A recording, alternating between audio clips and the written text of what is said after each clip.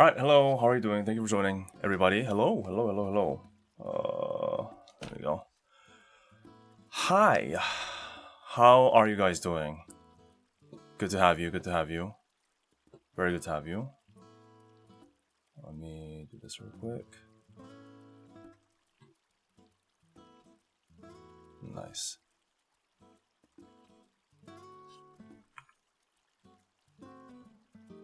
Nice.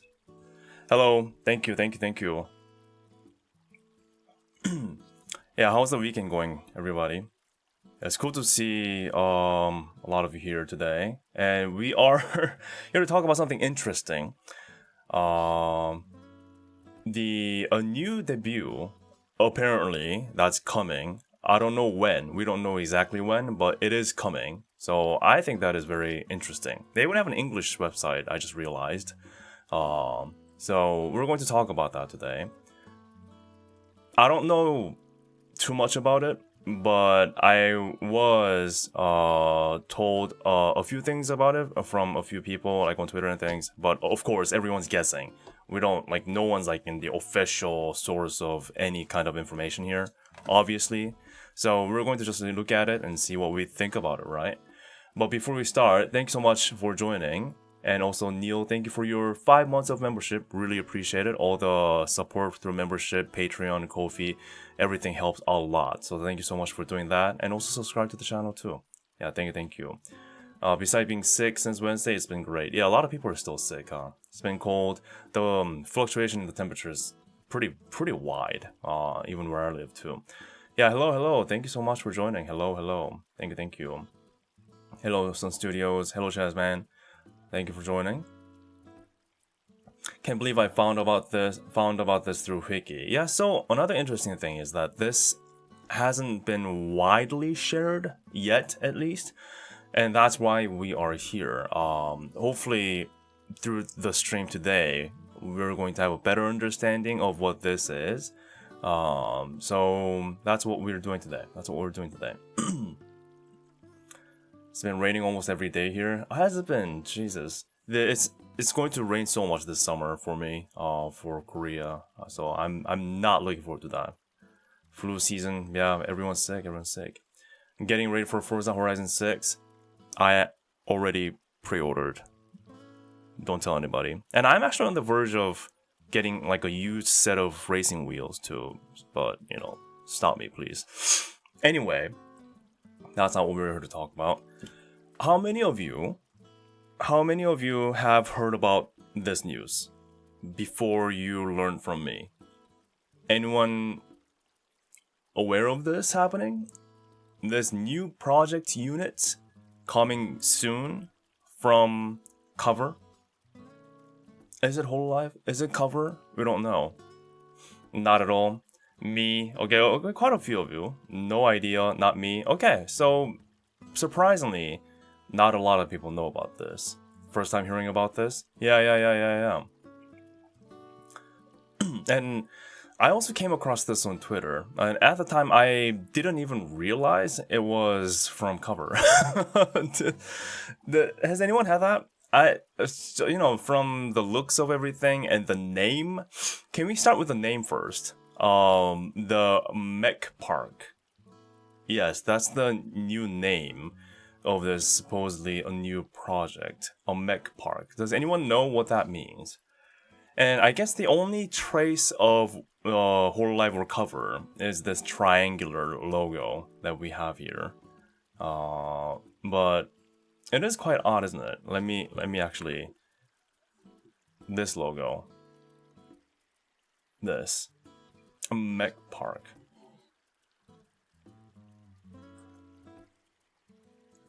I was like, how did I miss this? Exactly. And how did a lot of us miss this? And again, I'm sure some of you at least came across this but didn't realize what it was.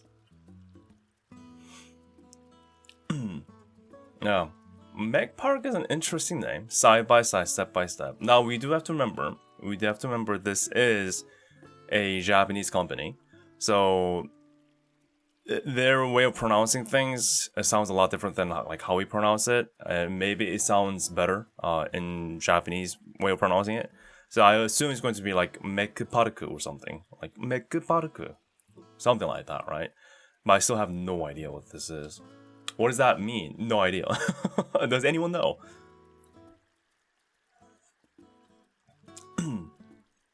I thought it was the Animal Crossing like video game from Holo. No, that's Holo Village. That's completely different. But I can kind of see where you're coming from in terms of like the logo design and all that, the feel. Then they made some comments about it. Seems like they can't collab with Holo Pro at all because it would mess with the numbers and their goals. Okay, so yeah, interesting details. We're going to get into all of that, as well as things that you know so far from comments from hololive members and all that. But let's start with the scope of the project as a whole, right?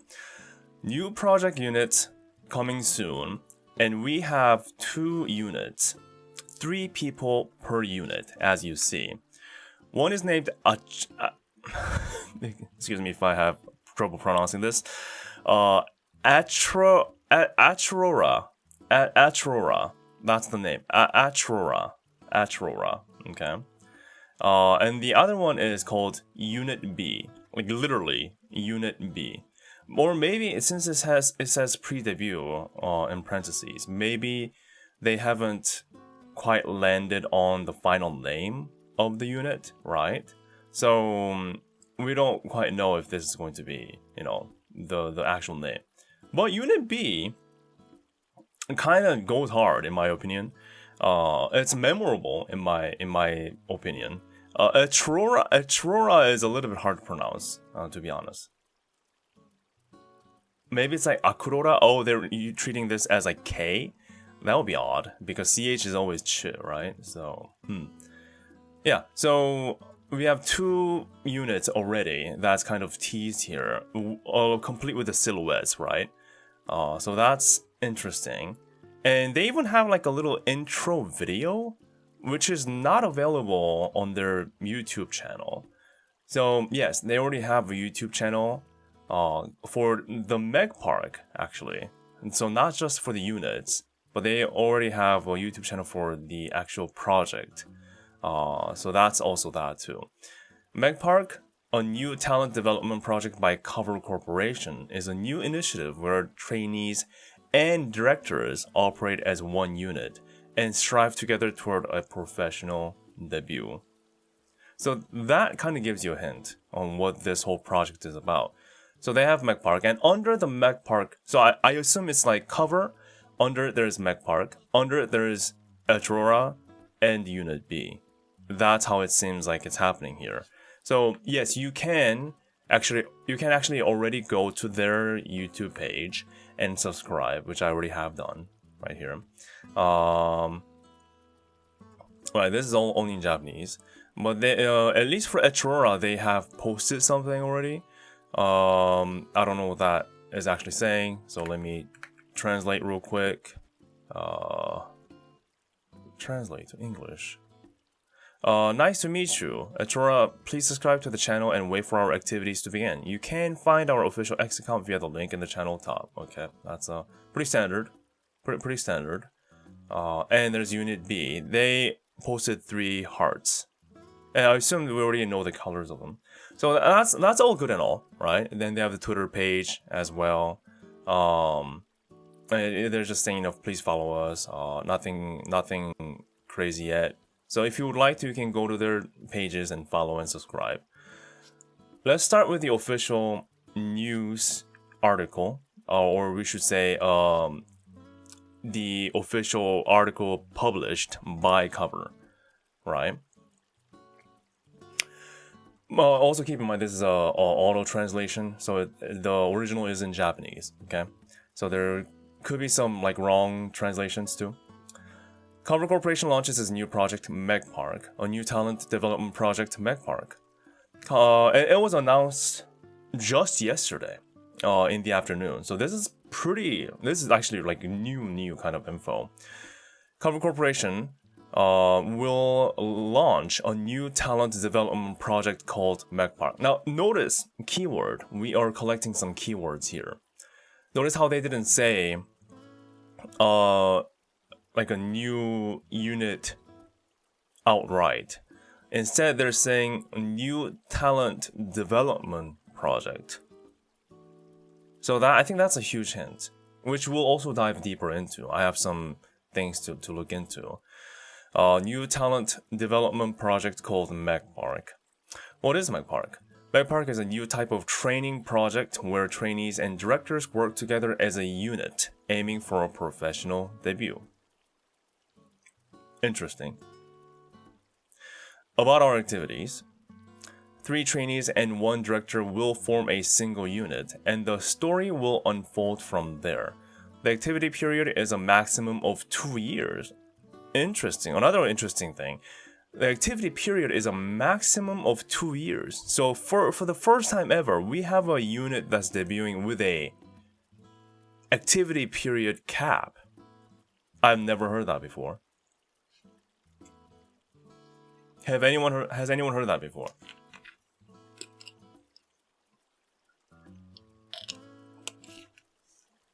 Yeah, okay, maybe this could be like a translation slip. Is it minimum, is it maximum? Not quite sure. But there is a 2-year time period. If your talent is recognized, you may be able to debut earlier without waiting the period. Hold on. If the talent is recognized, meaning if the talent is proven to be popular? Is that what they're saying? What do you mean recognized? If your talent is recognized, I assume they may be able to debut earlier without waiting the period. So I guess that's the maximum is the right translation then. So they are given 2 years to prove themselves, it seems. On the other hand, if you do not meet the criteria within the deadline, the 2 years, your story to a formal debut will end there.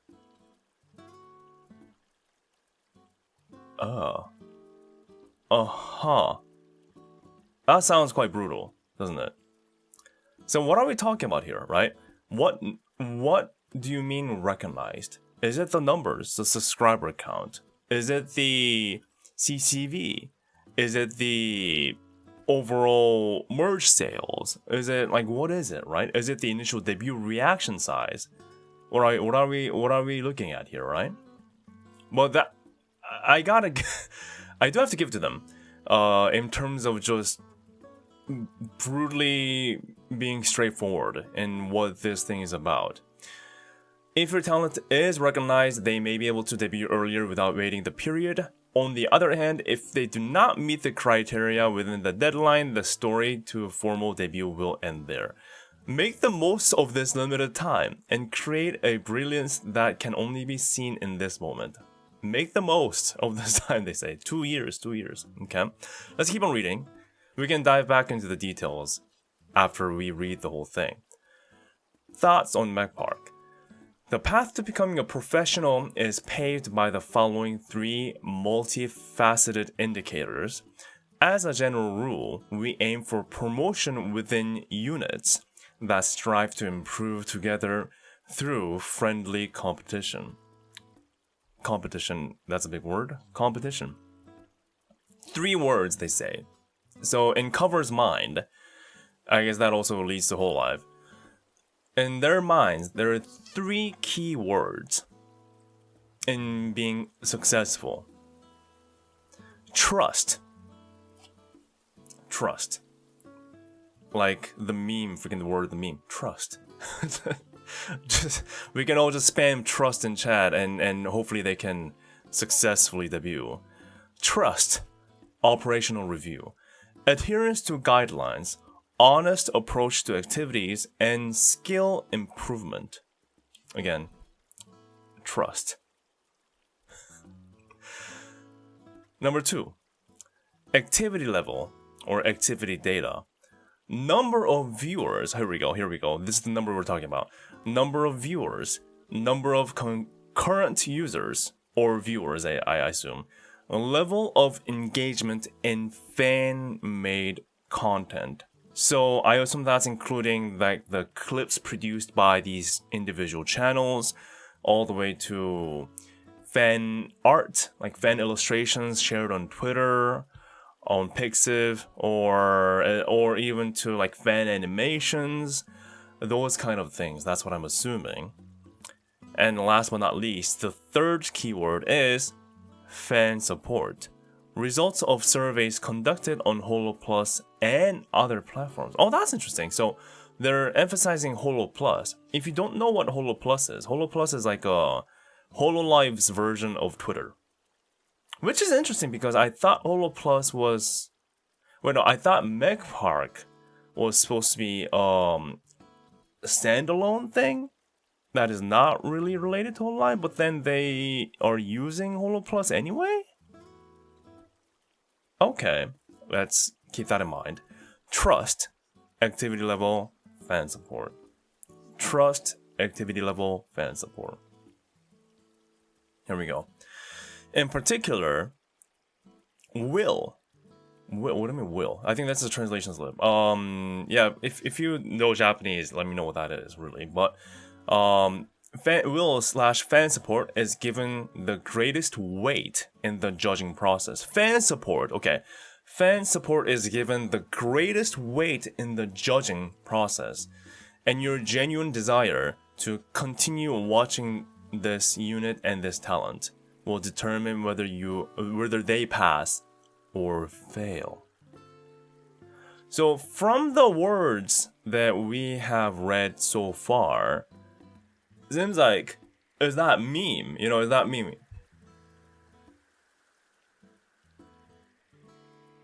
Me?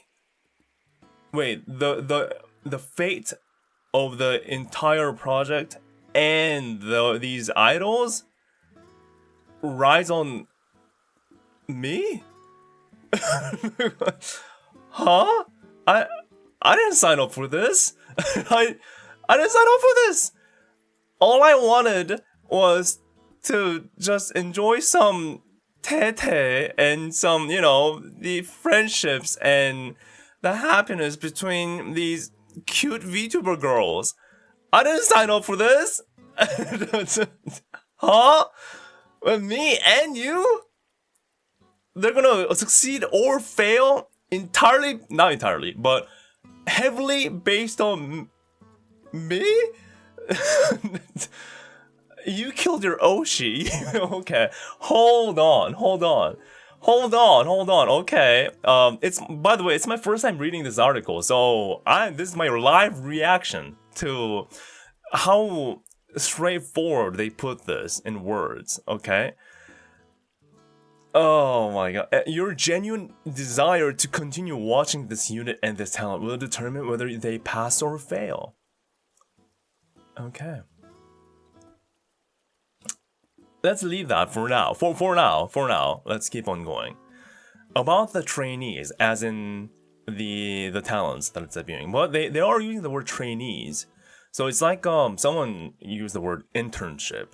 And the concept of a trainee is very common in the idol space. Especially coming from like any kind of idol culture that's part of an agency.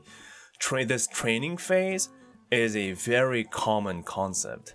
So basically what you do is rather than you debuting outright, for example, you go through like interview and this phase of proving yourself through an agency that operates these idols, right? And if the agency sees potential in you, then you join the agency under the name of a trainee. And through a year, 2 years, or several years, you learn and train under the agency. And then when you are chosen to be ready, you debut as a solo or as a part of a unit. That's a very common practice. Now that sounds fine and all, right? But it's double-sided. There's also brutal truth to that system that everyone's so used to. I mean, we are coming from hololive. That's why many of us are like, huh? What? Trainee? But if you are any level familiar with the typical idol culture, then this is like, oh, okay, like this happened since the past several decades. But if you're successful, right? If you are successful, as in like if you're deemed successful by the agency, then you see the light, you see the spotlight, and hopefully you become successful as that unit or solo. If you're not, then you spend the time as a trainee for God knows how many years, and you'll never debut, and you just end there. That happens to the majority of these people that strive to become an idol, boy or girl, right? So the difference here from a traditional typical trainee phase in the traditional typical idol space is that at least they are trainees, but at least they get to see the spotlight from day one.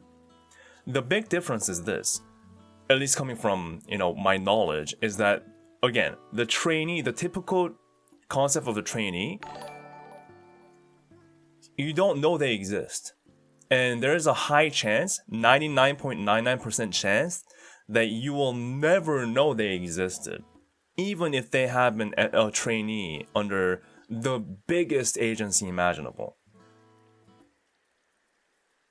They never see the spotlight until they're proven to be ready, deemed by the agency. The agency is the one that determines if you are ready to debut or not.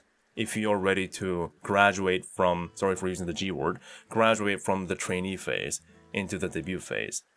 This, though, is a little bit different because here, yes, I assume the agency, in this case, cover, does have some say into this, but this is like cover saying, all right, we have chosen these 6 people as a trainee, but instead of keeping them in the dark, just having them train and us being the 100% responsible party deciding if they're ready or not, we're going to just put them out there. So you, the viewers, can determine if they are so-called worthy to stick around. So that's where I'm a little bit split. As in, okay, everything that we read so far, like me, it sounds brutal, right? But compared to the overall idol scene, like the traditional idol scene, I guess they at least get a chance to stand on stage and have at least 2 years to try to prove themselves in the real world. And I guess that is better than getting locked up in the dark in the agency while nobody knows that you exist and you don't know if you have a chance at all. So it's what I mean. So it's like, okay, like, which is better? I don't know how to feel about this exactly. Exactly, Kev. Oh, there was a super chat. Thanks so much. Trock says, so this is the new sustainable business model. Well, we'll see about that. We'll see if this is that business model. We'll see. And I have some things ready to show you guys too. But let's keep reading this about the trainees. 2 units are scheduled to begin activities in succession. We will now reveal the silhouettes of the trainees. Stay tuned for further updates. These are the silhouettes. Alright, judging by the silhouettes, who's your Oshi? we gotta start now, guys. If their fate rides on our decision, our support, we gotta start now. Who's your Oshi? Come on, 1, 2, 3, 4, 5, 6. Who? Come on, choose number. Go. we got no time to lose here, guys. We gotta go. Oh, okay, we got it. Okay, so we're doing A1 to 3, B1 to 3. Let's do that. Okay, A1 to 3, B1 to 3. I think that's a better way of doing it. I think you guys are right. Yeah, come on. We gotta go. No time to lose here. You gotta make them. Oh, we have to make them our Oshis now, in their silhouettes. We don't know anything more about this. Come on.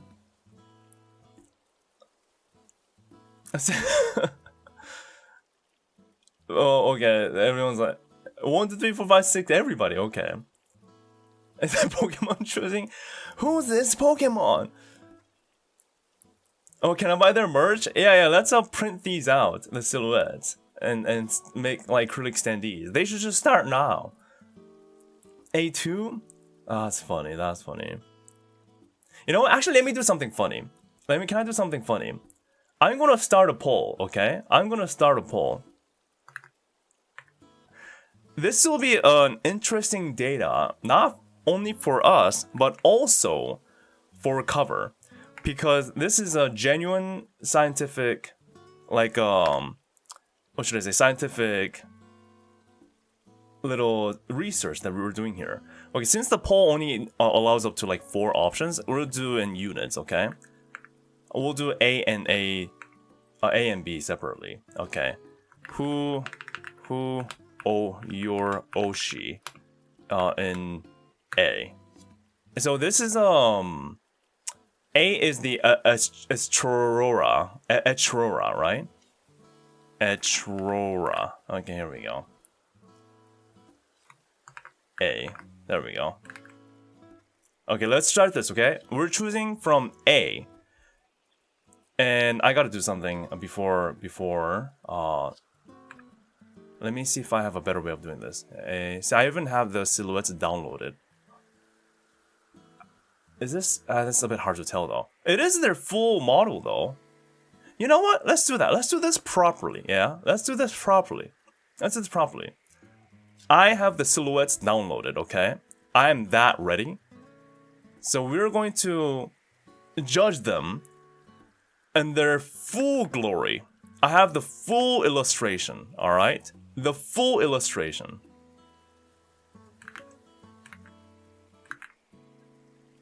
That's A1, A3, A... Okay, that's the A2, okay.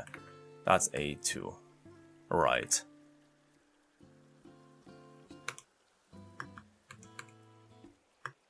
This is going to be very interesting.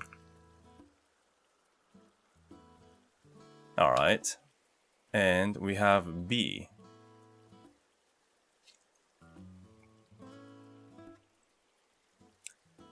Again, our decisions will either make them massively successful or outright kill them. Alright? If Cover wants us to be the judge, then let's give him that, right? Let's give him that. Let's give them the taste of the brutality, alright? If that's what they want, we're going to go all in, okay? We're gonna go all in. We're not, you know what? We're gonna show them.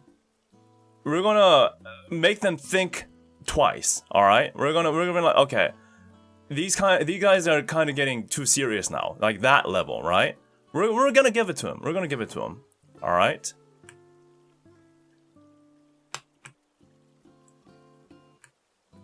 There we go. See, that's actually better.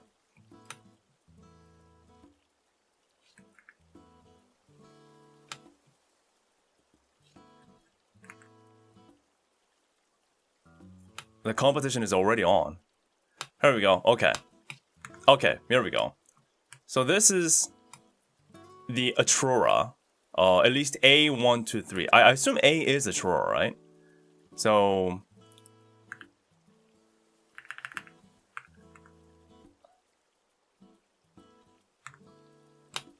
A.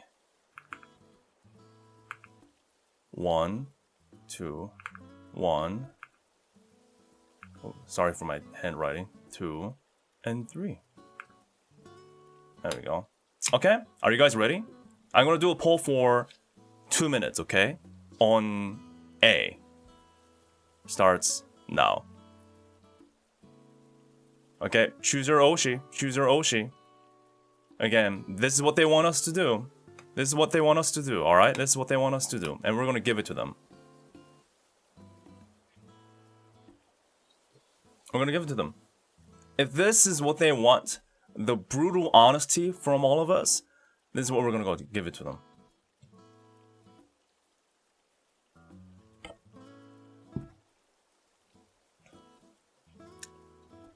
You're deciding their fate now. The 2 years starts now. This one is hard. It's not hard. Maybe it is. I'm gonna give you 2 minutes. Yeah, choose all three. No. You have to choose one. You have to choose one.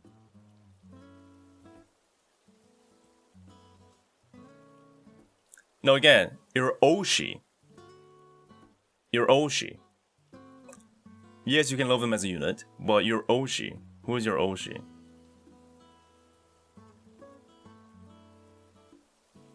And so far,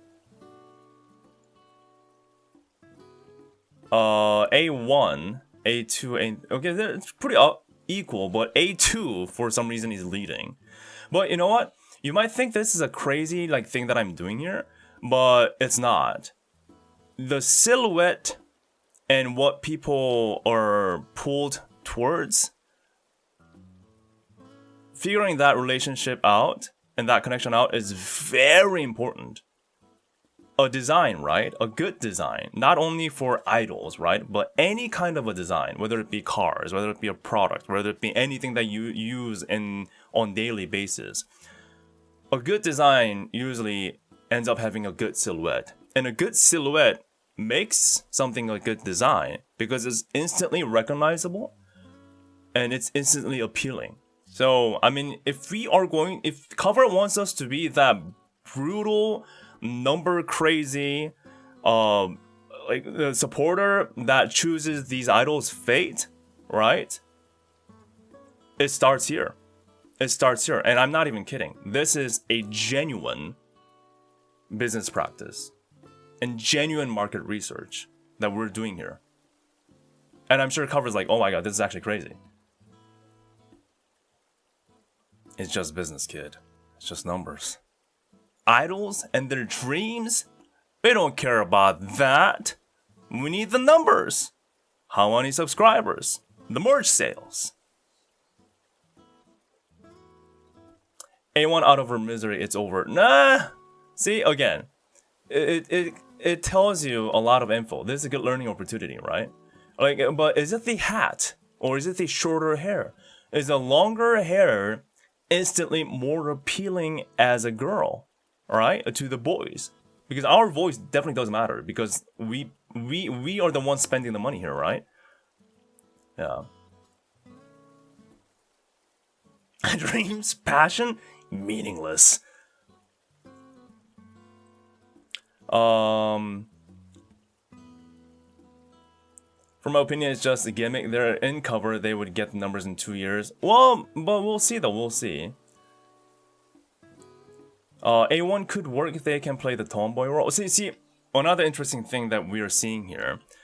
On top of judging oh no, whose silhouette do we like? Who looks most appealing from the silhouette? Instantly, we're already starting to think about their personality. We don't know anything about this so-called unit, right? We don't know anything in terms of their personalities. Already, we have our own expectations, right? Which is also an interesting thing. See, number 1, cool tomboy. Number 2, cute. Number 3, mature. See, already, we're like, bam, bam, bam, bam. So that's also an interesting one, too. Alright, I think that's the poll. Surprisingly, I'm going to end the poll here, but this is the result right here. Let me show you. That's the result. So for Group A, we got A3 as the winner. A3 here. But A2 was very close, and then A1. But I would say it was still sort of even across the board. Sort of, more than I expected. But definitely close between 2 and 3, right? So that's nice. All right. A3 stands rise up. A3 stands rise up. My Oshi A3. my Oshi A3. Oh, who's my choice? I think A2. I think A2. Again, just judging by the silhouette. That's what we're doing. Just my silhouette. Just silhouette, okay? Is this brutal? Yes. But is this what they want us to do? Also yes. All right, let's move on to the B, right? The B. Ba-bam. Now, let me also do this.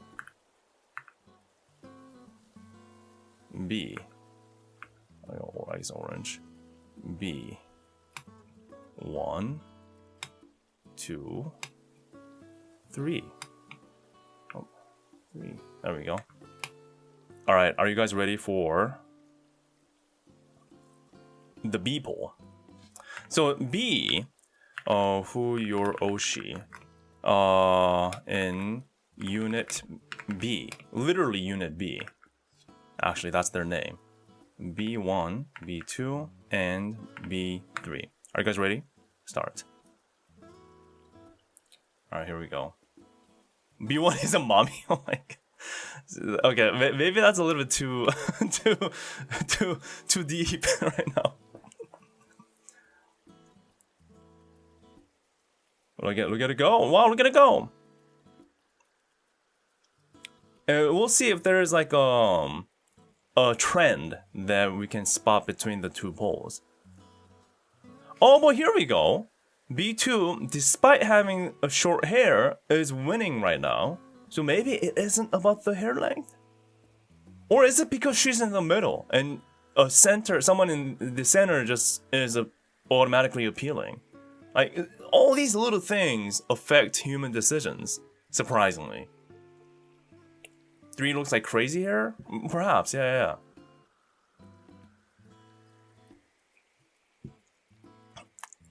Oh, we even have predictions. A2, B3, B1, B2 are going to be the juggernauts. We don't know anything about them. We don't know anything. A brother convinced all of us by calling her mommy. B2 pose is perfect. Emphasis on good balance from head to toe. Oh, okay. Another interesting input here. The balance. Interesting. B2 reminds me of Ina. Oh. I like the baggy sleeves on 3. Baggy sleeves, interesting. So baggy sleeves can appeal as well. Cover, take notes. Take notes, okay? Take notes. I'm giving you a multi-million-dollar market research that no one has done for you. Seriously. Love curly hair on B1. Interesting. B2 please, B3, B2 slay. Okay, so for B, Unit B, the result so far is quite different from A. B2 giving Mogok vibes. Another interesting thing that we're seeing here is how you guys are comparing to the talents that we already know, right? Like, oh, it looks like Ina. Oh, I love the vibe, like Mokoko. Those kind of things, right? So that's interesting. Yeah, we're already reading through the article that has the mission statement, but we'll go to the website again, for sure. Okay. But guys, the B3 stands, the B1 the B1 Oshi, you guys are losing out, guys. You gotta come on, you gotta make them win. This could be the result of the final outcome of this whole project. It's on you. B1 and B3. I know there's, it's probably, in the units, not individuals. I mean, who knows, right? If you don't prove that they're successful, they're gonna perish. They're gonna disappear. And it's all on you. You, B1 and B3 stands. You! Come on! You can't lose out on this! Match the numbers! Now! Match the numbers now! I'm scared. I'm giving you the future right now. We're starting now. This is the simulation of the future that cover is apparently putting on top of us. Go, go, go.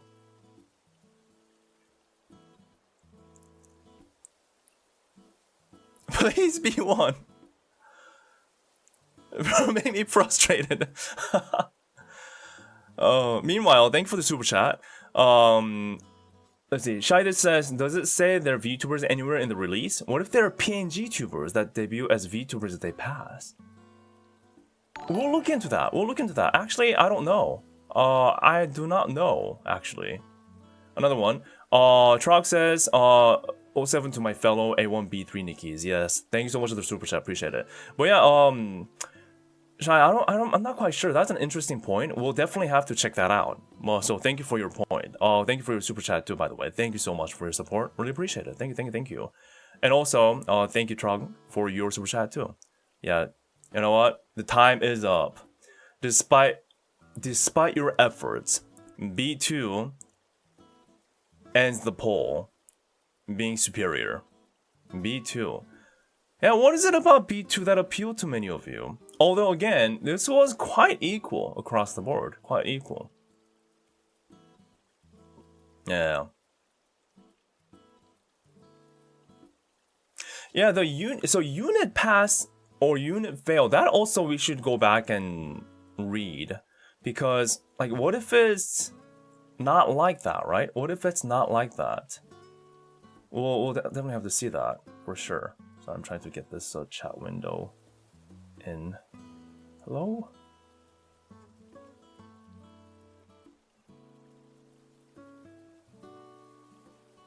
There we go. Okay. Alright.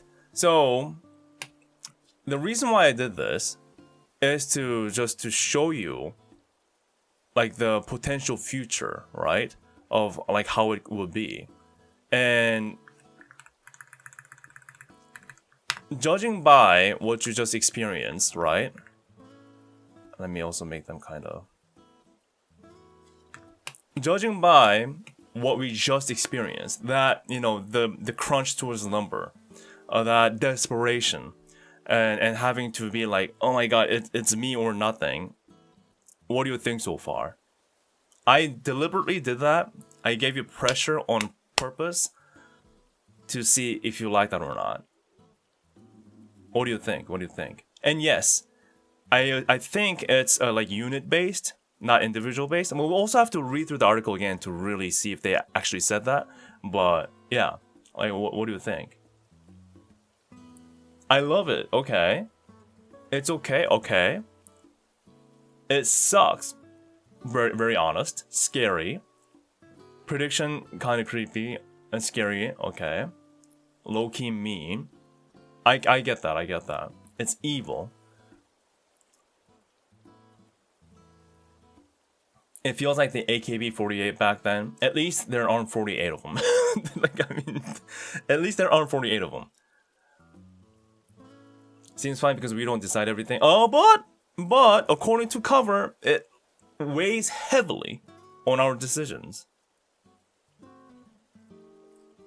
So what we experienced just now, the simulation that we went through just now, could be what we are going to witness in the near future. Because, let me go back to the article again, right? Let me go back to the article again. In particular, will, or the fan support, and I assume the will here could be translated to the will of you and I, is given the greatest weight in the judging process, and your genuine desire to continue watching this unit and this talent will determine whether they pass or fail. They have that written right there. So what we did just now isn't even outrageous. It's the reality. Or at least the reality that they want us to participate in. Does that make sense now? Does it make sense why I'm doing this now? That's where I'm coming from. This very paragraph. the greatest weight. So they're putting the greatest weight on us. Which, of course, all will be displayed through these 3 key words. The trust. Of course, the talents have to behave. Activity level, number of viewers, number of concurrent users, a level of engagement in fan-made content. That's us. Fan support. That's literally us. Results of surveys conducted on Holo Plus and other platforms. And that was the survey, in a sense, that just happened. And funny enough, yes, we just looked at their silhouettes, and we just judged off of that, right? But funny enough, many decisions come down to very minuscule, simple things like a silhouette. You never know. So, but going back to, is it a unit or is it individual?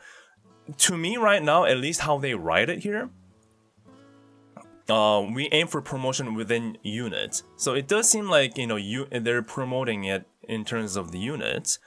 But also, they do say, continue watching this unit and this talent. So, I don't know, judging by how things go, maybe they could break off, like, who knows, right? I don't think that's, like, out of the... I don't think that's, like, out of the reach at all. So, who knows, right? Who knows? Yeah. This talent back to flipping burgers thanks to you. But... I mean, that's a joke, but also not a joke. And in a sense, like, this kind of a system is brutal. It makes it brutal, not because Idol Scene wasn't brutal. It always has been. But it makes it even more obvious that, you know what? Whether they succeed or not, it's actually on you. But that always has been true. Am I wrong, right? It always has been true. And I can tell you this by, the very person that's also doing content creation on YouTube, right?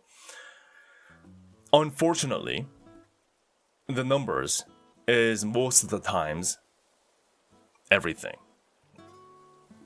That's what sponsors look at. That's where the money comes in. That's what people look at. So, it always has been the reality. But this project makes it even more obvious. Now, of course, you're free to feel uncomfortable or, okay with this. That's fine. That's fine.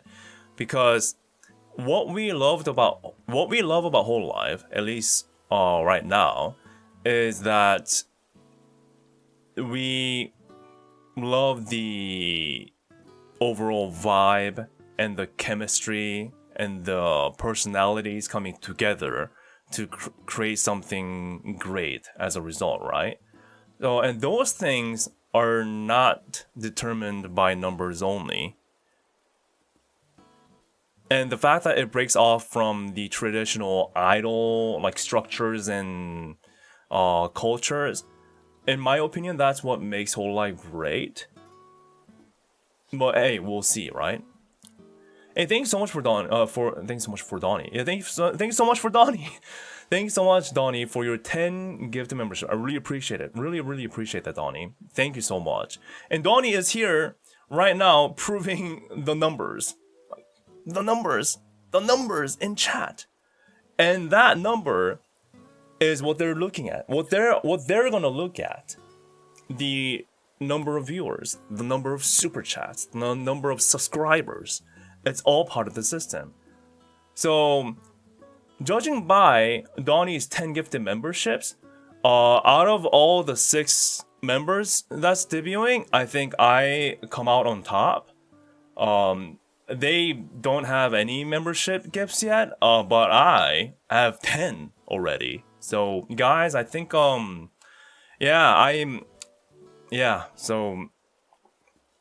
it's me, guys. It's me. The numbers have proven that I'm the worthy one, and you guys decided to support me. So, yeah. Gosh, yeah. I gotta go to dance lessons now. I mean, I have been bibbidi-bobbidi booing in Fortnite hundreds of times, so at least I got that dance move down, right? So, here we are. Yeah, I am the winner, guys. I'm the winner. Don't even spend 2 years. Don't even spend 2 years. Donnie said, hwikky is the winner here. So anyway, 2 units are scheduled to begin activities in succession. We'll now reveal the silhouettes. That's the silhouettes. Stay tuned for further updates regarding future developments. They talk about the future. We plan to continue holding auditions and recruiting trainees from time to time. The start date for applications and other details will be announced on the official MechPark X account, so please follow the official MechPark X account and stay tuned for further updates. We plan to continue holding auditions and recruiting trainees from time to time. Oh, okay. So maybe it's not just going to be these 6 people in those 2 years. Maybe we'll have a continuation or a continued flow of trainees debuting one after another from time to time. That's also an interesting one we didn't know about. Oh, by the way, let me go back. Yugi-kun says it can be like JYP 16 program, talent pass individually to form a new promoted unit. JYP is one of the top idol agencies in Korea, and I didn't know about that program though. So they have something like that. So I guess all agencies have something like that, kind of like a trainee phase to debut kind of a program or a system. Yeah, thank you for that info. I appreciate that. That's very interesting. And thank you for your 8 months of base membership. Really appreciate that. Thank you. And thank you, Slayer K, for your 10 gifted memberships. Wow, freaking A. Thank you so much. I appreciate it. Thank you. Thank you, Slayer, for your support. And if you have received a gift from Slayer, please say thanks to Slayer, okay? Thank you so much. My debut is coming closer, guys. My debut. Shorty, thank you for your super chat too. Imagine it ends with becoming a standard unit, so only one of them gets the boot. Again, like we never know, right? Because anything can happen to these individuals. They did say, they will judge individually too. So perhaps a unit could be a placeholder during the trainee phase, and maybe they could form a different unit, or maybe they, whoever's remaining could become one unit. Everything's on the table. Thank you, Donnie, for your membership as well. Thank you for your base membership for 23 months. Almost 2 years, man. Almost 2 years. hwikky was number 1. The hwikky, but also happy early Mother's Day, everyone. Yeah, thank you so much, Donnie. Really appreciate it. And happy Mother's Day, happy Parents' Day. Korea has happy Parents' Day, by the way. But thank you so much for your continued support, Donnie. Thank you. Really appreciate it. Always happy to have you. Thank you. Yeah. Well, you never know, right? That 2 unit could be placeholders and could become 1. Or somebody could solo debut, because again, they're going to keep on coming. It sounds like. So the MechPark will have their own separate auditions open. So they're gonna keep them coming, which is interesting. Company overview. What is Cover? Does anyone not know what Cover is? For those of you that doesn't know, here it is. Cover Corporation is a next generation IT entertainment company that handles IP businesses utilizing the internet and possesses some of the world's leading VTuber IPs and a passionate fan community. With a mission of let's create a culture that the world will love, Cover Corporations develops Japanese-born, globally expanding 2D entertainment, including its VTuber business, and aims to create virtual culture that the world will love by utilizing content and technology, including the development of new communication platforms and metaverses. Big words. There was a big question, like, are they actually VTubers? Did they specifically state they're VTubers or not?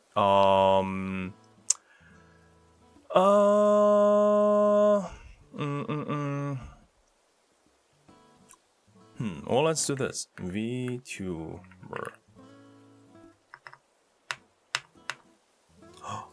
Well, they didn't specifically mention VTubers within the MechPark space. But I mean, like, they gotta be VTubers, right? No. Are we saying... No, this is crazy. I'm sure that's impossible, but are we saying they just come out and they're like, yeah, this is just me, man. Yeah, guys, it's just me. Like, as in, like, RL. Like, No, we're not VTubers. We're just us, real human beings. I'm like, real humans. No, just there's no way. There's no way. There's no way that happens. There's no way. By the way, thank you Hikari for your super chat. Thank you so much for your super chat. Hwikky VTubing debut when I'll watch your streams with 5 devices and my PC. Well, please do that now. Don't wait for my VTuber debut. Just do that now.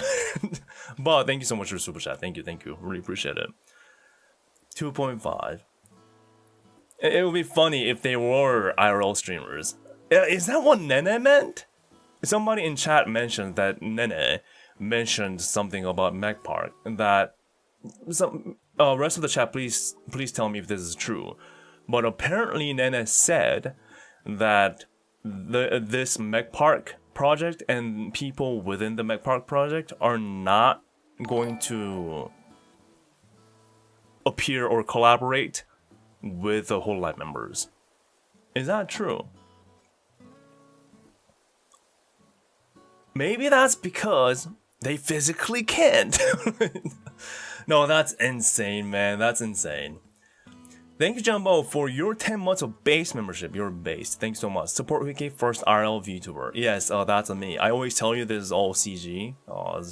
I'm just advanced like that. Thank you so much for your super chat, though. Thank you for your membership. I really appreciate it. Thank you. Thank you for being here, man. Thank you, Jumbo. And thank you, Trog, for another super chat.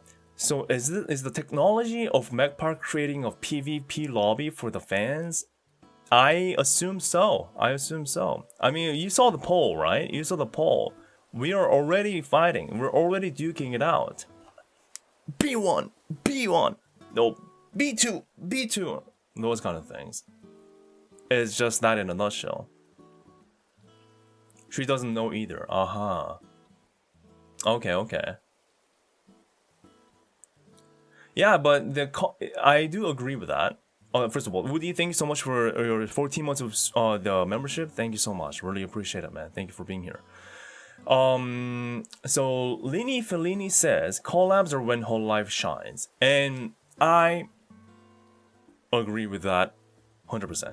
Who else agrees with that? Who else thinks collab is a huge part of what makes hololive? I agree with 100%. Collabs are amazing and beautiful. Nene Doom posting? No, Nene didn't Doom post. She said it, but only her prediction's assumption, as it will make them have unfair boosts. Oh, that's her assumption. Okay, that's her assumption. So she's just assuming. I see. Naturally, yeah, me agree 100%. Yeah. Holo GTA is a prime example.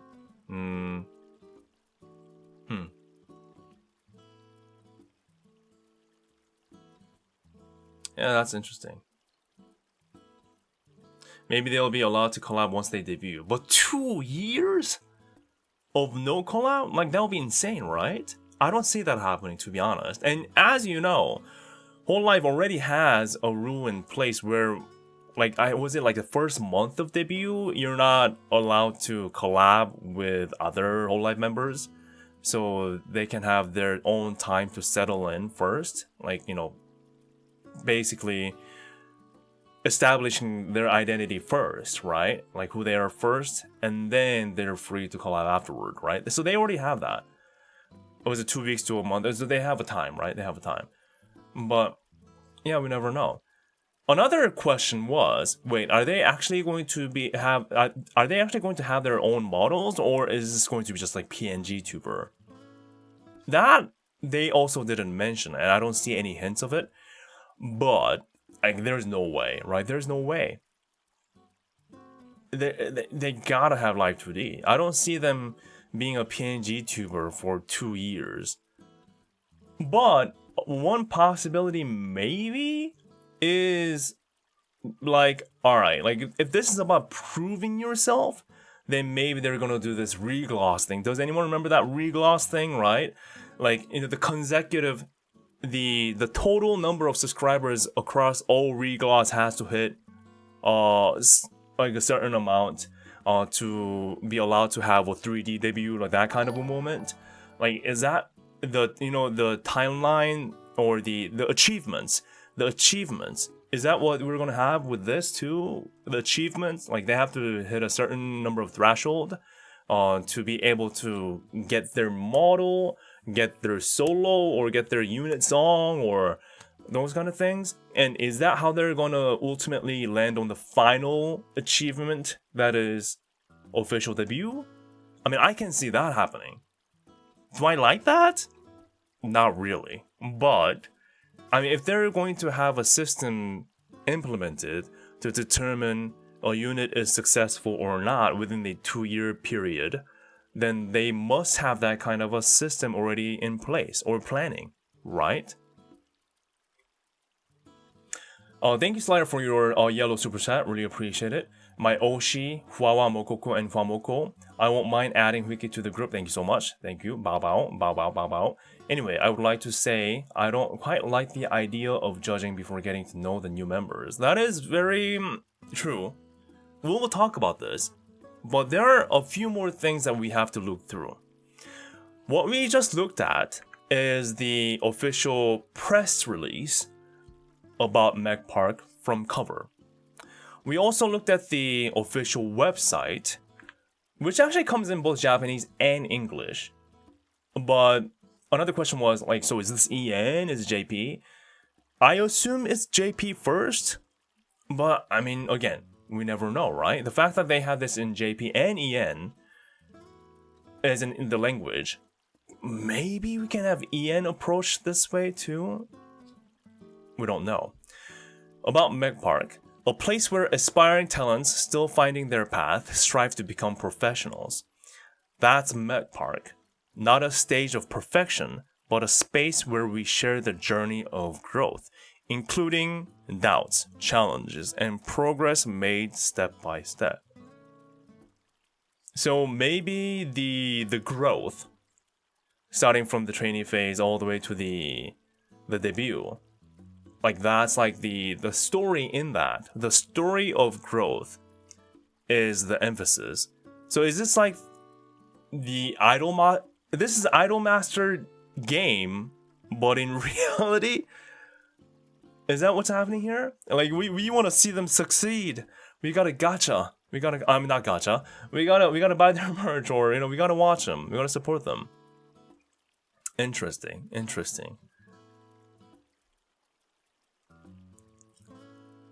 Huh. Okay, so they have more info here. 1. Witness the trainees' development. If hololive production talents are shining stars, then Meg Park trainees are those you stand beside. Ooh, rhyme. Support and help shape. Even their imperfections carry the glow of raw potential being polished. Experience their journey and witness every step of their growth up close. 2. 2 years bound by a shared fate. Each unit brings together 3 trainees and 1 director. So this is interesting. Each unit brings together 3 trainees and 1 director. So we have like sort of a producer position that's built into each unit. So yes, we have unit debuts, 3 per unit, 2 unit total, but we're also having a director assigned right from the get-go, tied to a unit. So it's actually a 4-man team, you're right. Is the director gonna also have like a presence? Like a silhouette? So we have 3 trainees and 1 director working as one for up to 2 years. If their talents shine through, they may seize their debut before the time is up. But if they fall short of the standard, their story toward an official debut will end there. In this limited time, the trainees will push forward with everything they have. Don't miss a single moment of their brilliance. 3. Your support shapes their future. Okay, we already saw this. Trust. Momentum. Okay, so this is a more of a official translation of those 3 keywords. Trust. Management review. Momentum. Activity data. Voice. Fan support. Okay, here we go. We have official translation for the keywords here. Trust, momentum, voice. Here we go. By the way, if you're hearing my stomach growl, sorry, I'm kind of hungry.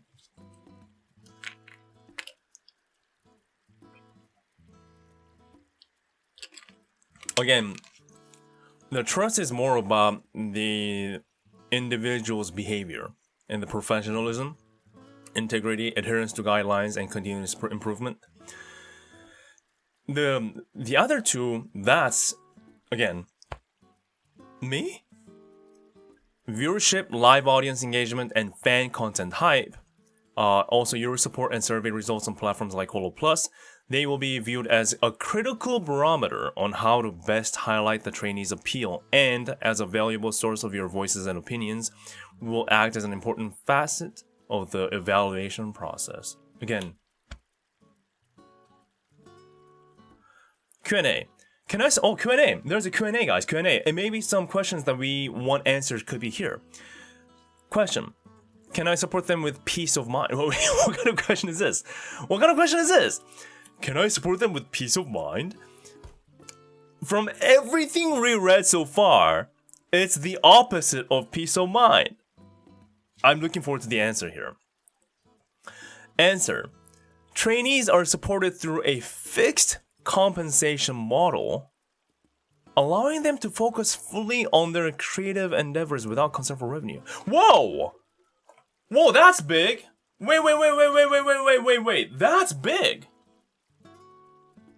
Was? Was? Wait a minute! A fixed income? Huh? Interesting. Wait, I don't know how to feel about this. A fixed income without concern for revenue.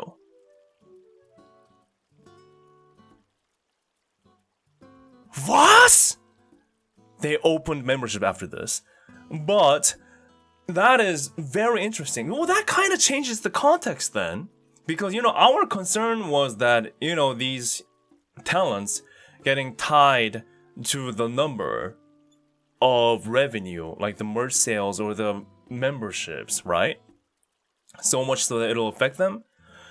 But I guess they want to separate that all together and have them so they could focus on being an idol rather than being too caught up on the money? Huh. Isn't that very interesting? But how much though? I think that's very important. How much? How much money are they talking here? Are they talking like, sustainable kind of money? In terms of can afford a pretty good rent in Tokyo? While going back and forth between studios and paying for, I don't know, like thumbnails or illustrations or even their models. Like, can they support that with this money? Or are we talking about rural Japan 7-Eleven part-time job money? I mean, technically that's also sustainable income or fixed compensation. Technically, that's also fixed compensation. So which one are we talking about? Which one are we talking about? Which one are we talking about? Can they live decently? Exactly. Well, not only live decently. Again, being an idol, trying to be a content creator, you need a lot of stuff, right?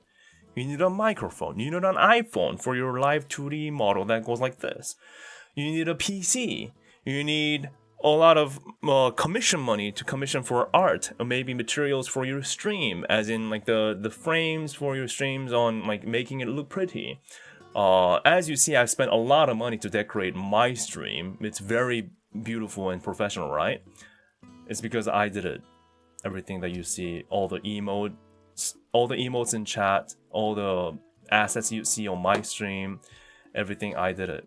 So is that what they have to do too?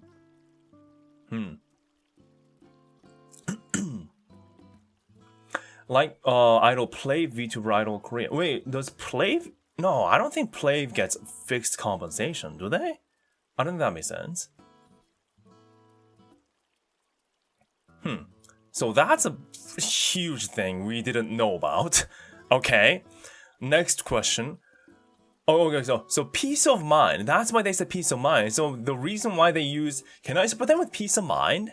And they're like, yeah, you can support them with peace of mind because it doesn't matter if they earn a lot of money or not through memberships and super chats and merch. You know, they'll get fixed income anyway. So all that money doesn't go to them anyway. Or does it? Or does it? Who knows, right? They'll never specify that. So maybe on top of the fixed compensation, they could get the additional cut from that additional money? Who knows? Next, what is a unit? Each unit consists of 3 trainees and 1 director, again, very important, forming a 4-person team.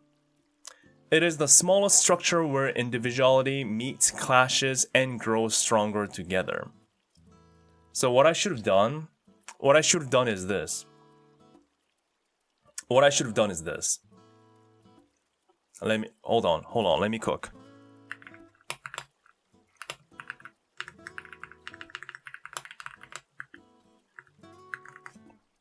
Let me cook real quick.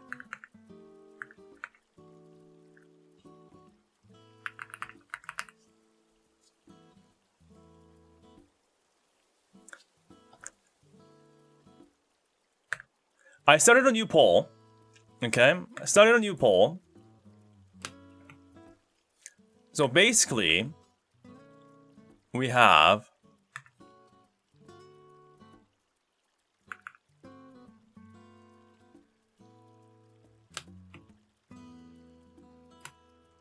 oh, you know what? Let me cook again.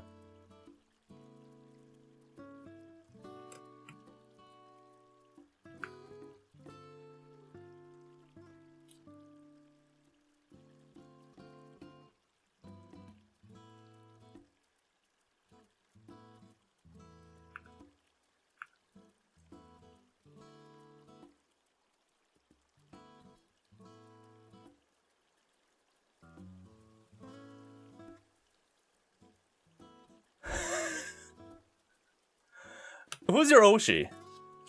Alright, who's your Oshi? Who is your Hoshi? She is beautiful. Oh, wait! We don't even know if it's a she or he. We don't even know. Who's your Oshi now? Now who's your Oshi? Suddenly, the whole scene changes. A3? Nah! Let me vote for my Oshi director. D-kun, right? The D-kun or D-chan. Is D single? D-kun, obviously. Yes, D-kun. D-kun, yes, D-kun. Of course, of course. Of course. Is it A1, A2, A3, or... No, D-kun. Who is it gonna be? That is funny as hell. That is funny as hell. Yeah, but actually we don't know if it's gonna be... I mean, who knows? Like, is it male or female? Or is D-kun or D-chan? We don't know. Or D-chan, right? We don't know. We don't quite know.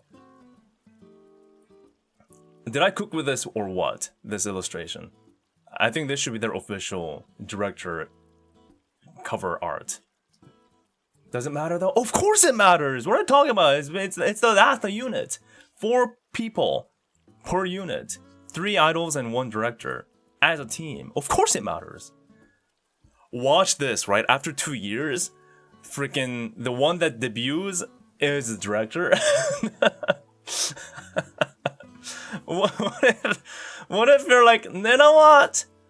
And I think we like the director the most. Yeah, let's just have him debut. Literally debut. The D is in the name. The debut. The D. The D-kun. The director. Everything about D. It's all in there. Will the director actually have an online attention or like present? Some presence, right? Will they have online presence though? The director. I assume so, because they're emphasizing this quite a lot, right? But the poll is in. The director... Hey, come on! A123 stands, where are you at? Come on, you can't lose to the director. Guys, where are you guys? No. This is already cooked. D-kun is my Oshi. I know nothing about them, not even their gender, but I don't even care. D-kun sweep will end the poll here. So, final result. A1, 13%. A1-chan, 13%. A2-chan, 10%. A3-chan, 17%. Director, D-kun, 60%.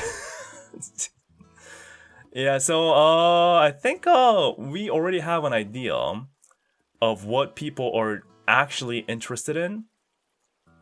Maybe what we're looking for in an idol isn't the traditional good singing, good dancing idol. Maybe we just want something completely fresh and different. Who knows? Maybe this is the future. Anywho, that's the unit. 3 trainees and 1 director. That's the unit. Final question. When is promotion determined? I assume like the debut. Like when are they determined to fit for debut, right? Answer. Promotion is decided as soon as the criteria are met, without necessarily waiting for the full 2 years. Your passion and support can help bring their professional debut closer. So here's my question to you guys. When they say criteria, I assume they already have a certain number set, right? Let's say for subscriber and concurrent viewership. Let's start with that. Subscriber and concurrent viewership. Concurrent viewership is how many people are watching at that given moment in a live stream, okay? So, as a unit, I assume as a unit, how many subscribers in total as a unit? Because, I mean, the unit... Oh, I didn't even think about that. Wait a minute. Wait. They only have a YouTube channel for the unit. And no channel for individuals. Wait, am I the only one who is realizing this now?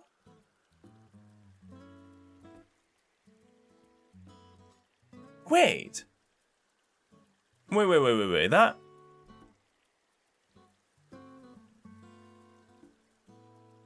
Share a channel. Yeah, no, I know you've been telling me that that's a unit, but Regloss is also a unit, and Flowglow is also a unit. Advent is also a unit. Justice is also a unit. Myth is also a unit. Promise is also a unit. But they have their individual channels. But here, though...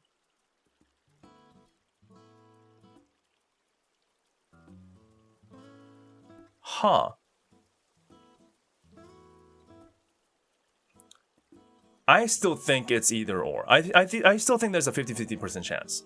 I still think it could either be, yes, like it's just like 1 unit channel and for 2 years, or when the time rolls in for them to, I guess we should say pre-debut in this case, they'll announce the individual channels. I mean, because there is a Regloss channel too, right? There is a device channel, right? So I think that's a possibility. Still. Stop thinking it's a 1 channel unit debut. Oh, it's a 1 channel until debut. Oh, interesting. So you're saying they're going to be stuck as a unit even within the YouTube channel until they can debut? You sound very confident, Blade. How do you know this? How do you know this? Do you have some information? Some insider information you would like to share with us? I'm genuinely curious. I'm actually curious, because like, there's a lot of complexity in acting as a unit, not only as a unit, but as a YouTube channel. I signed an NDA. Sorry. Oh my god. Oh my. Of course, that's your excuse. That's like a freaking job interview, right? Yeah. So it says you you worked here. Can you explain what you did for the past 3 years? Sorry, I signed an NDA.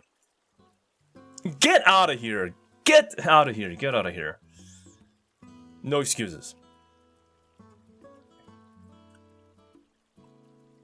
Individual channel may be hard for a unit. I actually think it's harder to act as a unit without. Okay. Maybe I'm approaching this as a person who's just too used to hololive. Because again, if we look at like the typical idol culture, right? Of course, you do everything as a unit. There is no solo activity. I mean, somebody mentioned Plave. Like even for Plave, I don't think each members have their own like channels, right? They all always do something as a team, right? So, huh. Okay, yeah, but I can see both ways. I can see both ways. Okay. I see what you mean. But okay, what I was going to ask you is, so the criteria. Let's just put it simply: subscriber number and concurrent viewership as a unit. What do you think is the number that they have set for the criteria to be successful enough to debut officially? What does Cover think? What does Cover think is a successful subscriber number and a concurrent viewership number? Go. What are your thoughts? What's your number? 1 million subs.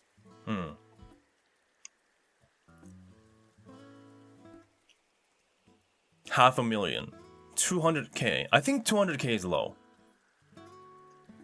5k average viewership. Okay. 100k, 1 mil. Yeah, 1 mil is high. So a lot of people are saying 500k probably. 500k and 3,000. 500 Canada. That's impossible. Not many people live there, man. Not even 500 people live in Canada. That's impossible. I'm sorry. I'm sorry to all the Canadians. I love your country. I love your nature. I love everything about it. There's definitely more than 500 people. 500 Canadian. No, it's not 500 Canadian. No. No, it's not 500 Canadian. Canada real? Yes, Canada is real. 30k CCV? That's insane. For JP, 500k likely because they can get like 200k just during debut. That is true.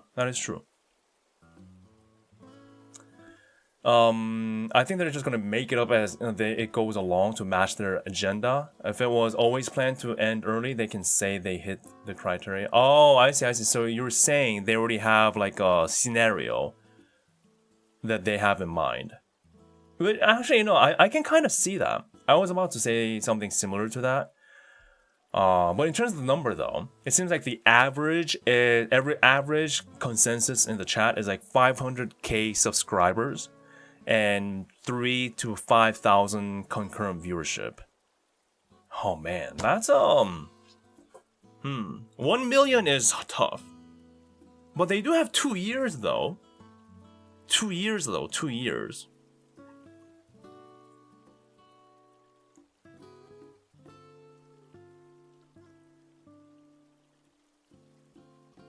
At least 500 Canadians watching live. We at least have 2 confirmed. Ina and Crony. Holo announcers had a 200k in about a year. I see. Well, Holo announcers are a little bit different, I think.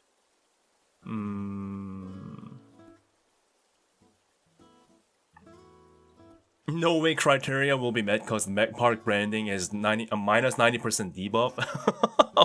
Brutal. Although I can kind of see. I still don't really understand the Mech Park branding. What I wanted to say was, So far from what we have gathered, right? It seems like they have this storytelling that they want to stick to, that they want us to play along with, right? They have this storytelling that they want us, the fans, to play along with, which is, hey, these girls are here to achieve. These girls are training hard to reach the stars and achieve their dreams as a big idol, and you are joining that journey as it is happening. Like how you're watching these like idol animes or supporting these like idol programs IRL, whether it be K-pop, J-pop, whatever, right? So you are part of the story. So like that's why you have to be more involved. That's why you feel closer to them. So when they finally succeed, you were there. You were the one who made them to reach the success, right? So maybe this is all about the script. There we go, the keyword, the script. The script. Maybe this whole thing about the numbers or the criterias, the things that you have to hit, or they fail, is this like a build-up of a storyline, a scenario for us to take part in? So we feel closer compared to like a regular generic debut, like here they are and now you cheer for them type of deal, like how we have been doing for the past several years. So like this is like an idol development game, but IRL. Basically Idol Master? Basically, yeah. So we're like cheering them on. So maybe it's happy ending anyway?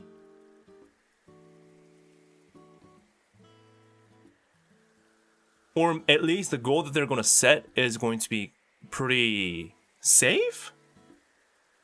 Or like just enough? Maybe like you said, like was mentioned in the chat, maybe they're gonna adjust according to like how the vibe is. So it feels like they just reached it thanks to you, kind of deal. TV drama vibe, scripted. Only few of them fail, maybe? But is failing part of the story though? Rigged? Oh, no, I didn't want to say like rigged. That's not what I was trying to get at here. I was just saying like everyone's gonna debut, but with a more aspiring, they say here, aspiring kind of build up. The build up, right? The build up. Because up until now it was like, all right, we have selected these individuals through our process behind the scenes, and we've been training them under our roof behind the scenes for the past half a year or so. And now, here they are. Bam. They're here to stay.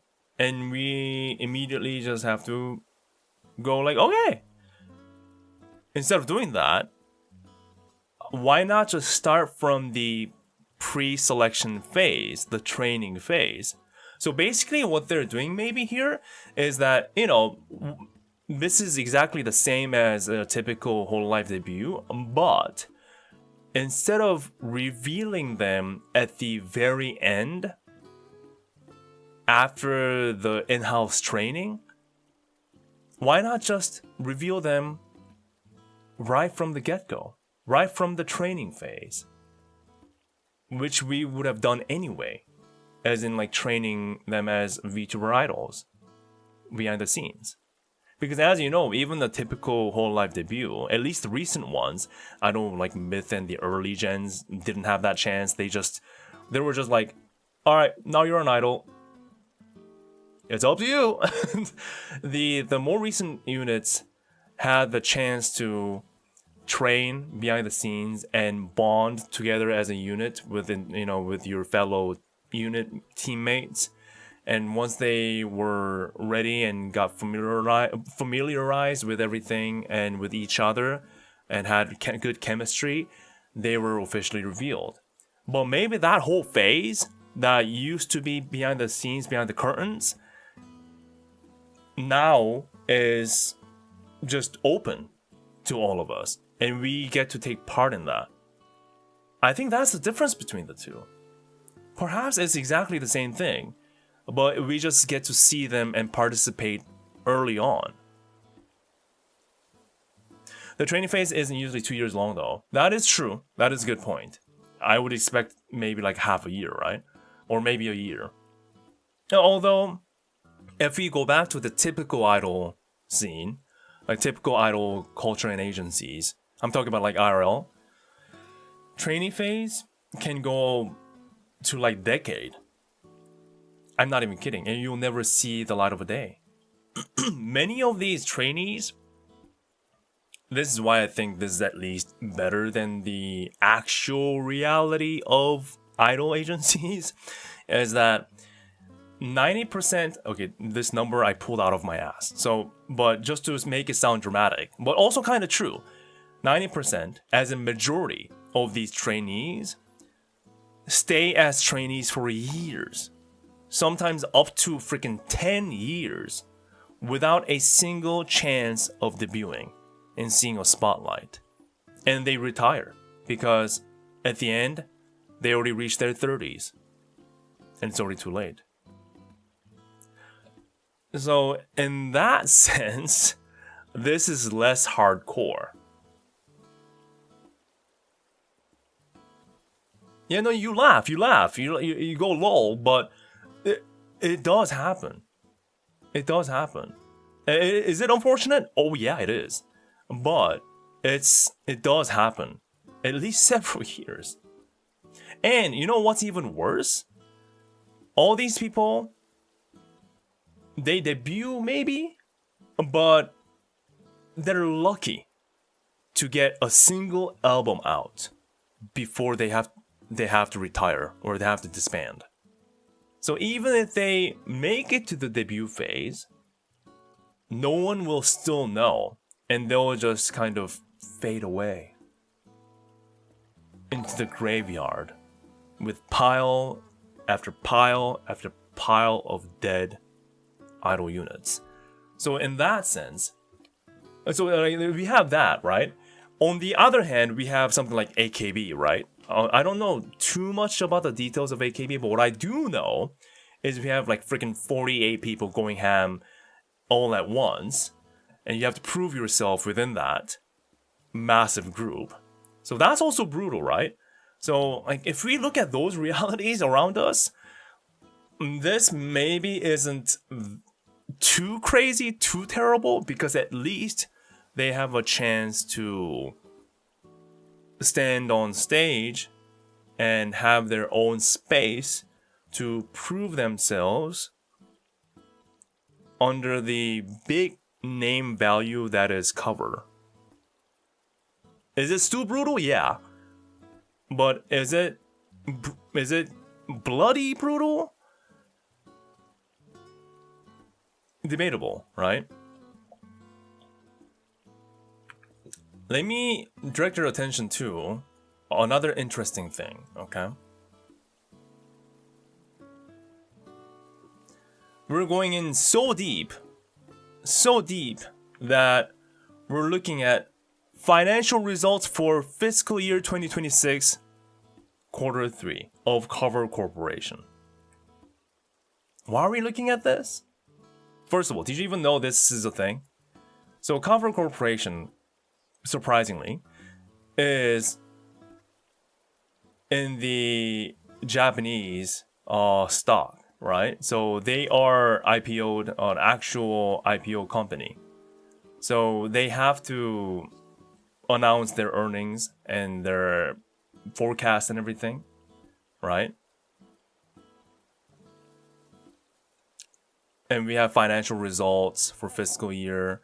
A lot of things like they reveal everything. So if you were ever curious about the numbers, then you can just look at this, right? So full year earning forecast, like this is all about the forecast, right? So that's all that too. A lot of numbers again, a lot of numbers. The big thing I think is the merchandise is big. So as you see, the merch is 21.9% of their overall sales, it seems. Although they dropped the concert, so a lot of no, this is the increase, right? This is the increase. This is increase compared to the last year. So this is the forecast. Correct me if I'm wrong because I didn't study financials in economics, but what I'm assuming here is that this is their forecast from 2025 quarter 3 2025 to 2026. This is what they're forecasting. Is it? But as you see, the merch is definitely a huge part of the income, and they're expecting 21.9% growth, perhaps from last year. So, yeah, merch is big anyway. Yeah, the holo. You'll be surprised to know the holo OCG, the card, has given them so much boost.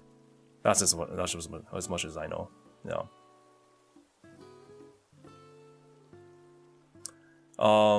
Now.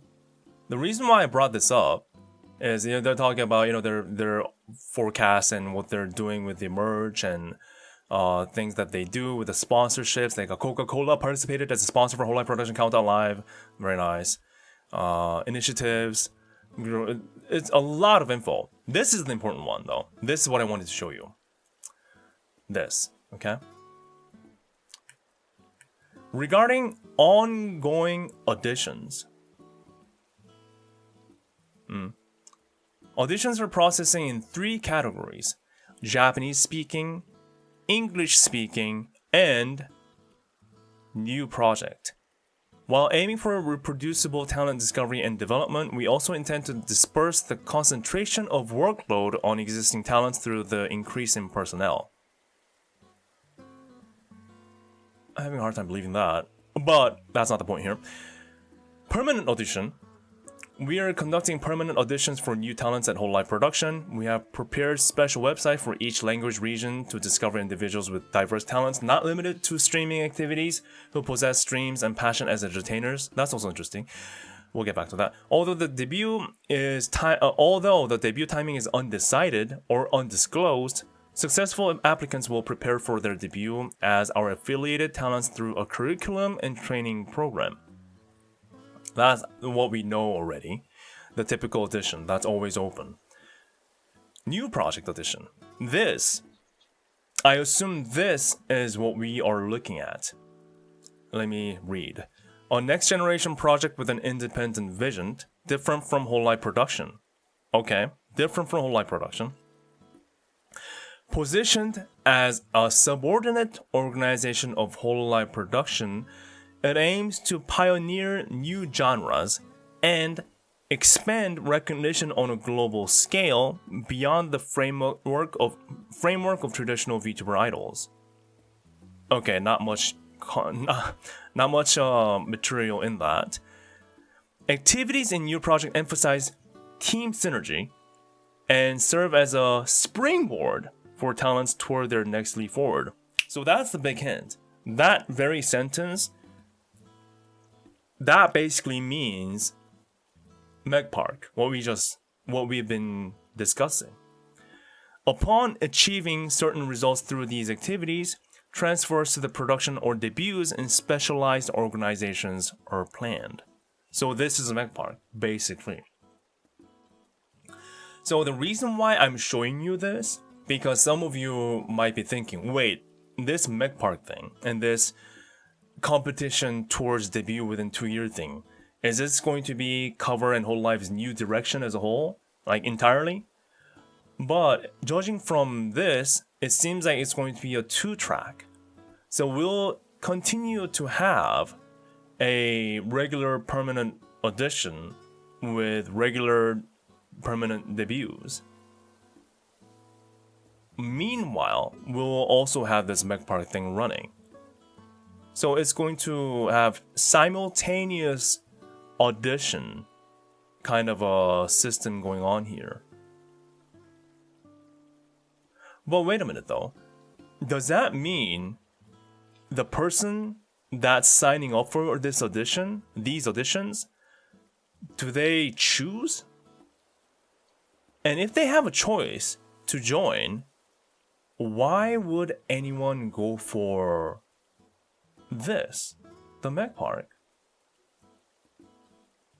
Or does this mean that anyone who signs up to the permanent audition cover is like, I think perhaps you could soft launch through this Meg Park system program that we recently launched, and we kind of want to see how you vibe first, then get you rolling if you are deemed fit for debut. So what's the funnel? Is the funnel through the permanent audition, then distributed to either this or that, or does an individual get to choose this or that from the first place? Huh.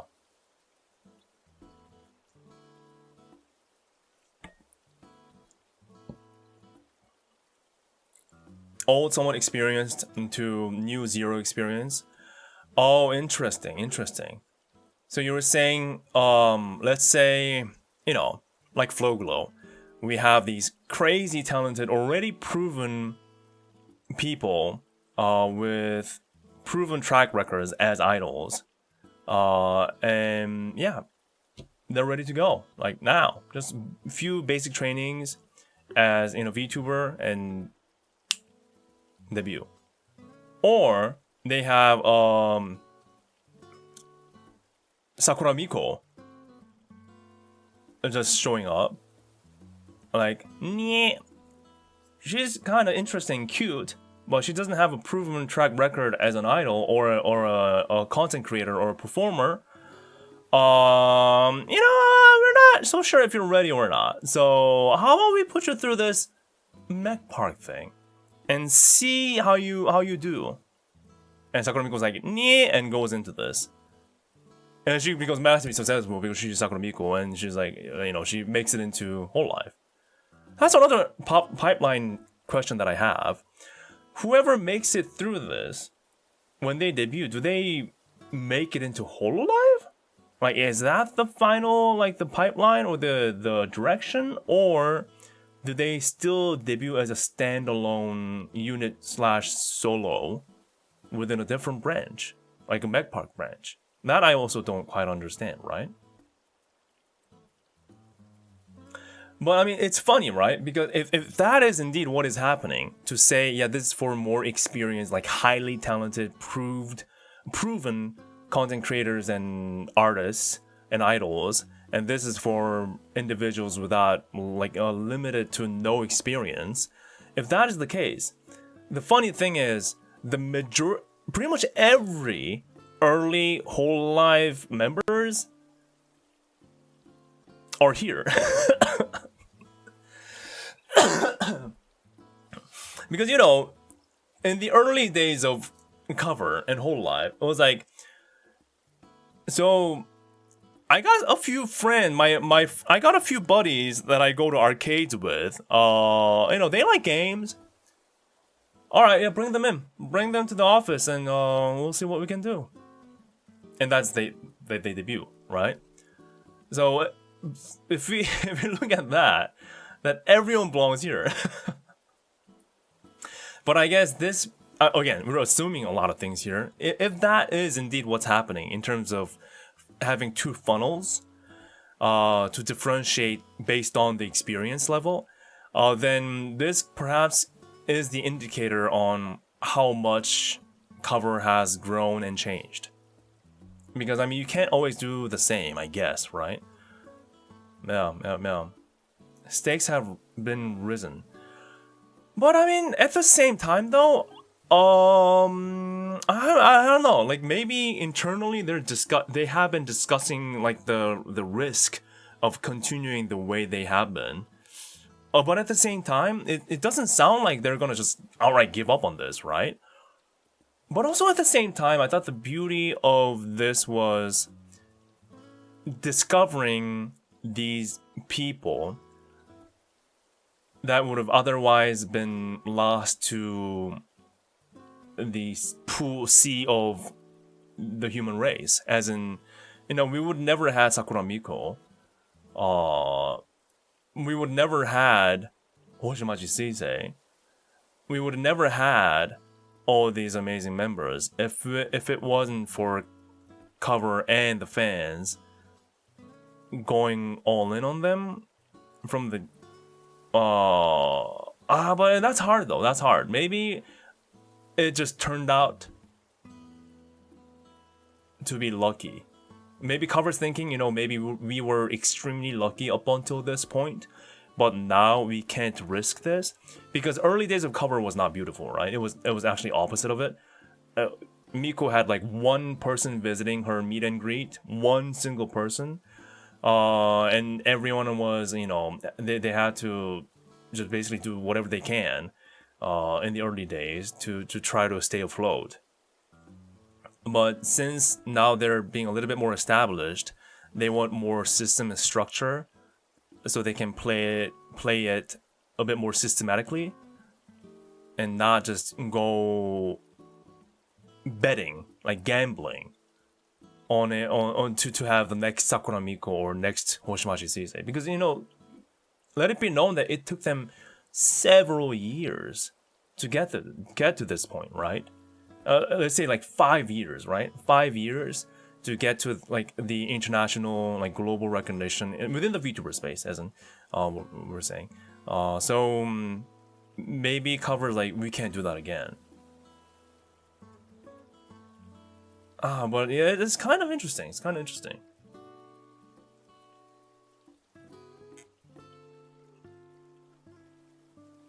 They could be trying to phase out the old way to audition and introducing a new method. A clue to that might be a next generation. Perhaps. A next generation project. It does say that. Maybe. It all depends on how successful or how big of a fail this becomes, right?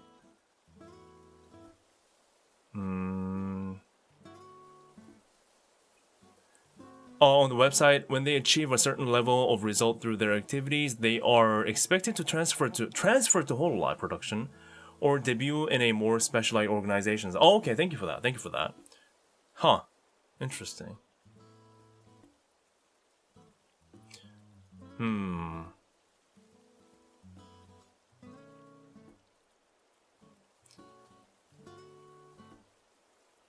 Isn't the train as you go closer to the early days of hololive compared to the current audition style? That is true too. You're right. You have a point there. That is true. If we think about the early days, as in, all right, come on in, let's just get this going and see how you do. I guess that is closer to how they have done before. Maybe the recent debuts were a lot more different than the so-called early days of hololive, as in, they're locked in from the very beginning. They have a clear vision and designs and ideas and concept of this unit. Bam, bam, bam, bam. You're trained, you're ready, debut with like full-on storyline and crazy art and comics and animations and a single music revealed day one, those kind of things. So I guess that's actually the opposite of how hololive started out, and maybe this new way is a bit closer to. Yeah, that is a good point. That is a good point, actually. Transfer to the production. Maybe it's for the director. You were saying. Again, watch the director becoming the hololive idol. That could be a story.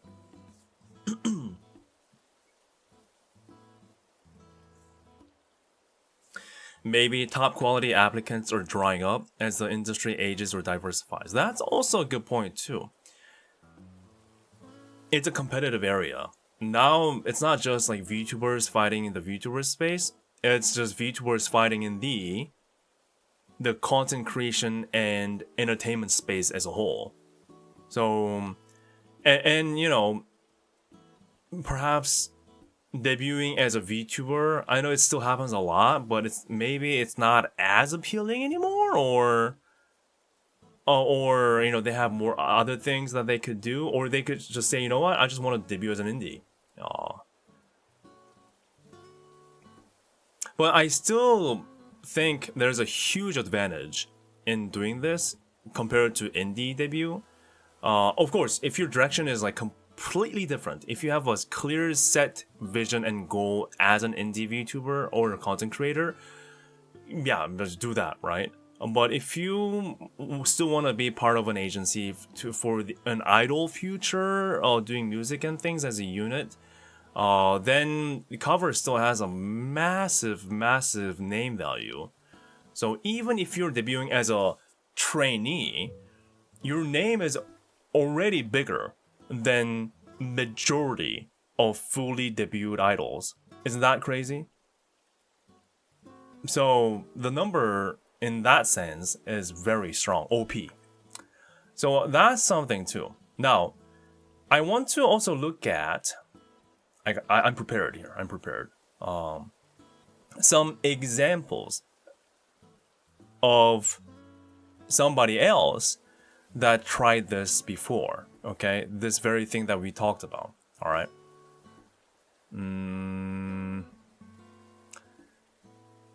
And let's see. So that's the announcement. Also, where's the, here we go. And this is thanks to HoloFan. The person gave me all these like materials to look into, so special shout out to you. Thank you for doing this. Thank you for providing me with some context. Apparently, there were other people that has done this. One notable example, apparently, I'm just reading off of this, but apparently, there was this thing called Project Valiv. I don't know how to pronounce that. Again, we look at Mech Park and we're like, what is that name? But that's how a lot of Japanese companies do these things. They come up with some very interesting, hard to pronounce English names. But it's Valiv or Valiv. Anyway, it's from an Idolmaster brand. It's basically part of Idolmaster. Yeah. Oh, Voice Actor Live. V-Alive. V-Alive. That's not how you pronounce that. Anyway, that's not important. No. It's a V-Alive. Not V-Alive. It's V-Alive. Oh, it doesn't matter. It doesn't matter. That's not the point. It's a project within Project Idolmaster that was announced on December 26, 2022. And is part of the franchise's Project Idolmaster 3.0 vision. Wow, that's big. Project V-Alive tells the story of idol cadets who aim to make their idol debut through distribution activities, as in live streaming. The three idols in the project are Manaka Tomori, Cosmo Kamizuru, and Letora. And the person, En Morikura, the person who did Kizuna Ai design, did the character design. The format of the activity is similar to that of a virtual YouTuber. Due to this reason, unlike the voice actors in the franchise, the voice actors in charge have not been disclosed at the time being. On the project's official website, there was a voting section for the project itself and for each candidate. If the candidate did not meet the judging criteria, they would not be able to make their idol debut, and their activities will be terminated. Sounds familiar? Although this was a lot more brutal. They had a literal voting section. So, you know, the earlier voting thing that we did with this, choose your Oshi, and we did a poll. I guess that was it in many ways. Or that was like one of the deciding factors. If you lost on that, you're done? Anyway. But thankfully, there is a bit of a happy ending on this one. March 31st, 2024. Hey, it took 2 years. Wait a minute. So this project was announced in 2022. It has released videos since 2020. Okay, so they roughly 2 years, a little over a year. Okay. March 31st, 2024, all three candidates passed the criteria of 5,000 points, whatever that is. They debuted as idols at 876 production under a separate unit. So that's very interesting, isn't it? And so I checked on them to see if they're still in activity, right? So let me check that. Where's their YouTube link? Manaka Tomori.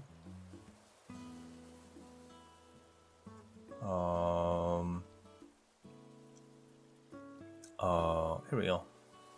And Kozumo Kamizuru.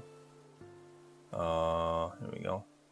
And Letora.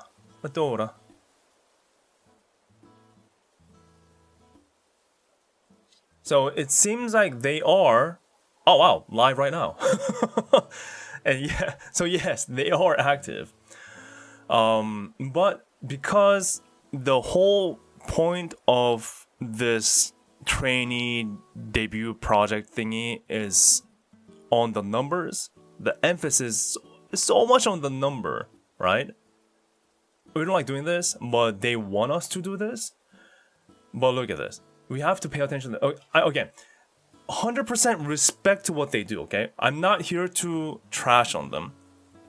I fully respect what they do.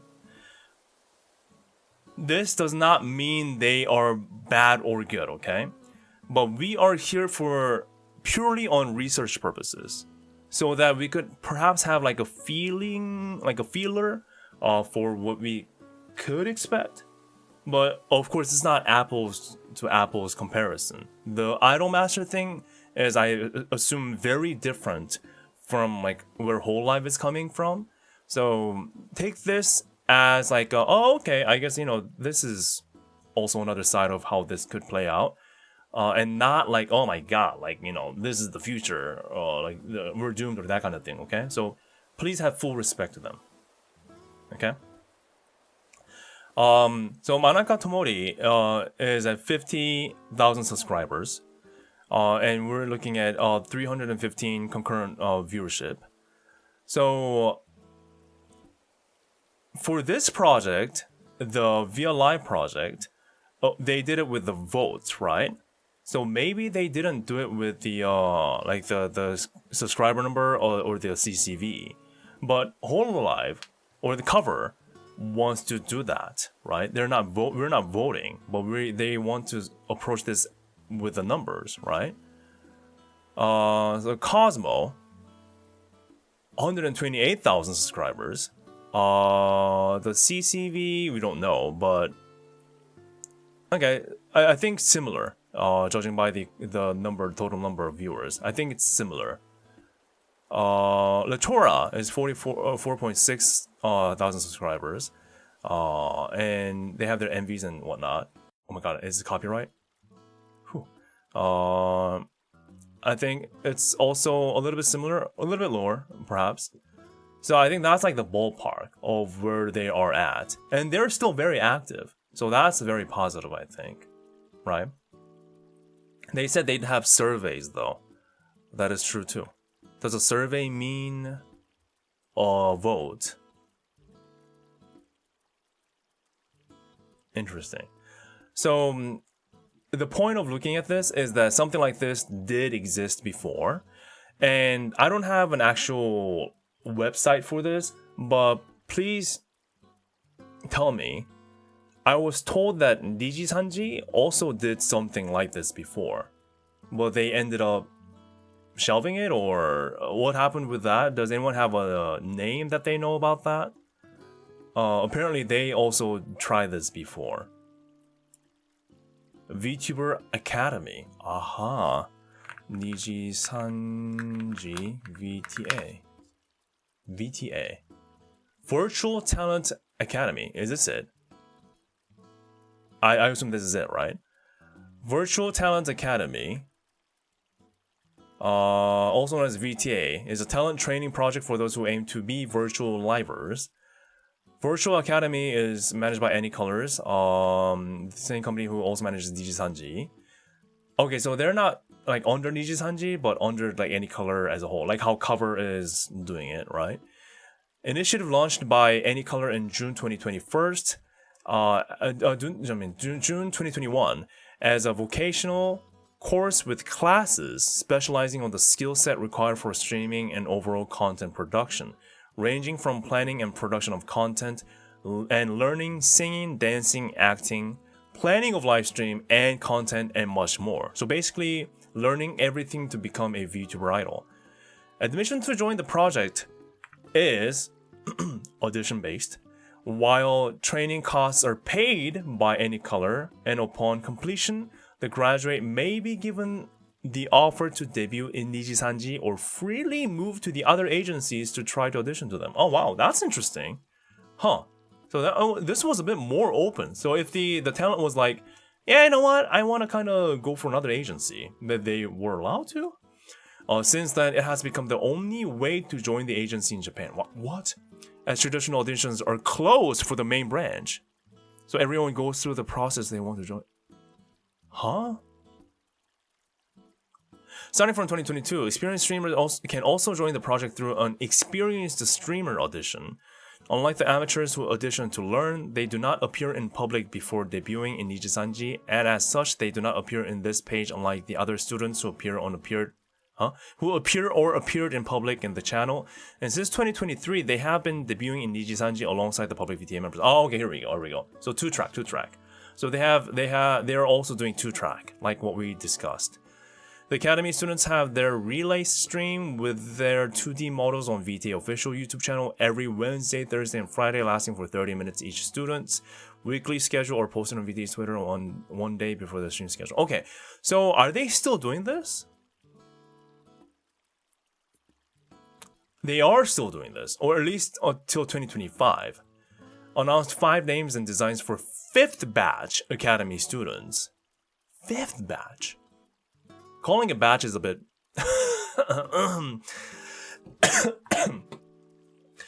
I mean, idols are products, okay? Sure, batch.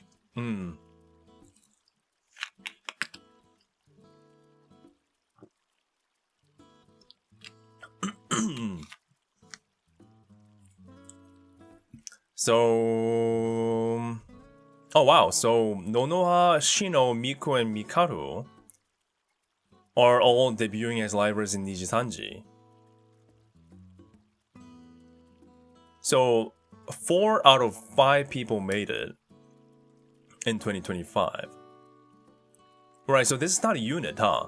So their approach is a little bit different. They never do like a unit debut for this program, but they just have individuals duking it out, I guess, in a way. Huh, okay, wow, this is I never knew this. So Nijisanji has been doing this all along? And they're still doing this? So in that sense, perhaps this is not like a 100% original idea. I mean, we also looked at Idolmaster too.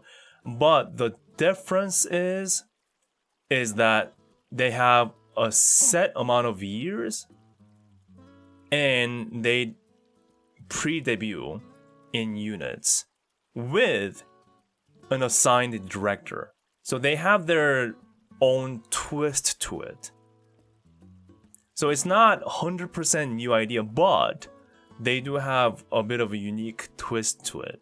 I think those are those two the most noticeable? No, those 3. Are those 3 the most noticeable difference compared to the past examples? The 2-year cap, the director assignment, and unit debut.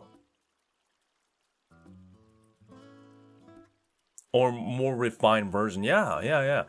So I guess for some reason, Cover saw what Nijisanji is doing and saw previous examples with Idolmaster things, as well as what the traditional idol industry is doing. This is what they decided to initiate. Huh. To be fair, VTA is pretty different, says every. VIA Live is more similar to Meg Park than VTA is. Yeah, I do think you're right. I do think you're right.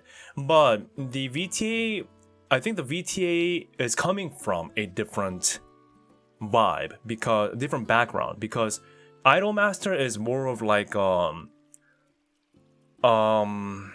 me if I'm wrong, but the people that we looked into, like these people, they are they more like voice acting VTubers, or are they like the VTubers that we know, as in they're free to talk about their like private life, or hey, I went to this place today and I hung out with who, and those kind of things. You know what I'm talking about, right? You know what I'm talking about. So that's also like systematically I think it's similar, but I don't know.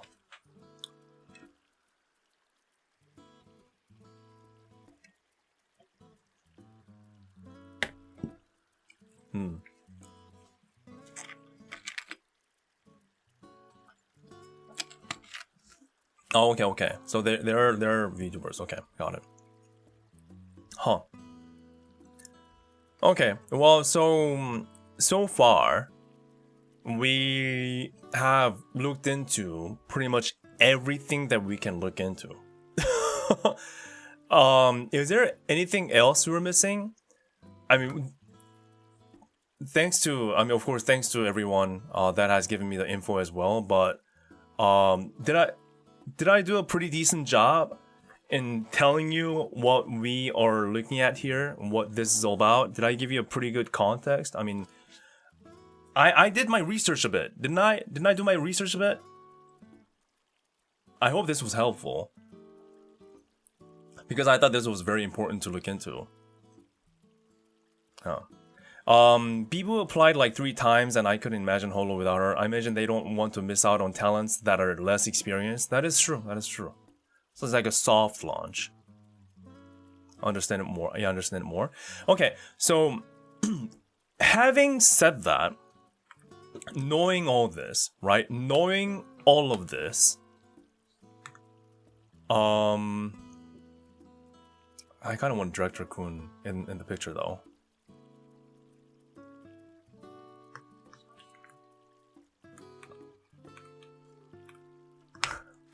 Okay, but having said this, now is the time to express your honest opinions about this.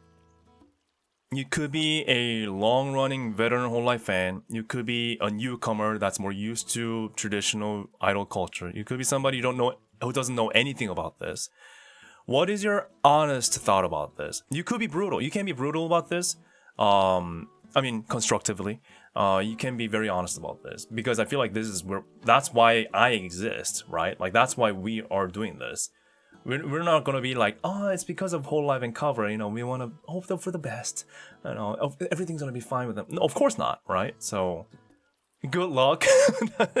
Good luck is a good way of saying this. Good luck, of course, yeah, good luck. Filian will be one of these girls, I think. What? What makes you think that? I don't think she needs to do a soft. That's a downgrade. She already has a huge following. There is no reason for her to do this. No reason, unless you're saying that as a meme. And of course, we don't even know. I assume these are all JPs, by the way, right? Stressful. However, I think they will be fine. That's true. It gives people with the talent a chance to prove themselves, kind of an internship, which has both good and bad. Yeah, I mean, as long as they have a decent pay to live in the middle of Tokyo, right? Being like an idol. So I think if that's given, I think that's fine. Again, if you're just walking in, that is confirmed. That's something that we're not just making that up. That is confirmed. They're going to have a pay, like they're going to be paid by cover throughout 2 years to do this, so they don't have to worry about these sales numbers and whatnot. I think it'll be fun, but people will doom. That's true. But I think looking into this, like how we have done today, I hope has given you at least more context to be less doom, right? Be less doom. So, hopefully. Is it helping with you to doom less, or is it making you to doom more? Not a fan of this. Don't like the competitive nature of it. I mean, I can see that. I mean, that's an honest reaction. That's my honest reaction, like initially too, for sure. I'm cautious, and I really hope this does not cause a ton of fan arguing, because this is the hololive fandom. But I wish them the best and hope everyone is nice to them. Yeah, I really hope so. Again, the biggest thing about hololive that differentiates them from the rest of the idol industry is that kindness to each other and understanding between the fandoms and the collaborative nature of the talents. I think that's the biggest strength of hololive in the entirety of the entertainment space. I say this all the time. I've told you this multiple times. If you look at other idol cultures, whether it be K-pop, J-pop, whatever, if you look at the typical agencies, right? People don't get along. Just because your so-called like Oshi, right, is in the agency, in this agency, as this another idol group or another idol individual, you're not automatically kind to them. Like, that's actually the reality in the industry as a whole. You know, when we go to these hololive events or concerts, right? Even if it's not really about your Oshi, people still decide to show up anyway, and they're happy to do so. And the people that are there, that are fan of this Oshi, but you know, that see you, that's not actually the Oshi of your Oshi or whatever, you know, whatever it may be. They're like, hey, welcome, hey, you're here to vibe, and everyone's all just having fun. Most of the times, right? But that is super rare. Like that rarely happens in the rest of the industry. And I'm not even kidding. There are instances where fandoms fight within the same agency. And there are instances where fandoms fight within the same unit. That's very common too. So in that sense, like what hololive has going on right now, which they should definitely keep on going. They should keep it rolling for sure. That chemistry of fandoms just supporting each other and the talents being friends with each other, like that is such a rare gem in the entertainment space as a whole. So whatever they do, right? Whatever they do with this, I really, really hope they do not forget about that. I think that should be the biggest lesson, in my opinion. Because, you know, as a person who has been to many hololive events now, right? Like too many to count, to be honest, and made videos about them and interviewed people, talked to people from various backgrounds. I think that is something that is irreplaceable. That's not something you build from, you know, from just paying a lot of money or being an idol for a year or two. That's something you just cannot reproduce at all. So, like that, yeah, you gotta pass the vibe check for sure. But the vibe check should be passed not only between the talents, but also between the fans too. I believe in that strongly. And I'm not saying we should all be, you know, one brain-celled, happy about everything that hololive and cover does kind of stuff. I mean, we speak out about these things when they screw up. Back-to-back graduations, we're not happy about that, right? From last year. Clearly, they could do more work in distributing workload on each of the talents. They're not working hard enough on that, obviously, clearly. So we do speak up, but when it comes time to like support each other or at least be, you know, friendly with each other, we do that, right? Again, showing up to a concert just because, hey, same agency, I like them, that never happens. And I'm not even kidding. That never happens in the rest of the, like, the traditional idol, like, culture. VTubers, sure. I think that's a bit more, like, we're a bit more used to that because of hololive too, actually. And you know, it could be Nijisanji, it could be any other things too. But like in the industry is humongous, right? We are like minuscule. Hololive is big, but we're still minuscule in the big picture of things. But no one does that. And I think that's very important, whatever they do, right? Anyway, I got sidetracked a little bit. Sakaki said, imagine that the idol culture will be nothing more than a joke for ENID branches, and they incorporate the stars to collab with those that want to, as well as into future concept for growth. Oh, you mean so like more like free collabing like culture is what you're saying? That's interesting too. But I don't like the collaboration level is also always debatable, right? Like what counts as collab and how much do you want people to collab or like need to collab? I think that's also debatable. So yeah, I can't be a good judge of that. Neutral, I just got a person that says neutral, 50-50. There are a lot of 50-50s. Yeah, and that's a good, smart position because, you know, we still will have to see them for real to really know. I think it's fine. We need more details. People are doom posting with zero information. Yeah, the info. That's why I wanted to do this. The info is important here. The info. Yeah. Fat Robo says, I'm concerned that the audience isn't expanding at a geometric rate like it was during COVID. So I'm concerned that these newbies don't get the numbers they need to get. That is a very valid concern. Compared to the COVID, I mean, here's the deal. Let's say we had Gargura debuting today in 2026. And, you know, we didn't have Gargura before. This is our first time experiencing it. Do you think she would have reached 4 million subscribers?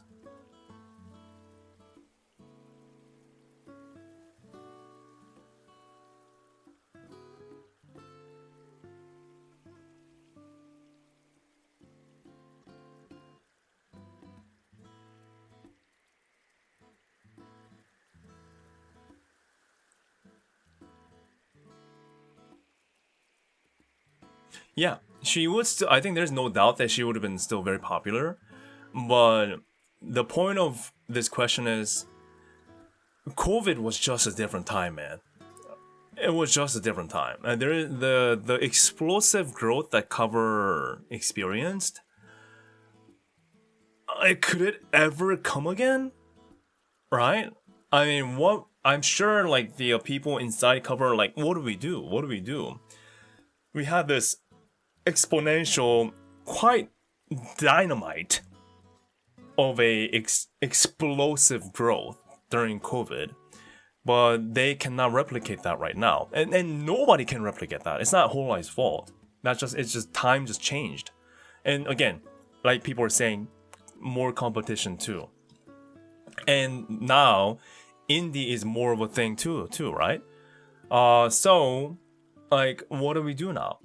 What do we have to do?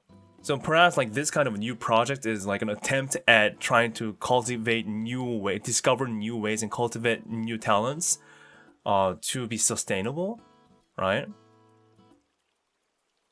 But the point still stands.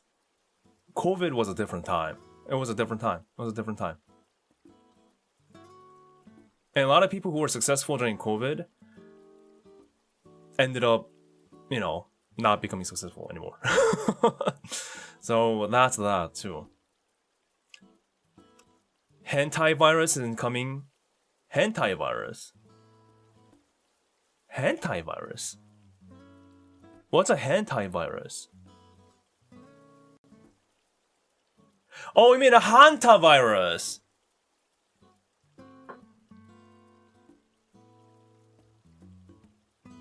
Not what it's called.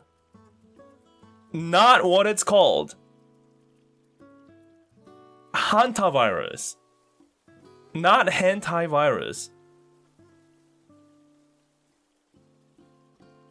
No, I didn't make that up. Somebody in chat wrote that. I gotta find you. I gotta find you. Where are you? Where are you? There you are. IU-R7L says hentai virus incoming VTuber stonk. See? Hello?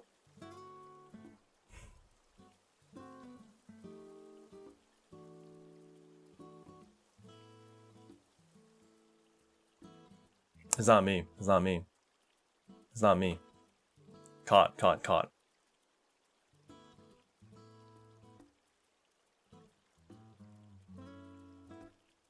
It's not in my head, okay? It's not in my head.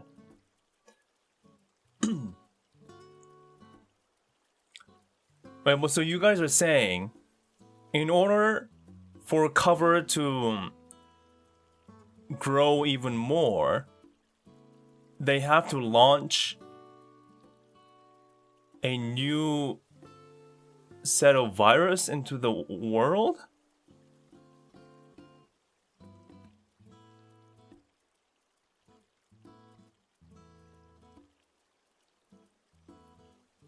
This is some Resident Evil shit, dude. What, are they Umbrella Corp or something? Are you guys serious? No! I'm sure they're desperate to succeed, but we're not about to make some Resident Evil shit just for the VTuber success. No, man, no. No. Oh, cover Requiem. No, that is not what they're doing here. No, that is not in their initiative. No, man. No. The V virus? Not the T virus, but the V virus? Oh no.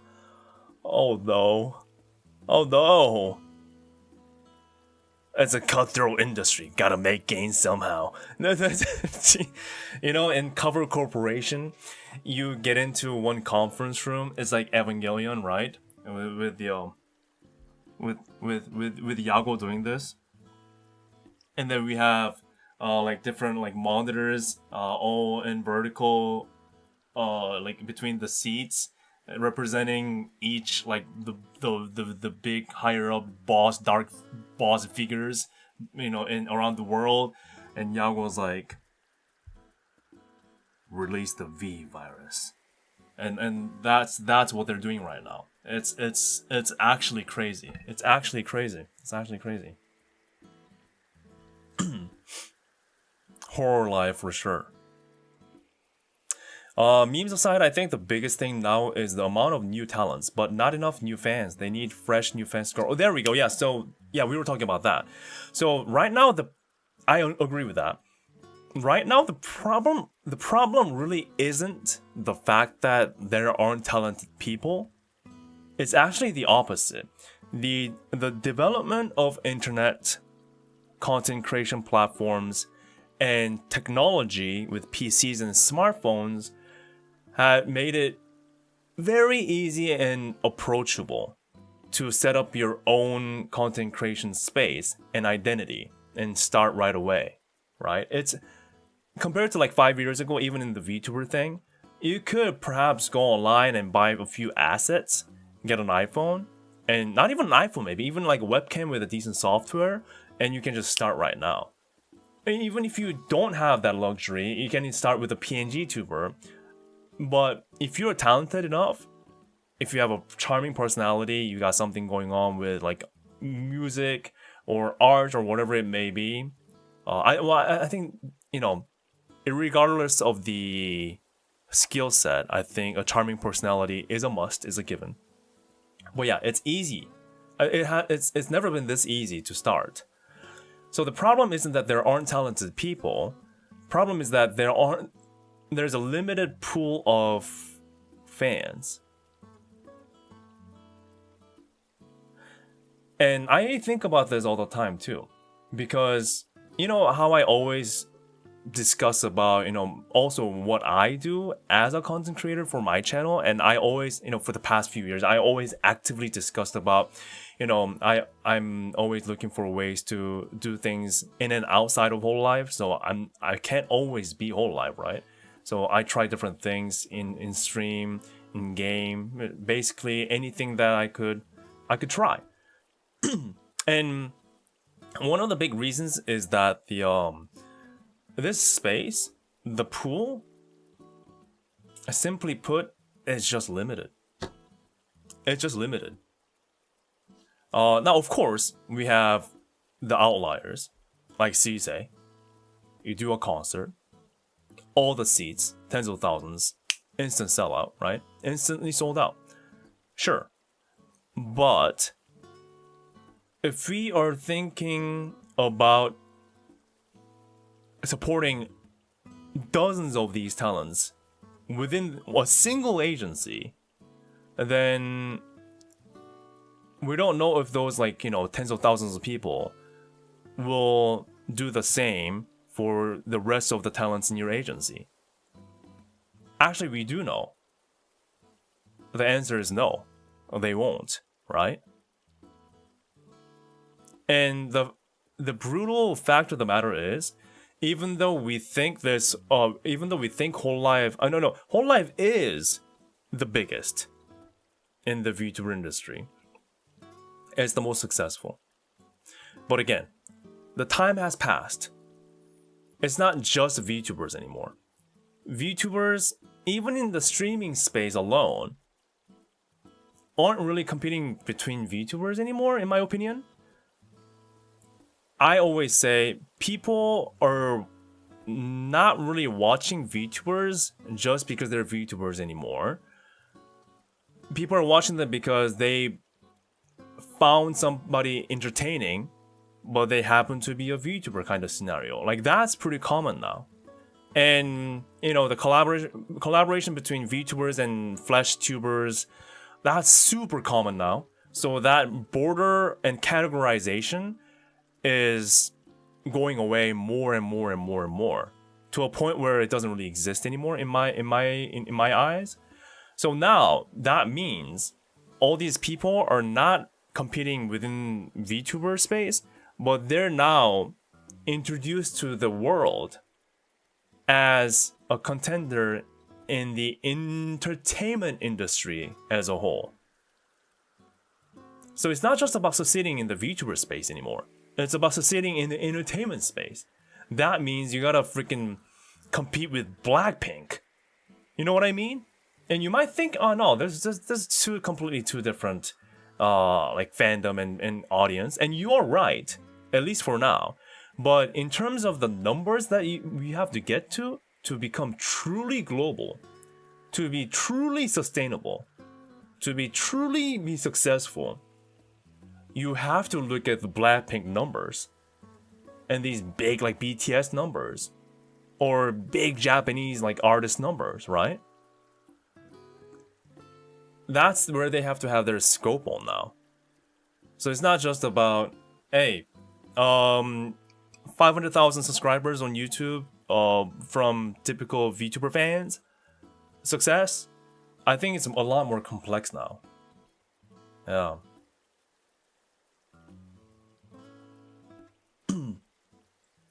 I have a question. Is it necessary to always reveal new VTubers if the audience pool is limited? Are they trying to get more people outside the VTuber space? Yeah, I do think so. I think that's why they did Regloss and Flowglow. The whole device concept, I believe, is because of that. And I think it was in some ways successful. I think so. So it's instead of going like all these like mythical fantasy background VTubers, we have real people from the real world aiming to be idols, make music artists. Here you are. And so that could appeal to a different set of audience, right? People that loves the lore, the fantasy lores and things, we already have that. So let's try to cater to a wider audience. I think that was the device. But yeah. Coverage trying to find new fans by doing this new project. They're trying to avoid overlapping fans. They're trying to diversify like how Device do or how they do Holo TCG, Holodori, and Studio Stellar. I think you are on the money here. If they did yet another hololive debut, the buzz, the initial buzz and the reaction usually comes from the people that's already in the space most of the times. Again, COVID was different, right? COVID was different. But at least now, in my opinion, and of course, this is me just saying our opinions differentiate for sure, but the initial reaction is what's most important. Like, that's where the most momentum is made, right from the get-go. But maybe now they think initial reaction from like the so-called OGs or the typical VTuber fandom isn't quite enough, and they think it's more important to cultivate a completely new set of audience. Yeah. And I agree with that. I think they should. But that is difficult though.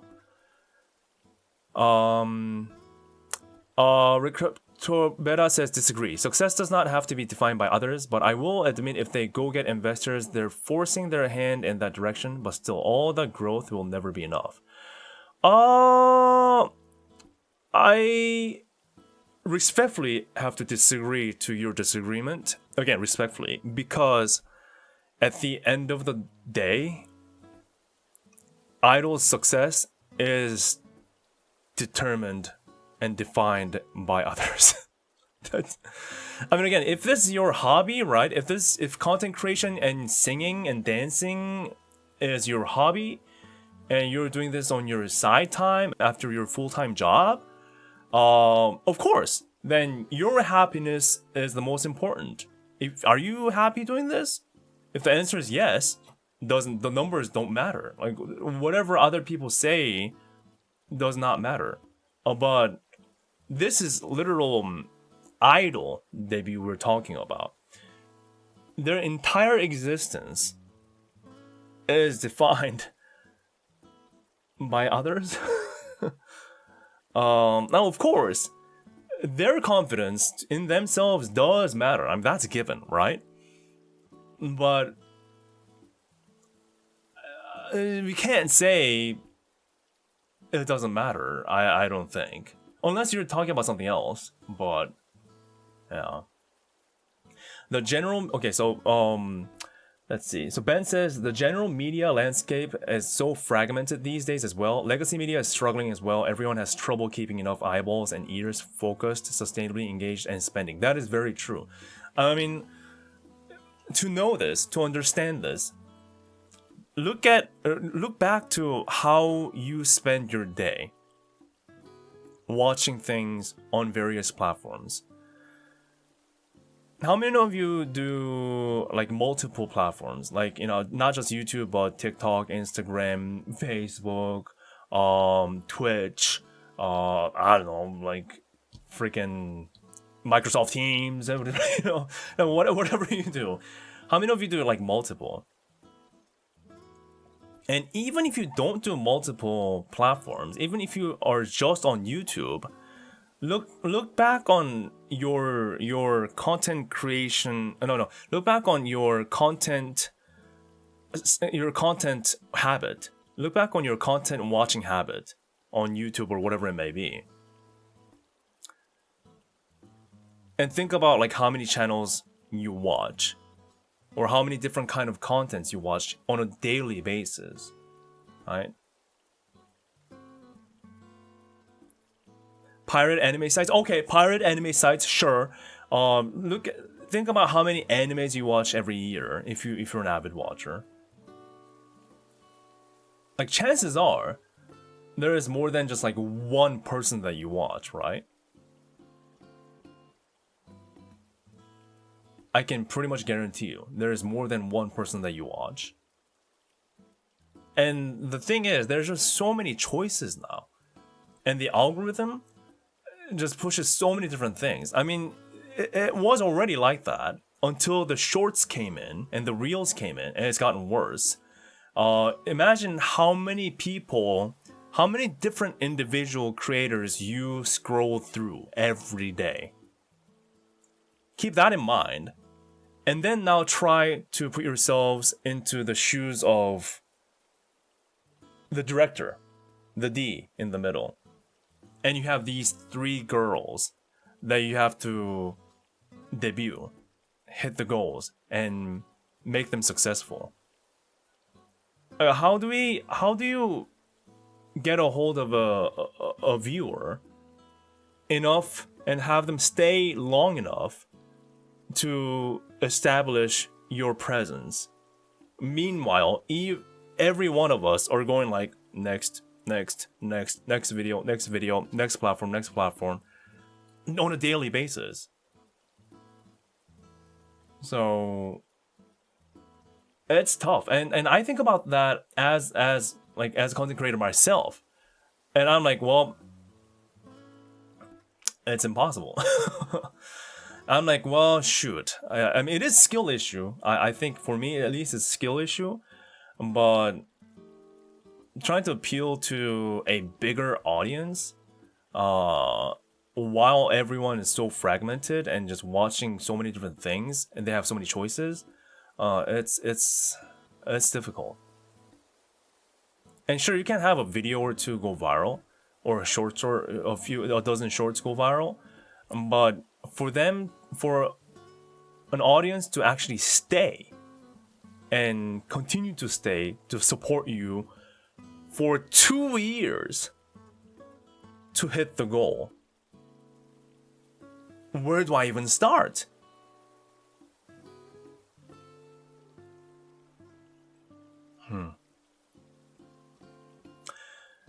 Yeah.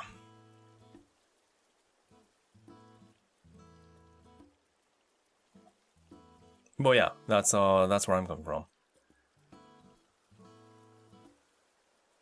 No worries on the respect part. I'm a non-professional on the internet with no real experience on the matter. I'm talking about the company, not the talents though. Still no experience in it. Oh, okay. Yeah, that makes sense. Yeah. Although, if you're a company, yeah, especially if you have shareholders, then you definitely have other people judging you, and the success is determined by your shareholders in many cases. So, I mean, the sole purpose of a corporation with shareholders, their priority is to be successful financially, and their best interest should be to make the company successful. So, yeah, it's and this is where this idol thing, and this is where us as fans versus the reality is difficult, because we love the genuine reactions from these talents. We love the organic chemistry between them and us as fans, and we love the girls for trying their best to reach for the stars and we cheer them on in ways we can do best, right? So those are the things that's not always best translated into numbers. And of course, like merch sales and whatnot, sure, but those kind of things that are not material. Those are not materials that we can kind of say, bam, this is a 1 bar of gold, right? But it's still equally important. But to the people that has the money, right, that has the cash, as in shareholders, and this applies to every company, by the way, but this is more true to this idol company, is that how do you convince them that there is this dream that we're cheering them on for? How do we make that into a chart, as in to convince them, hey, we're doing this because we love their personality? How do we do that, right? The answer is we can't. And I think that's where the gap comes between like just a generic, like, typical fan versus a generic typical so-called shareholder. It's so hard to put that into numbers, and the best they can do is this, right? The best they can do is this. the forecast, the historical trends and cost of sales, and a lot of marketing jargon. Status or progress of business expansion to achieve medium-term targets. Like, this is crucial. Like, you have to have this as a company, obviously. But how do we say, hey, these guys, like the fans, are here because they just want to see Takaneshi Kiara and Mori Calliope Tete.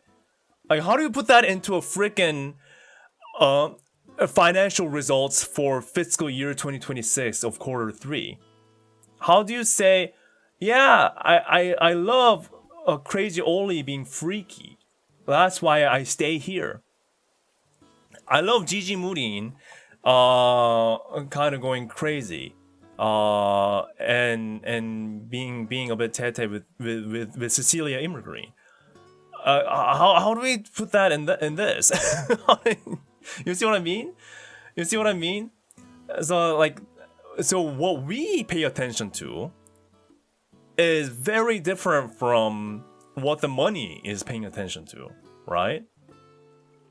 Yeah, like, do we have Fumio Tete in this slideshow? Where's that? Where's that? Where do we have Kanade and Monday Getsuyobi in any of these slides? You see what I mean?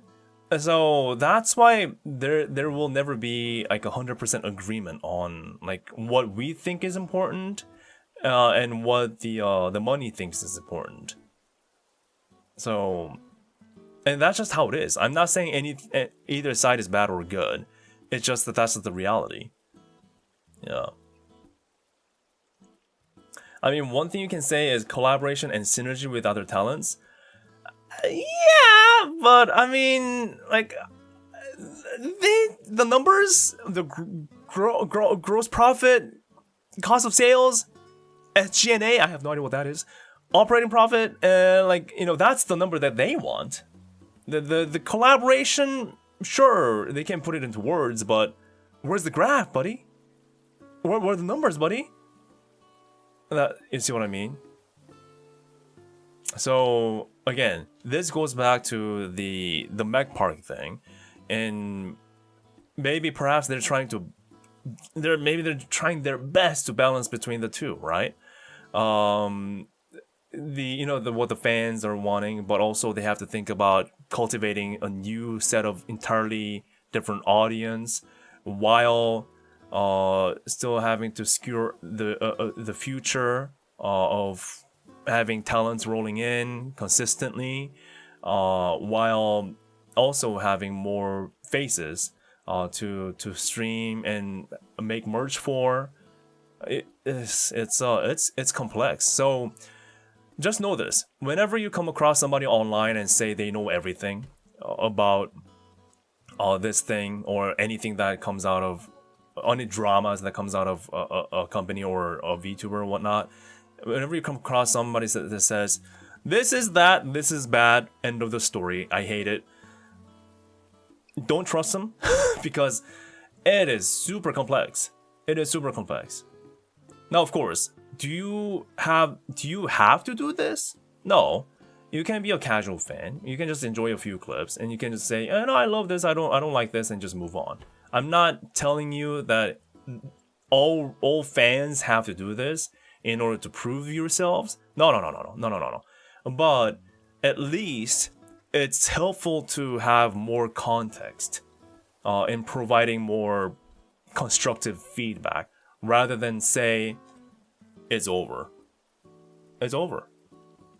And perhaps it is over in the sense of the VTuber industry as a whole. Who knows, right? I think the challenges still remain. A limited pool of people. I think that's a huge challenge. So will Cover ever be able to reach Blackpink, BTS level of recognition? If I ask that question to you guys right now, what would you say? What would you say?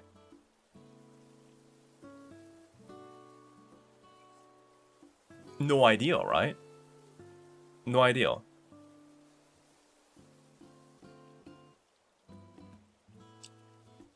But in their eyes, they have to continue expanding.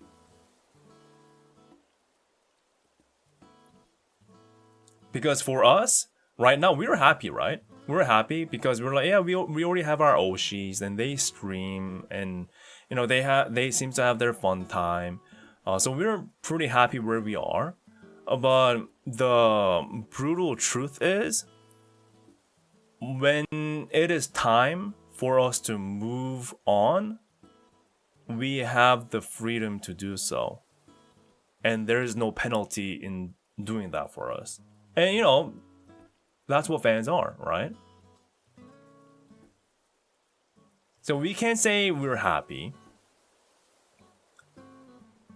And for the right reasons, we can say we don't like what they're doing, what they're trying. Why are they trying so hard? Or do they even need to debut new people at all? Because we're happy where we are. The fact of the matter is we don't really have, you know, we have other options, frankly put. We have other options. Yeah.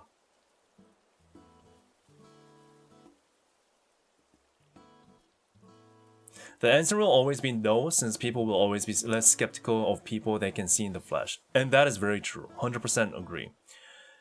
And you know, there is definitely an energy between a person face-to-face interaction. No matter how much a technology develops, I still think going to a concert and being able to witness the presence of the idol or the artist, him or herself, right in front of your eyes is unmatched. Is not something a virtual space can match yet, at least. I think that's still very powerful. And you say Ado as an example. Ado got popular without a face. No, but if you look at her concert, she's still there. As in, you can see her, right? I mean, she's locked up in a cage. I don't know why, but maybe that's her thing. But you know, she's there. She's actually there. So, and I'm not saying like that's bad or good. I'm just saying that the reality is in current time, 2026, where the technology sits and where things are still, people are still more passionate about real life, flesh in the flesh, face-to-face experience.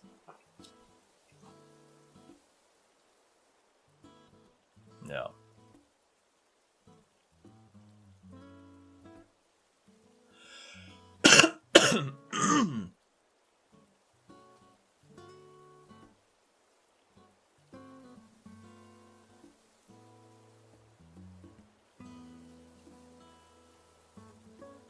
Ado in a cage? It is a cage, right?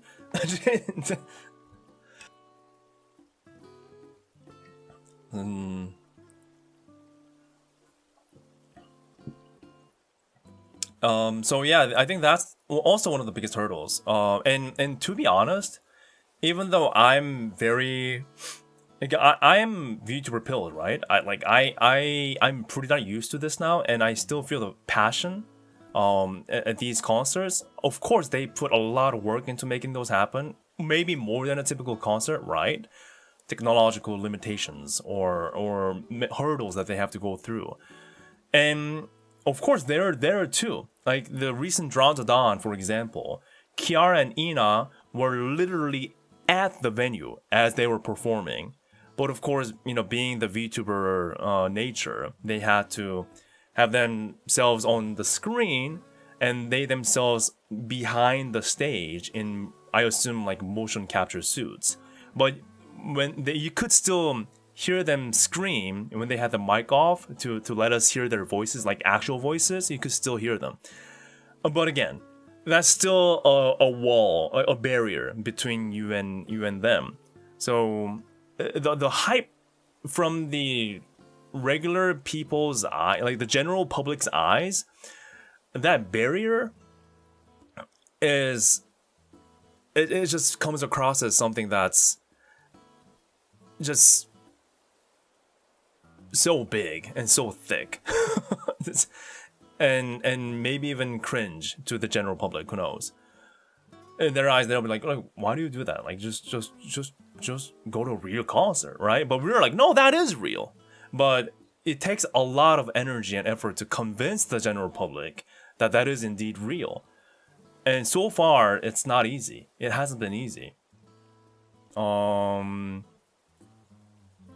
also, another thing that I would like to mention, please let me know what you think about this take too, is if we're trying to appeal to the general audience, then what do we do with the current existing so-called like otaku fandom, right?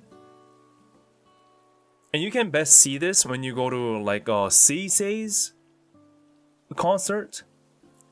Sisei's concert, I think it has the most mix of the two, right? The typical like otaku fandom with like the colorful hoppies and crazy pen lights, compared to like a general, more of a regular like enjoyer, I guess. Like, you know what I mean? So if you go to like a Sisei concert, you have a good mix of the two. But if you are trying to appeal to an even greater masses, then how do you still cater to the existing so-called otaku fandom?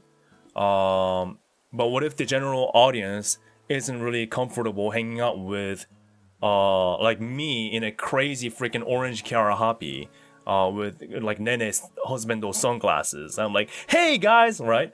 So it's a lot of these. There's so many things that you have to think about at the end of the day.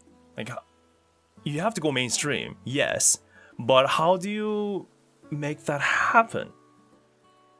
Can we make that happen even? Right? So what do we do? So again, now it kind of makes sense on like why they're freaking doing this. Like they're churning out, they have this crazy calculators churning out numbers because they just want to know what's going to happen. And again, as director kun, like what do we do, right? It's no different. The level of passion, sure. It's no different. You can still be a casual enjoyer, but still be very passionate. But I'm talking this strictly from the eyes of the general public, right? They think it's different. And maybe that's why Sisei is doing what she's doing right now, in terms of setting up her own studio and having all her vibes as more of like a music artist kind of vibe, rather than being like more otaku. And I'm using the word otaku not in a bad way. I'm using the word otaku to describe a vibe, a scene. You know what I mean? The cultures. But if you look at all the recent CC stuff that she's been doing, it's more like, and her music videos too, and the musics and the concerts, the 3D concerts, it's more like in line with that appeals to a more general audience vibe, like general public vibe. Like why else would she do a freaking premium department store advertisement, right? Like those kind of things.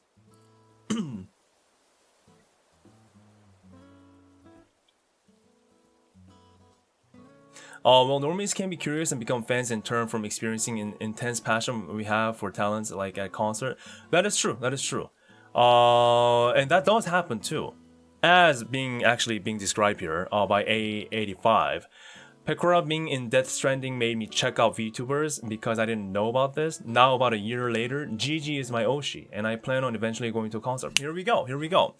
So that does happen too. So perhaps that's why cover is trying so hard in so many different realms. We got Sisei doing the more, that kind of vibe, and then we got Pekora appearing on like all major games like Death Stranding and Pragmata. And then we have this new kind of approach of auditioning and debuting members. So diversification, I guess that's the key word. You gotta show yourselves on many places as possible, it seems. So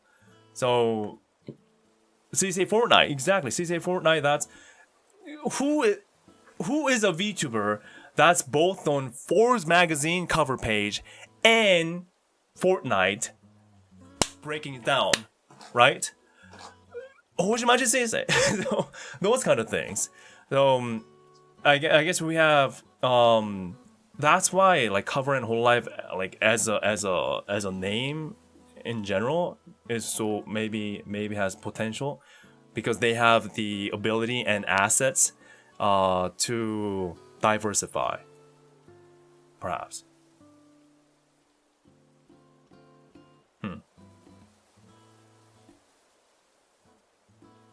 Who knows? Turn to live artists, go back to VTubers, turn to video company with IPS. Appearing into futures is a bit of madness, and you don't know if you're on the timeline you plan to succeed. You're right.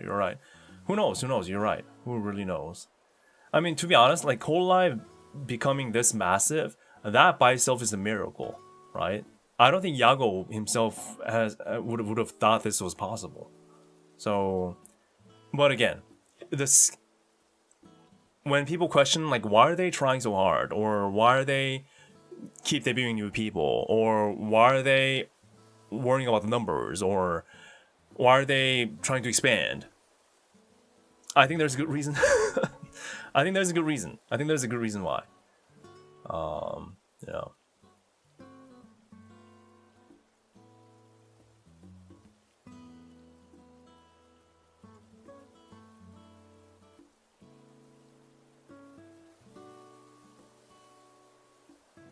And then we have the Holo Stars talk, which is a completely different thing, and maybe that shows like what the focus they're emphasizing on, like their future direction.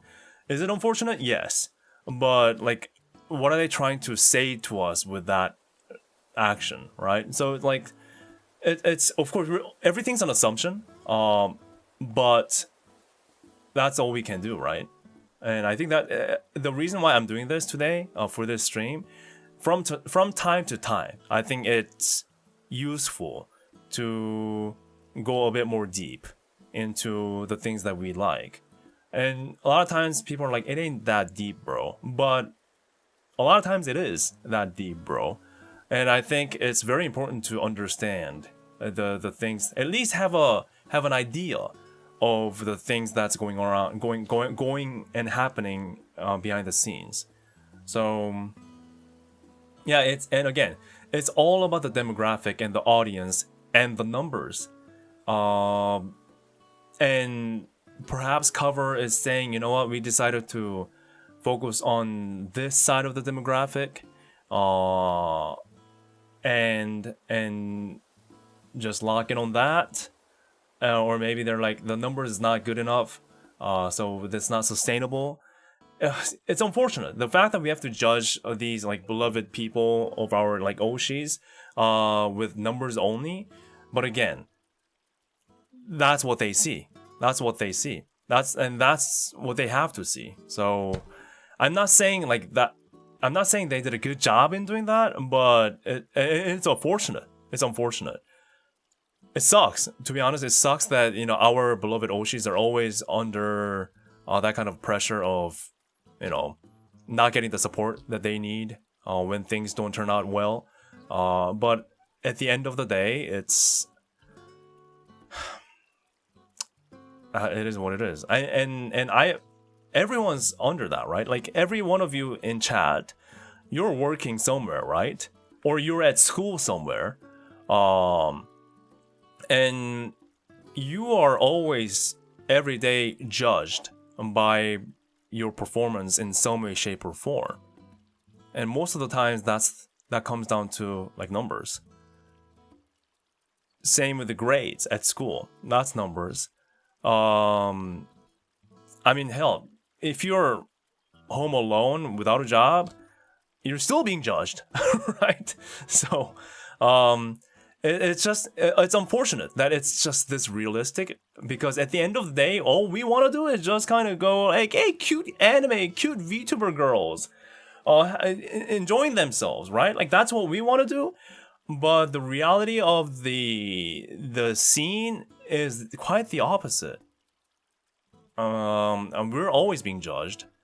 Our oshis are always being judged, and cover is always being judged. hololive is always being judged, and the world is always being judged. It sucks. It sucks.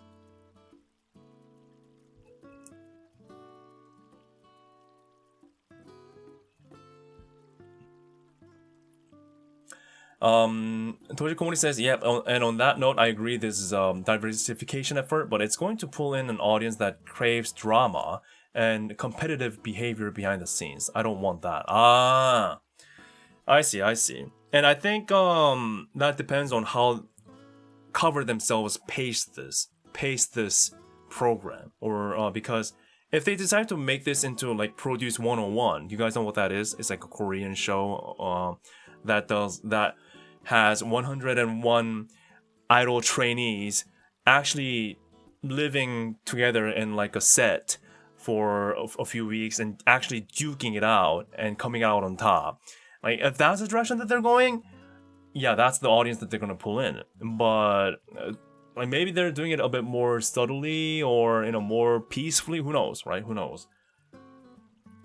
Yeah, I don't think they're gonna go that route, to be honest. But never say never. They have to make it clear it's not competitive. Oh, it is competitive, right? I mean, the whole nature of this mech park, the whole thing is competitive. I mean, freaking A, they say it's on the numbers and your support. That's competition right out of the gate. So there's definitely competition built into this. We can't deny that. No, we can't deny that. And the amount of fan support bound to introduce competition. Support means when they say they're going to judge according to a fan's support, it means they're going to compare. They're definitely going to compare. That means competition. It's not going to be, hey, we just have these 6 pretty girls. I just hope you guys enjoy them. And yeah, they're gonna sing. They're gonna debut. They're gonna have their happy idol life. No! That's why this is a bit sad to some people. And I also get that. I don't think the trainees are competing against each other. No. Oh, yeah, that's a different talk. You're right. That's a different talk. But I still think they are. Because we use the word internship, right? And even the word trainee. Yes, you debut as a unit, but if you're a trainee or an intern in a company or an agency, yeah, you are competing with your teammates. I mean, hell, if you look at sports, right? Baseball, Dodgers, whatever it may be, the Lakers or EPL, you are, yeah, in a team and you have to have teamwork, but you're competing with each other every single second out in that field. Because the scouts are watching you in the seats, comparing your performance to everyone else, right?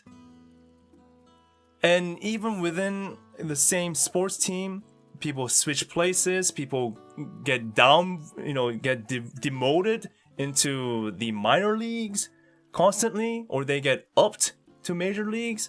So that's competition within them. If it wasn't a competition, then the entire minor league team will be promoted to entire major league team, right? Well, that doesn't happen. So, of course, this is not that scale, but I don't buy the fact that there's no competition between the individuals. Like, there's no way.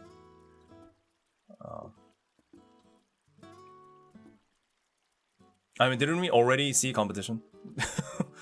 didn't we kind of have a taste of it?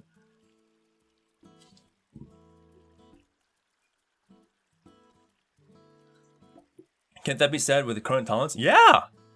Yeah, hell yeah! Everyone is competing with each other, of course. Because again, it goes back to the limited amount of pools. There's a limited amount of people watching. So, of course they're competing with each other. Of course! Now, do they still, are they still nice to each other and being friends to each other? At least from the outside of it, from what we can see? Yeah. So it's not like, actually like, right? But, of course, everyone's fighting for that one spot, of your time. Everyone's fighting for that one time that you can give to them during the day, right? Unless you are freaking, unless you have like, tell me if you're that person. If you have like dozens of monitors all set up doing watch-alongs of every single talent's live at the same time, like freaking monitoring like the London train station CCTVs, you know what I mean, like monitoring like everyone at the same time. Unless you're that person, which I have huge respect to, yeah, ultimately everyone's fighting for that one viewership and that one fan and that one membership. I mean, that's why I thank you guys so much for taking your time to watch me freaking talk randomness and gibberish. Your precious time out of the weekend to watch me do just speak out of my ass, and spend your precious money on supporting me through memberships and stuff. That's why, even though I'm still small, I think that's just crazy that I have that I'm so fortunate to have that. Is it a lot of money? No, I still earn less than the minimum pay, but the fact that there are people willing to do that, to put down their hard-earned money to see what I do, that's why I'm so serious about this. That's why I feel the magnitude of what they have in stake, what they have to do. It's not just 1 to 10, 100 number. Like, each and every one that's here, you're all human beings that decided to turn up here today. And the money too. That's why I feel the gravity, the weight of this. And perhaps that's why I'm a bit more serious about this. Because I feel that. The brutality. But again, it's limited, right? So, I mean, this is just me kind of like in my own space right now. But now, I mean, you have units that, and also the existing talents that are fighting, not actually fighting, but that has to think about that limited amount of support. Not everyone's an oil prince, right? So you may have just enough money to support one talent. One. Does that mean you love everyone else less? No. But the reality is you just have just enough money to support one talent. So you do that. Then that's just a limited slot, right? So maybe that's why it covers, like, you know, we have to bring in more people, and we have to increase the pool. Does that make more sense now? In order for this to not turn into freaking Hunger Games and the Squid Games, Cover has to ultimately care about the scale that they operate in. If they don't do that, yeah, this will be the next VTuber Hunger Games. Maybe it already is. In order to prevent that, they have to worry about this, the numbers, the growth, the estimate, the sponsors, the merch, the events, online and offline. Everything. Basically everything. Perhaps that's why they're doing this, or they have to worry about just expanding. so it doesn't turn into the Hunger Games. Oh, thank you for the super chat, A85. Thank you so much. Shout out to you. For me as a rookie to VTubing, you're very helpful, informative, and entertaining. Thank you. Thank you so much. Thank you for your generous support. I really appreciate it. Thank you for your kind words too. I do what I can. I do what I can. Thank you. Thank you. I really appreciate it, man. Yeah, but also, when I'm talking like this, I'm not only talking to you guys, but I'm also talking to myself. I'm also convincing myself, trying to understand what's happening here. And I just convinced myself that yes, there is a point in expansion. So now, having settled all these different points and data and the scene and what's happening, now I'm like, yeah, I can totally see why they have to expand.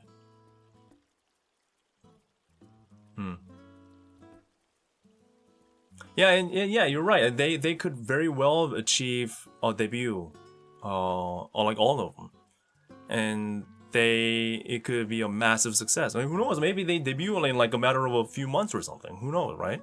But it's undeniable that the pool is still very limited, and it has to expand so much more. But it's definitely challenging for VTuber audience. No, it is definitely challenging for VTuber idol culture to be appealing to the masses, as of right now. Oh wait, they posted something on the YouTube channel? Really? Wow, what a timing! Wait, what did they post? What did they post? Here we go. Okay, wow, this is happening live, guys. Happening live. 42 minutes ago. Whoa. What did they say? Exciting news! Our official YouTube channel has surpassed 10,000 subscribers. Thank you all so much. Once again, our group name is Acrora. Oh, it's pronounced Acrola. Acrora? Oh, so they are treating CH as K? Okay. Okay, it's kind of like... Huh? Oh, okay. Acrora? We'll do our best to let more people know about us. Thank you for your continued support. Cool. Hey, can I say that I helped somewhat to reach 10,000 subscribers because I've been talking about them for the few hours. Like maybe some of you in chat has went to them and how many of you in chat went to them and subscribed to their channel because you watched my stream? How many? I want to get some credit. I want to take some credit. I want to take some credit. Anybody? At least one people? At least one person? At least?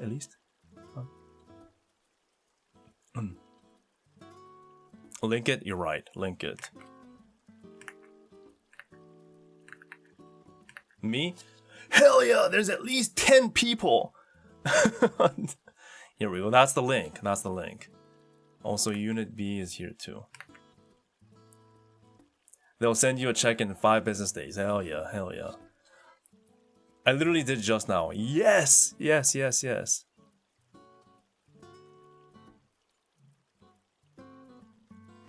So 10.2. Unit B is close, almost. I'm sure it's gonna reach 10K today. Yeah. Get that bag. But no like new post from the Twitter page. Oh, okay, they posted the same thing. Okay, so well, when are we expecting them to debut? When do you think is a good time for them to debut? And they said consecutively, so I assume Acrora is gonna debut first. But when are they gonna debut, you think? No date yet. There's no date yet. It's just coming soon, really. Tomorrow! Tomorrow? It's actually tomorrow? Yeah, no official debut yet. Their fates are in our hands. Exactly. It actually is. And I'm assuming like summer, maybe.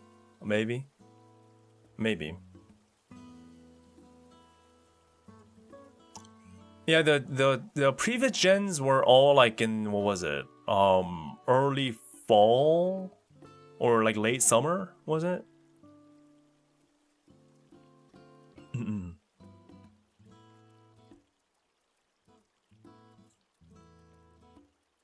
Is there a big event during summer? Oh, not that I know of.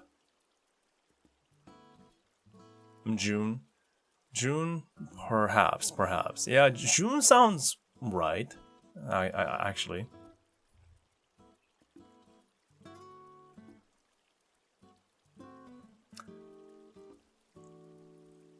Holo Summer. There is no Holo Summer this year, right? I don't think so. But yeah, that's whew, man, that's just so many information. So I guess, like as a whole, the general vibe within the chat is like some of you are like, I don't really support the competitiveness, and which I understand. To some of you are like 50-50, we'll wait and see. To some of you are saying, yeah, I think it's pretty okay. But there is one thing that I would like to tell you. There's one thing. I have an opinion about something. There is one thing that I have an opinion about this whole thing.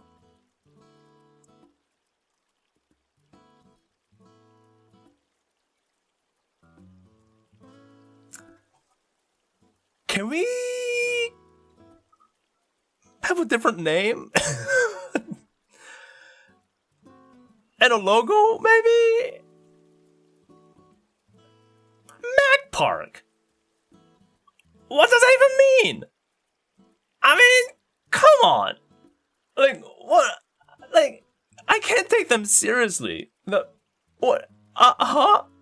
This is like some freaking, like you said, a Holo Village logo or something. Or no, this is like Kemono Friends logo. I thought this was a Kemono Friends coming back or something.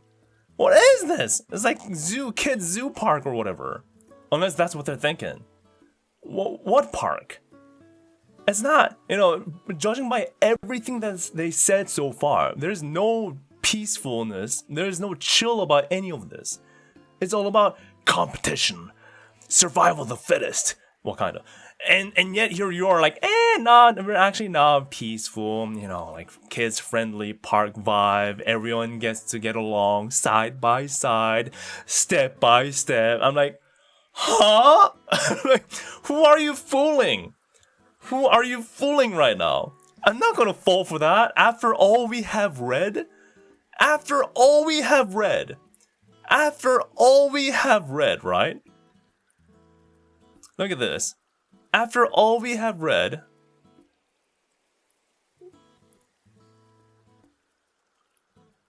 your support and survey results on platforms like Holo Plus, they'll be viewed as a critical barometer on how to best highlight the trainee's appeal, and as a valuable source of your voices and opinions will act as an important facet of the evaluation process. And then you come up with me, Mac Park.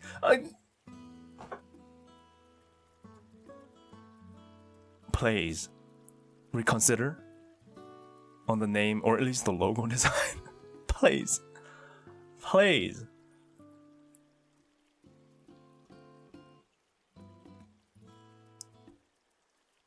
Maybe that's for those who haven't read any. I don't know.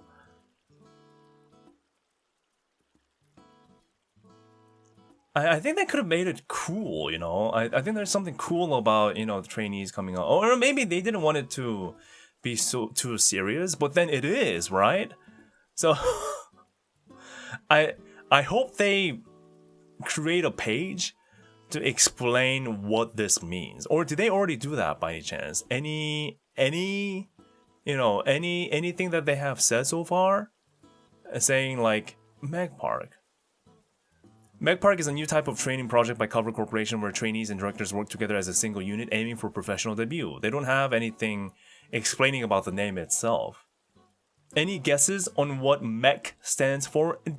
Throw your wildest guesses out here in chat. What is this? Anyone? Is anyone smart enough to tell me?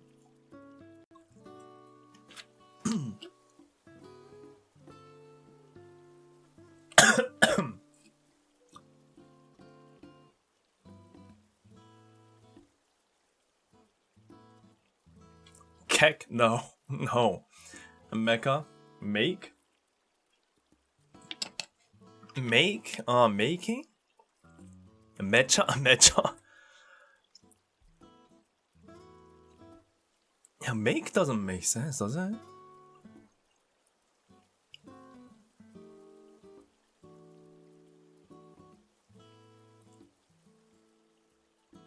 Men eliminated competition. You know what? That's the most convincing so far, Maverick. That's men eliminated competition. Park. No. Brother, Suisei out here with the most shuni 3D live titles here and you're getting triggered by Mech Park? It doesn't make sense! Design, okay, you're right. It is arguable, sure. The design, everyone has their preference, but the name! At least Suisei made sense, right? No? Okay, maybe not. Maybe I'm just too deep into Suisei-ness that I fail to see the chuniness of it. But it doesn't make sense though. I mean, no, at least, no, Suisei does make sense, right? Supernova, like, you know, the stellar and all that, it's all about the stars and the space. It's cohesive. Mortal Elite Combat. Guys, it has been decided. Mortal Elite Combat. Yep. That's what this is. Mortal Elite Combat Park.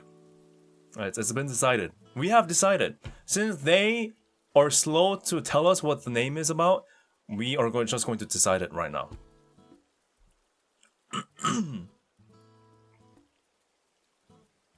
Make everyone competent. It doesn't make sense.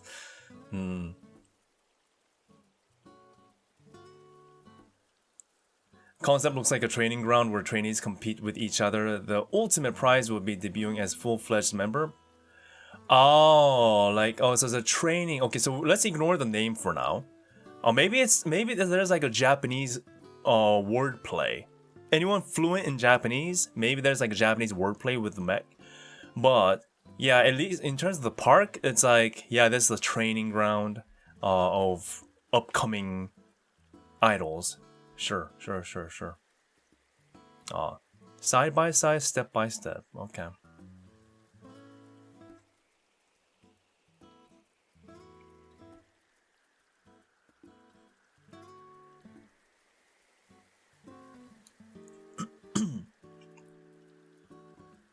They're gonna be based on the 4 food groups. Milk...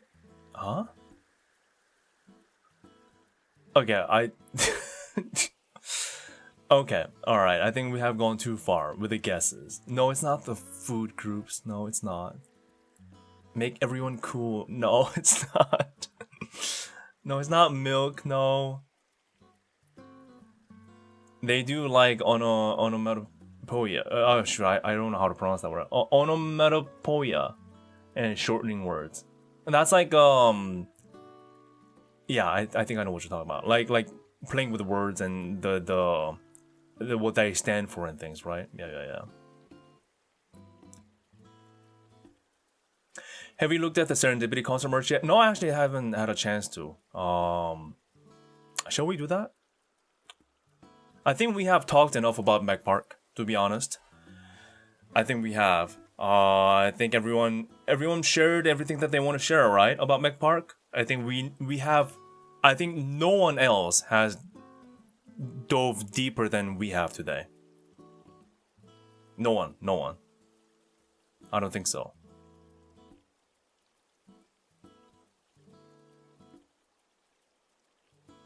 Okay. So, I guess we can just end on the fact that, yeah, let's wish them luck. No. I just arrived. Can we start again? Yeah, sure. So, there's this new debut program called Mech Park.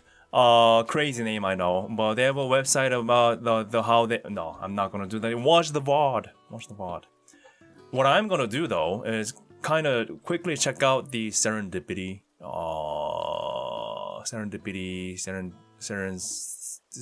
Where is it?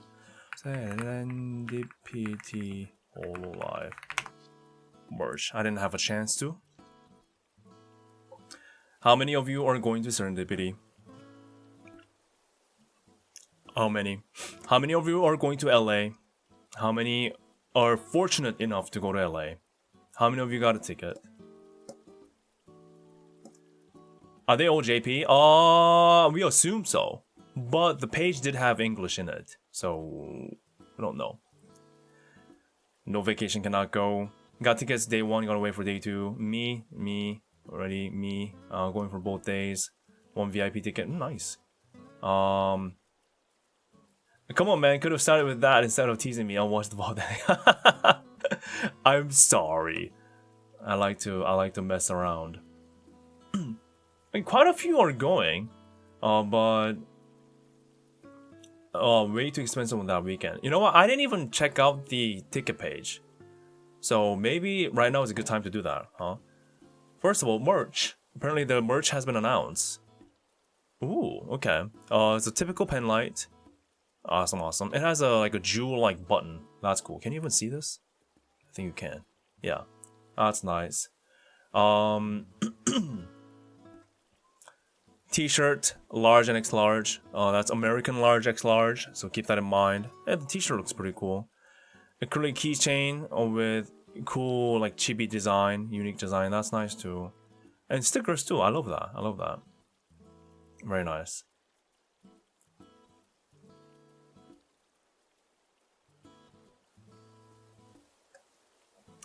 It's not just serendipity I want to talk about.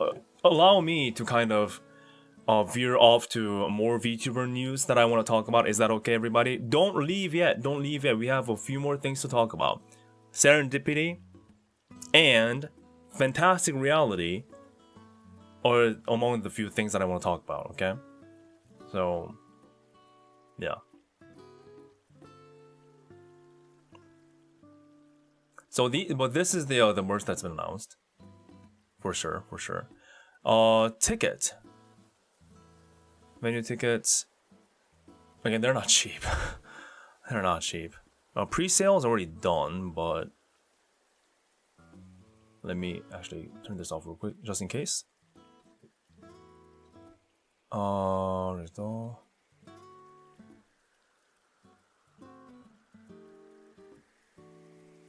Just a moment while we verify you're a real fan.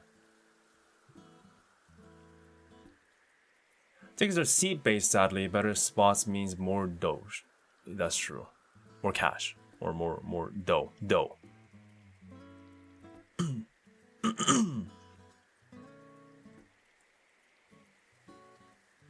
Broke gang. All-in pricing, they say. So everything got sold out here. This is day 1, right? Yeah, we have a few towards the back here for sure. This is a big freaking venue, isn't it? But it seems like it is not sold out. It is not sold out. So if you would like a ticket, you can still very much can get it, I think. Judging by the fact that they are not. Yeah, these are just standard pricing. Okay. Yeah. Yeah, not the ideal spots, but we have determined that they're not too bad. Yeah. But yeah, there are a lot of seats left. I think there's definitely more seats left. Correct me if I'm wrong. Compared to All for One, isn't this more seats left? Compared to All for One, how All for One was? Because I kid you not, All for One. If you watched my Ticketmaster freaking battle for All for One, that was insanity. But it was a smaller venue too, though, I think. So maybe that's also something. Yeah, this is a bigger venue, right? I think it is.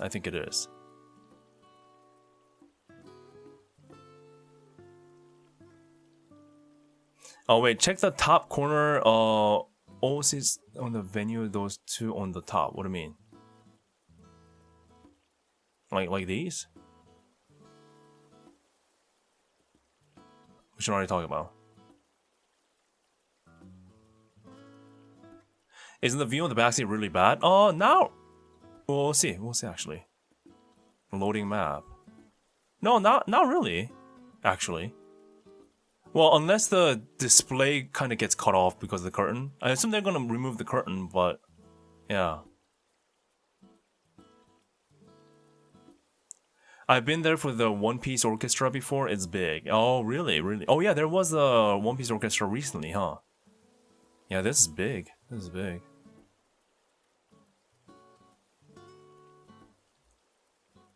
I mean, like the two only seats on the top left. Let me get that for you. You mean like here? They're not two, but you're talking about like just one of these, right? But I remember this being pretty good too. Yeah, the view is not bad at all. There's no obstruction at all, at least from here. And we were also joking how the back seat here has a whole space all to yourself, so you can put everything down here without getting in the way of people.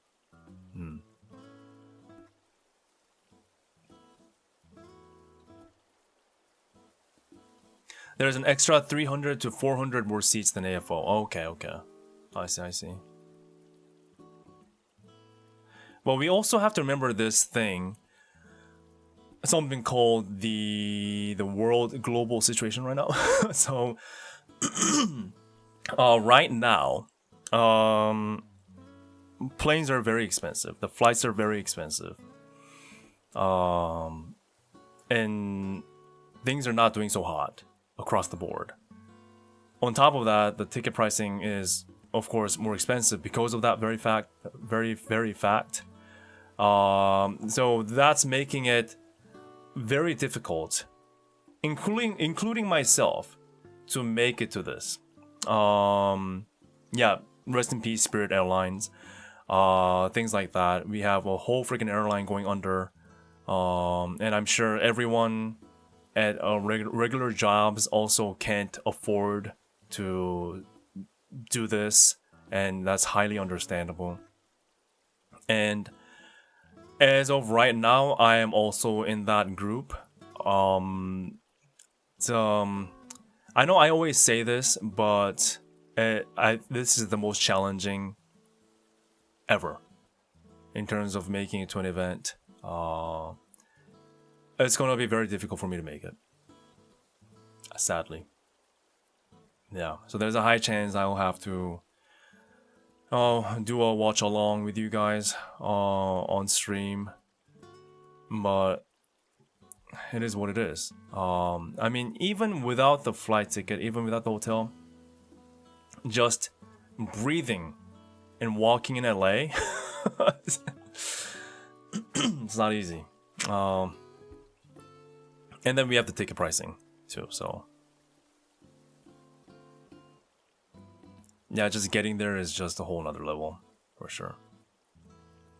Oh, do you prefer NA? Do you prefer New York or LA? I don't have a preparation. I'm not really in that kind of a. I don't have size on that regards.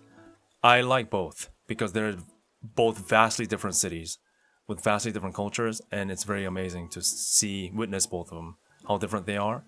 Now, the New York is harder to get to though for me from Korea because it's farther away, meaning even more expensive tickets, plane tickets. So, yeah. So that's that, and it hurts me.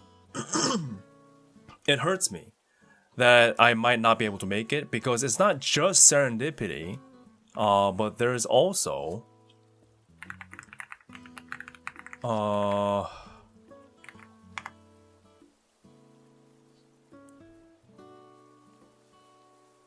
this happening. So if you are like a huge like indie VTuber fan, then if you're a huge VTuber fan in general, that week is absolutely insane for you.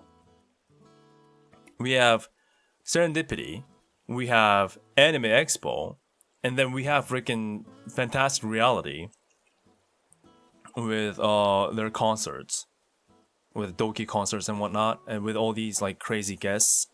Sloppy Sisters.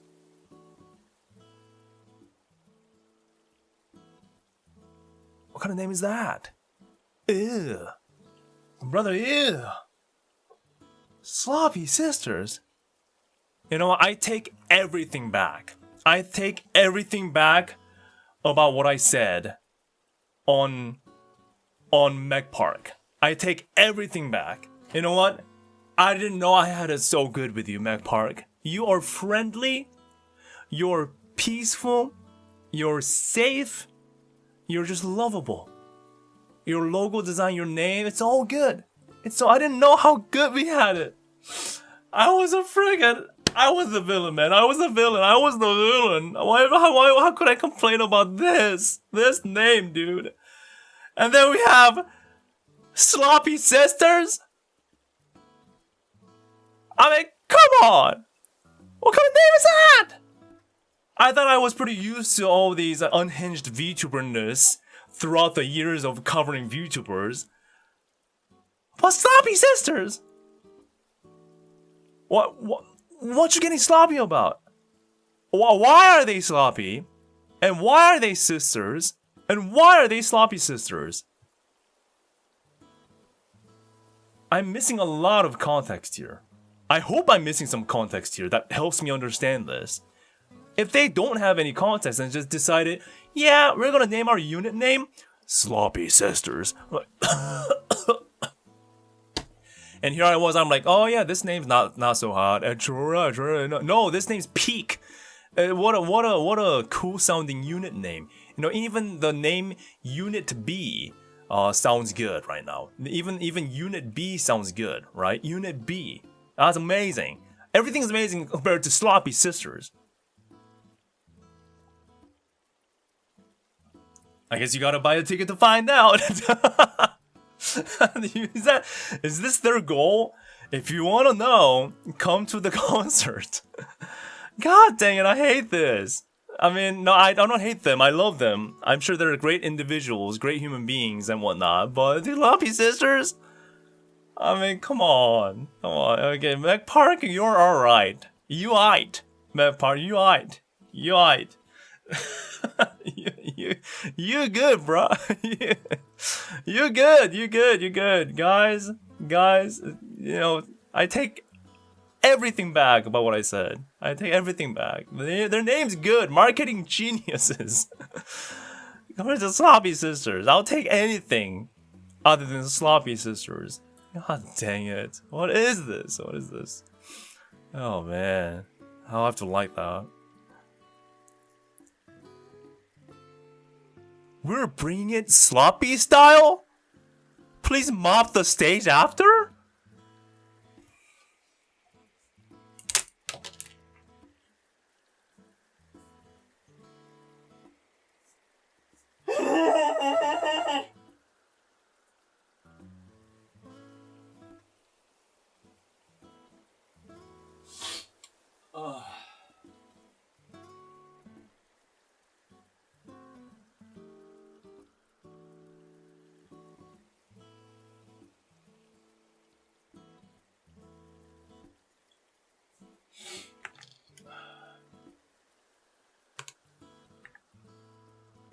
Computer crashed because of how unhinged it got.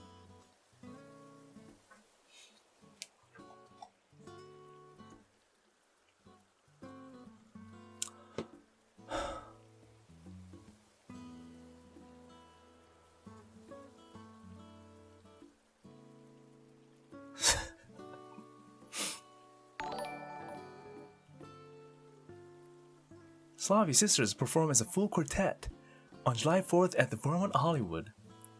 No one has ever said those words in those order in the entire humanity. No one, yeah. Okay. Alright. Please not the sloppy...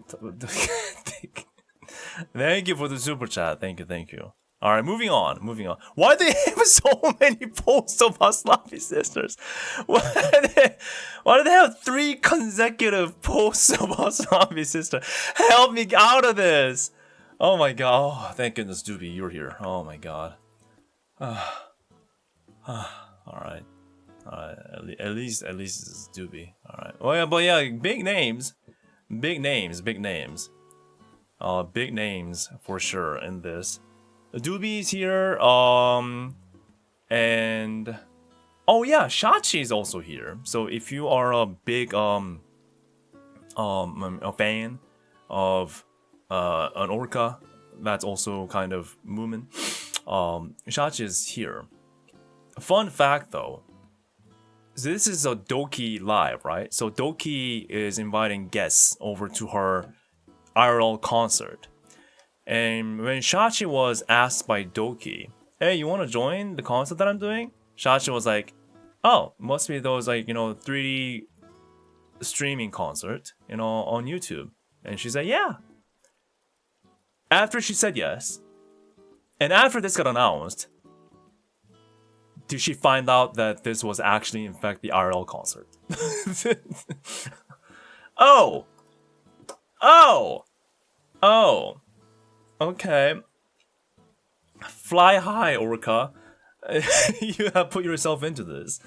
So, yeah, good luck. Definitely good luck. That's funny as hell, though. But this was a surprise. I think. And yeah, of course, Doki Bird herself is like the person that's doing the concert, right? But yeah, it seems like there are, was it like a few days of concert, right? Oh my god, I didn't see this. What is this creature?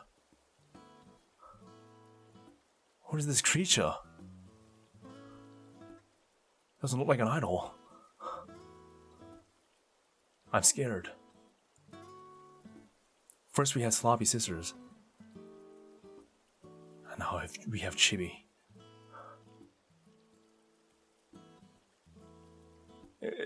She's a creature. What are you talking about? She's a creature. La Crichera. I still don't know which eye to look at when she goes like this. Which eye do I look at? Damn it. Whenever I see this, I'm like, which eye am I supposed to look at when I'm talking to you?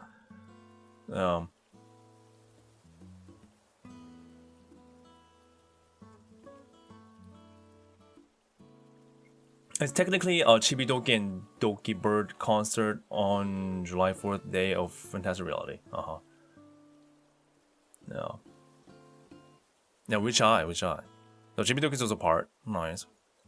Oh yeah, so it seems like Found Futures, that's like a different one. Okay, so there are two different concepts. Wait. Okay, I didn't know like the details of this thing. So it's my absolute honor to headline night 1 of Fantastic Reality's 3-day event with the incredible Kason, Lily Pichu, and Virtual Signal. Aha. Interesting.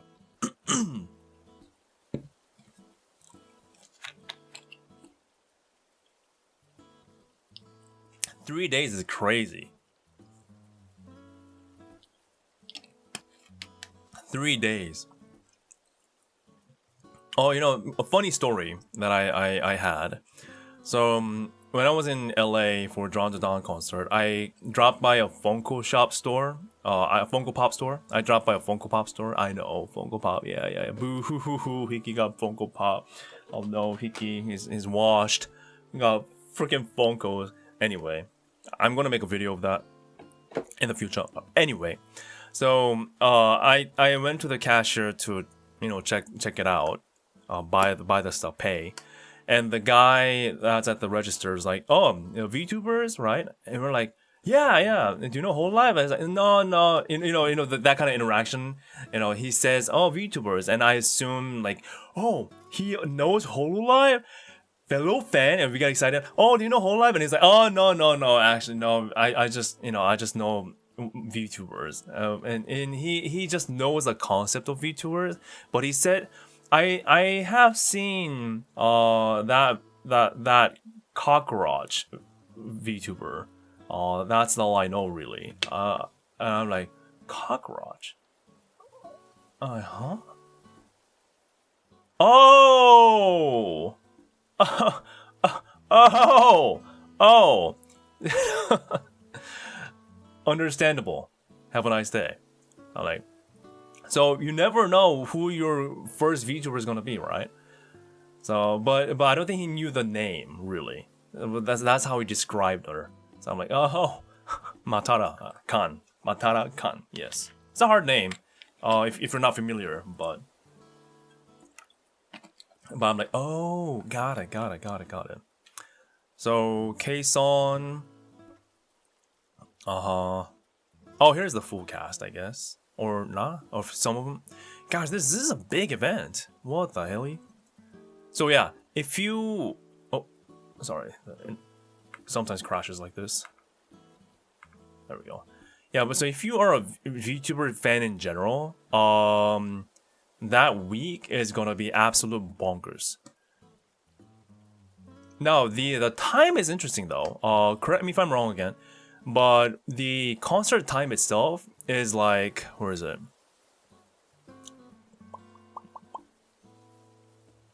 Time. Oh, yeah, it is. Oh, okay, it's different per day. Wow. General access doors 7, day 3, 8, day 4, 2:30. 2:30. Yeah, Friday is. Venezuela and Asai crew are pleased to announce Anibash. Oh wait, is that what they were showing us? With the Anibash. Anibash. I am not familiar with them. I wonder what that is. What's Anibash? Amalie. Interesting. Henya. Interesting. There are a lot of freaking big names for sure. Yeah, I'm not too familiar with what they do. Oh, here we go. Anibash, Crossroads. Is it like DJ? Maybe?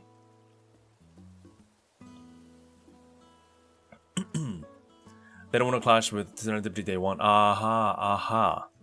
That is true. But at least on the VTuber side, you're right. If you time it right, July 2nd, you can make it to this, right? July 3rd, technically not VTuber related, so you can focus entirely on Serendipity Day 1. July 4th, now this is the crazy one. July 4th, they start at 2:30 p.m. So I assume they finish by 5, or when all things are considered. So technically you can run straight to Serendipity Day 2 if you are that crazy. So I mean, anyone trying to do that in chat, is anyone actually insane to do this? Pull this off? How are you going to do this?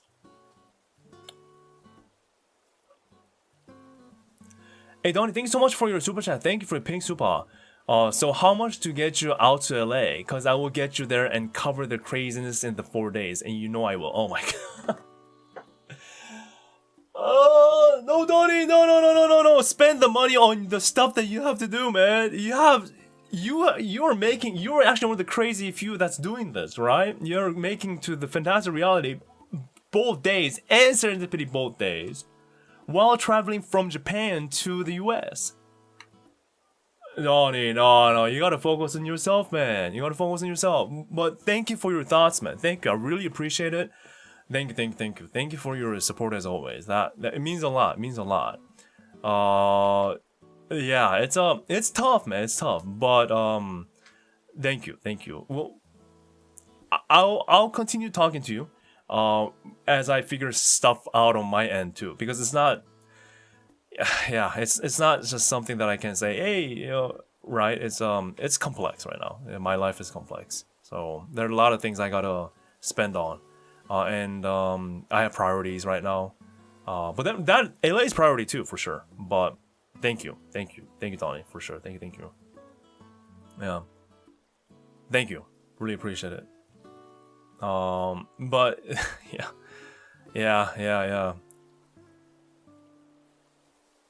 It's yeah. It's hard. Yeah, you say that chromatic future and go anyway. Yeah, I always have done, not always, but I've done that a lot of times. But yeah, I don't want to. The thing is, I don't want to make false promises, and say, hey guys, I gave up on it. Right? I want to, when I announce that I'm going, it's basically like, hey, I'm actually here already. You know, I want to be like that certain, or at least I'm at the airport. Like that kind of a situation. So, yeah. Yeah. Anywho. But thank you so much, Donnie, for your thoughts. I really appreciate it, man. Thank you. We'll keep on talking. Again, but there are a lot of complexities right now, for sure. 25-minute drive or an hour and a half walk from Fantastic Reality to Serendipity. Okay. And of course, you do not want to walk. You do not want to walk, right? So it's car all the way. Uber or rent a car. Or, yeah, Uber. Lock it in, man. No, yeah, again, Donnie, it's, and guys, it's, a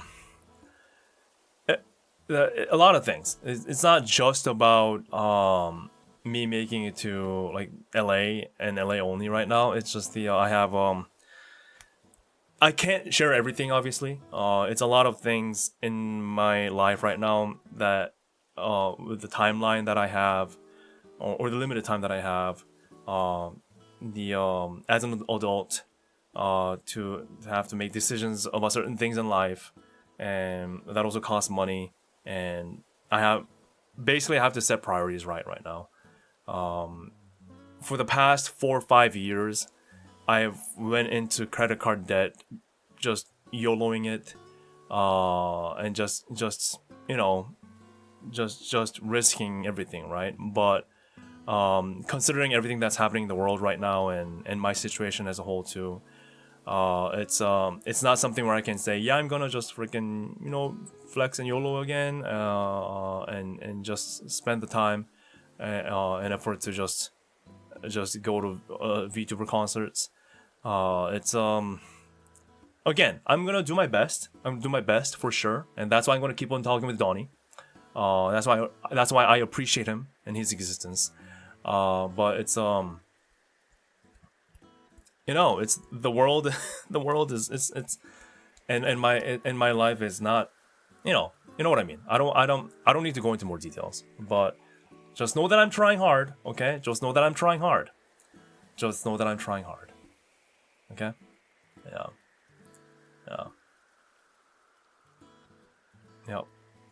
Oh, yeah. Thank you.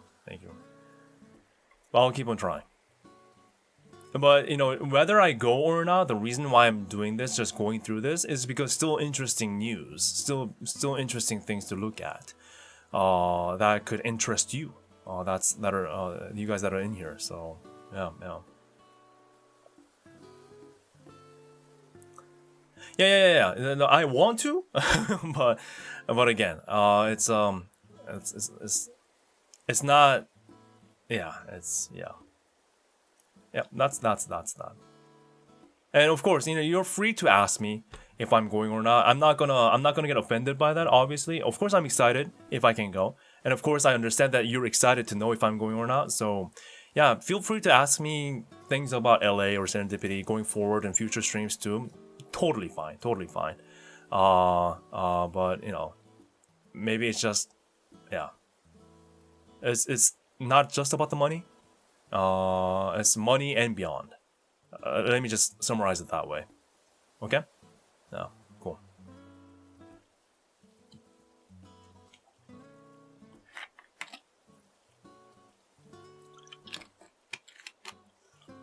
Thank you. Yeah, and the timing too. But yeah, that's a fantastic reality. Again, if you are that crazy person that's making to all of them, rest in peace. Donnie, gosh, imagine both of us. I know it's super exciting. Imagine both of us trying to run, freaking drive our little Toyota Corolla rental car, running back and forth, paying ridiculous parking fees, trying to make it to all of these. we're gonna be dead. We're gonna be actually dead. Like, more dead than Japan. And we were already pretty dead, like, in Japan, trying to make it to all of these things. Oh my god. It's insanity. Insanity.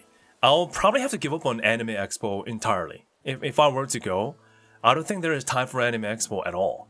Like zero. Unless like Height wants me to like you know, cover their stuff, like one of their booth, if they are there. Unless that's the thing, then like god dang. Is the Fantastic Reality one going to be streamable? Actually, I don't know about that. Did they say if they're going to stream this? Because they didn't last year. And I, you know, by the way, if you don't know, I went to their concert last year and I made a video of it too. I even interviewed Ko Maria before the concert. She appeared on stream. We talked everything. And oh, congrats to her, by the way, for getting back the rights over persona or the VTuber model and the name, which is crazy. That she had to wait this long. But yeah, she got the full rights from V4 Mirai. So that's great news. The IP, exactly, the IP. Yeah. How much is 1 gallon liters? 1.6 liters, I believe.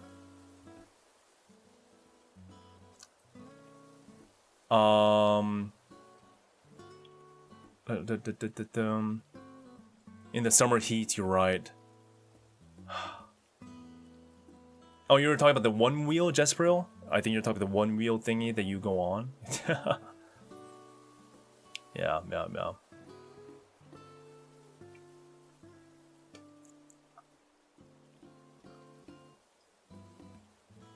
Oh, Doki says she's working to getting it done. Oh, the live stream. Oh, really?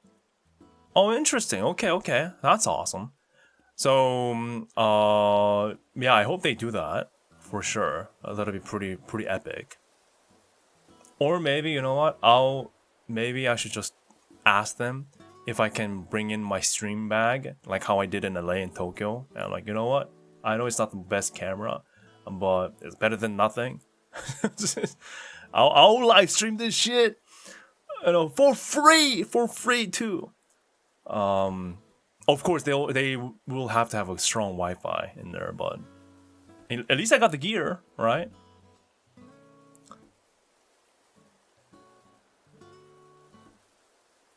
Doki said it should be streaming too. Yeah, I hope so. It's very difficult to have it set up though. That's why many like of these events are kind of struggling to do that. They need a lot of equipment for sure. $8 a gallon? No way. The last time I saw it was like $6 in LA, right? $6 a gallon. Oh, it's 3.7 liters is a gallon? Really? Oh, sorry. Yeah, I thought it was 1.6 for some reason. Yeah, see, I don't. What the fuck is a gallon? What the fuck is a miles? Huh? Reverse eagle screeches. The opposite. What's the opposite of eagle screeches? What is it? What is it? Oh, it's a kilometer. Right. I got confused.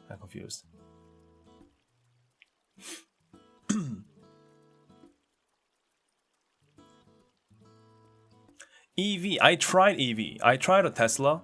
I think like for the very first English concert, I actually rented a Tesla because it was the cheapest that they had. They had a promotion, and Teslas were kind of going out, I guess, from the Hertz rental. So I tried that. It's not fun. It is not fun being range anxiety and just worrying about finding charging spots. There are many of them, yes, but not as many as gas stations. Plus, if you go to like a popular area, they have freaking lines to charge your vehicle. It was not fun.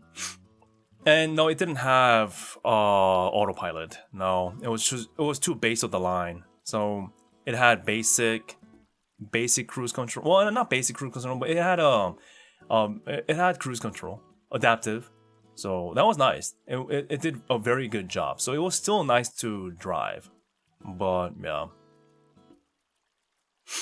charging was not fun for sure.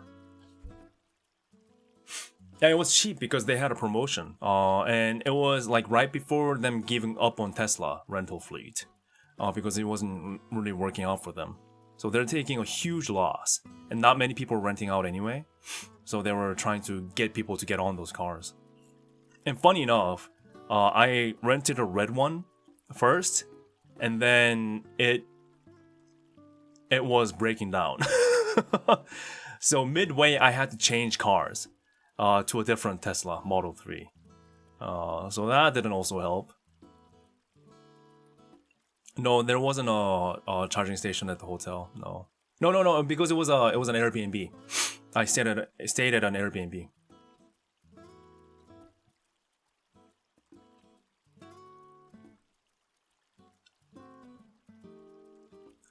My boss rented a Tesla to drive on vacation, and whenever he had to stop to charge, that was it for the day. Yeah, you really have to plan your trip around that. Really have to. I did make it from Vegas to LA though, in the Tesla, but I had to charge numerous times. And what made it worse is that this was a standard range model, not the long range model. So, and what the car tells you in terms of how many miles you can run is a blatant total lie. Like I don't know if they updated that ever since, but it was like, yeah, you can go a few hundred miles, and then it ends up not being that. So I'm like, well, shoot, I shouldn't trust this.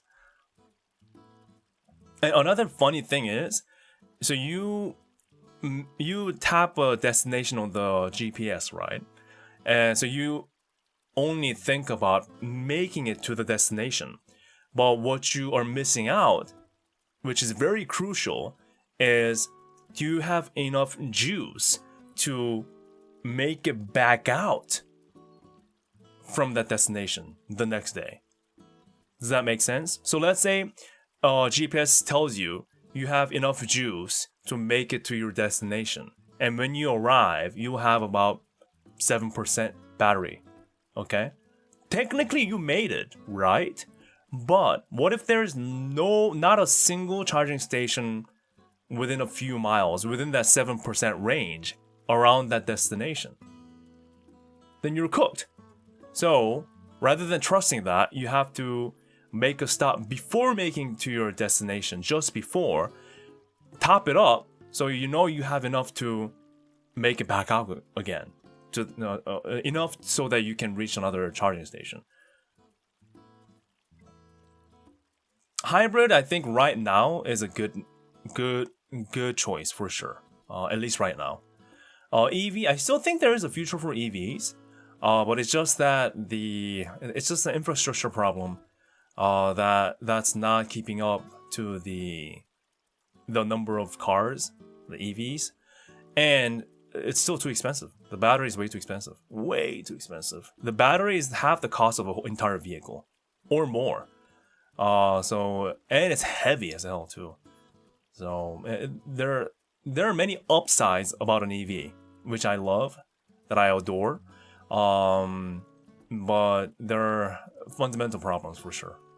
Anyway, that's you're free to rent the car you want. But it's gonna be expensive. All the transportation costs, Uber is gonna be expensive, rental car is gonna be expensive, gas is gonna be expensive, flight's gonna be expensive. I think from Korea to LA right now is like $2,000, if I'm not mistaken. It usually starts at like $800 to like $1,000, but it's like double to over double the amount right now. So it's tough times, man. Tough times. It's at least like 1,600.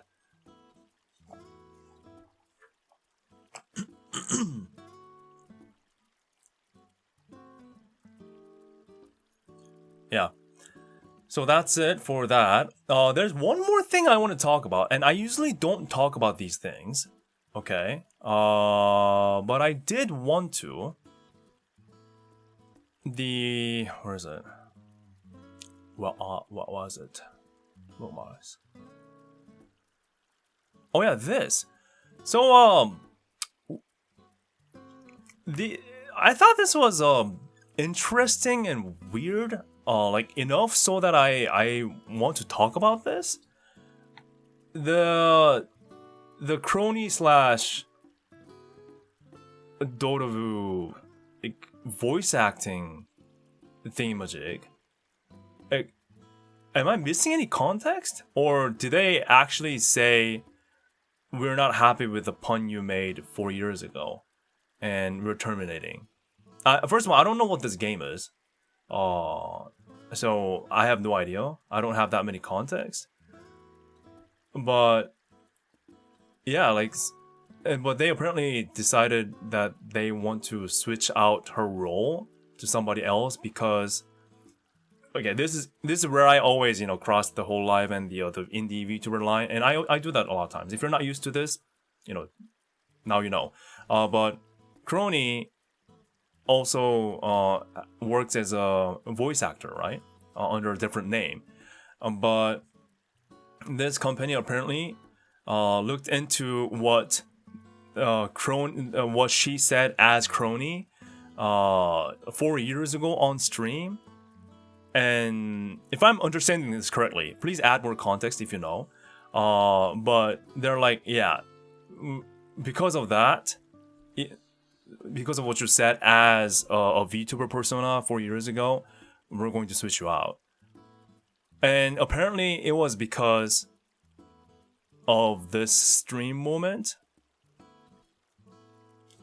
Let me also listen to this too. So this was like from a stream 4 years ago, and she was making a pun.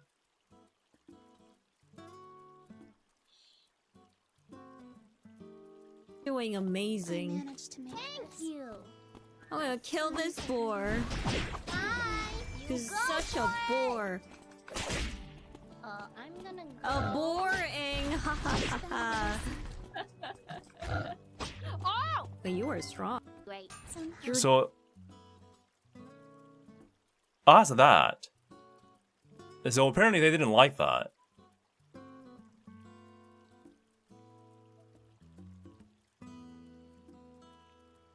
Am I missing something here?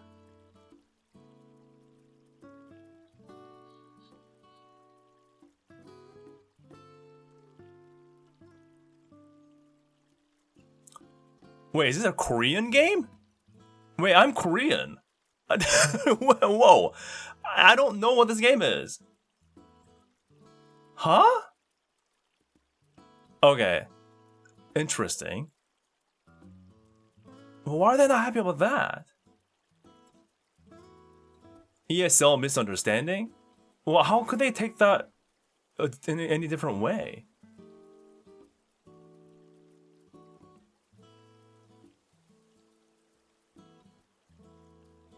Oh, it's a Korean game. I didn't know that. I actually didn't know that. Crony response to all of this was based on. Oh, did she respond to this? I didn't know that either. I gotta look into that. They thought she was calling the game boring. Is that Eternal Returns? Oh, that is Eternal Return. Yeah, for sure. They thought she called the game boring? Huh?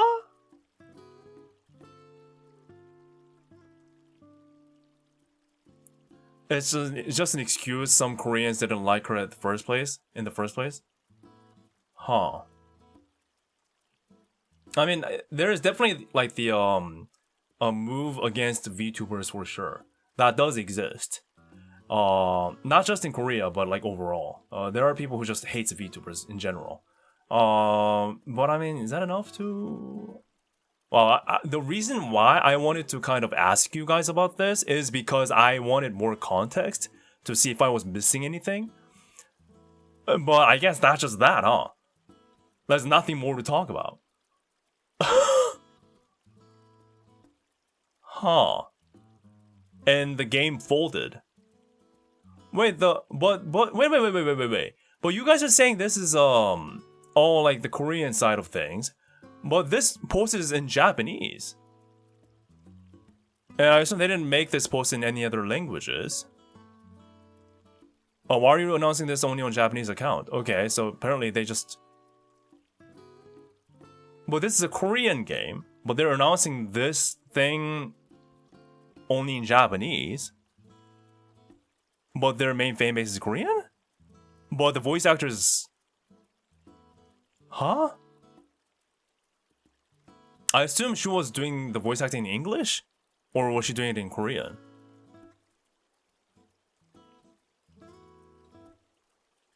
Oh, is there any like Korean info you could find, Wiki? Oh, well, I mean, now learning a little bit more about the general vibe of this incident, I actually don't want to dig through Korean community or Korean internet to find out the context.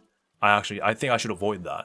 Because at first, the reason why I wanted to look into this is because I'm like, there's gotta be a big context I'm missing here. But it turns out it's just, if everything's all true, it turns out it's just based on the fact that they don't like her. So yeah, if that's the motivation, I'd rather not dig through, honestly. Wait, what? I thought it was a Korean game, no?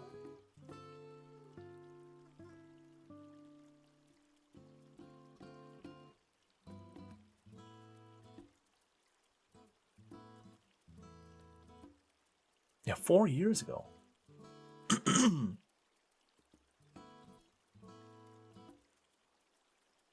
Yeah, but I do want to see Crony. What did she say? Oral Crony. How could you hate her? Look at her. She's perfect. And of course, her voice is perfect, honestly. So I like this, but this is Silk Song, right? Oh, is it that? Oh my god. Oh. Crony. Oh, this, I liked it actually. This is what she was. Oh, that's where this was coming from. I thought she was just making a joke. Oh, now I get the context of this. I'm like, oh, funny joke, and I just liked it.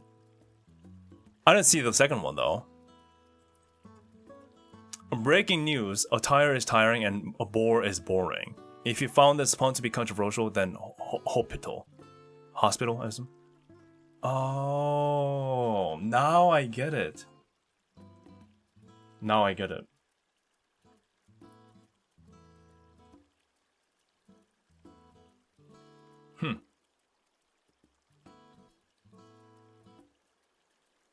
That's stupid. I mean, the fact that the game company like folded that hard. But okay, you know what? Here's where I have my 2 cents as a Korean, okay? There is a few speck of dust amount in me that kinda agrees in terms of why the game company overreacted. Hear me out, hear me out, hear me out. I still think it's stupid, but hear me out. As a Korean. Hear me out. So some of you guys know that I used to be an avid player for DJ Max, a rhythm game, and from Korea, okay? And they also try to do like a VTuber collab here and there. Now there's a crazy context behind that I'm not going to get into, but just know that there is an active like community movement against everything VTuber, and they do not want anything VTuber touching their game. DJ Max situation was a little bit more complex, but it still added the fuel to that movement, whether you like it or not. So when that happened, DJ Max, they also folded, and they said they promised they're going to not do anything VTuber related in the future ever.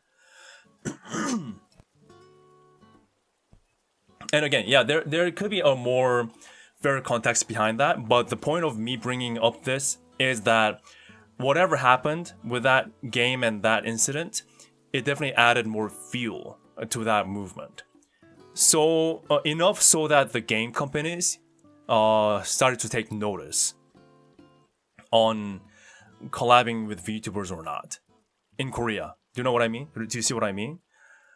So in that sense, perhaps, again, this is a big assumption, but if they had to make a decision, perhaps this game also kind of looked into these like movements and perhaps like incidents in the past, where like, you know what, it's not even worth risking or bothering with that part of the entertainment as in general, like the VTuber stuff. So we'll just play it safe and just get rid of it clean. Maybe that's where they're coming from. But in terms of so-called overreacting, I can kinda see where they could have got that overreaction from as a Korean. So yeah, from a PR, you're right. From a PR perspective, from a marketing perspective, maybe they're like, just, you know what, maybe it's not that we agree or, oh, I don't know. Actually, I don't know what they said in the statement.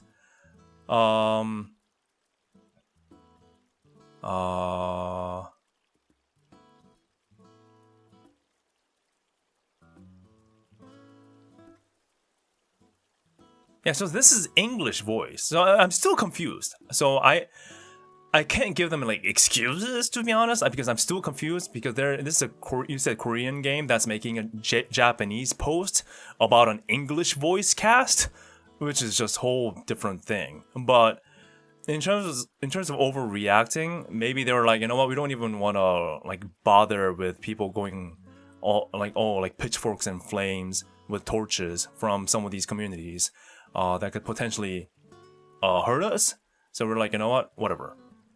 So like that I can kind of see happening. Yeah.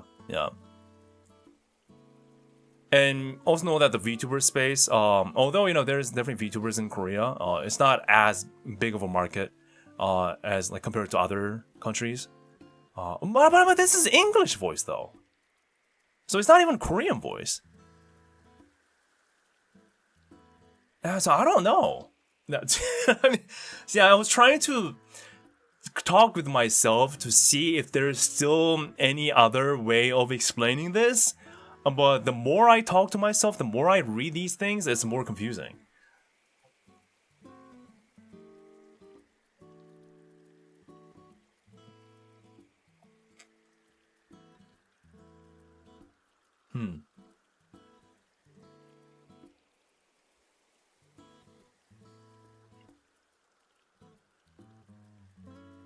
Okay, you know what? This is all I'm gonna look into.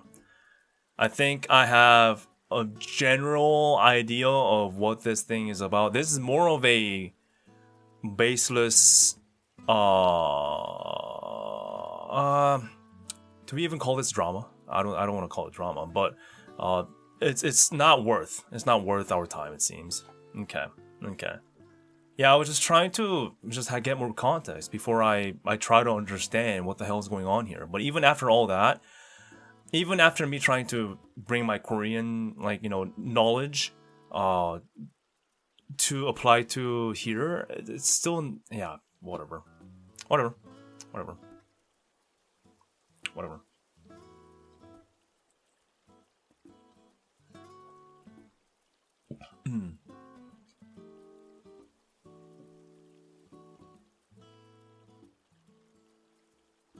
Anyway. But I do love her little jab, though. I do love her little jab. Crony's little jab. That I do kind of like. Oh,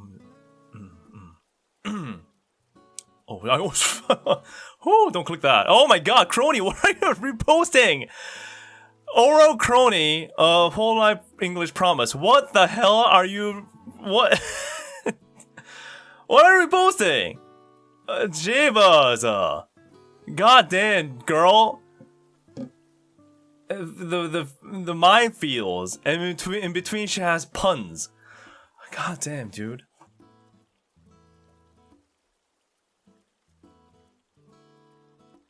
Why did I take a second glance?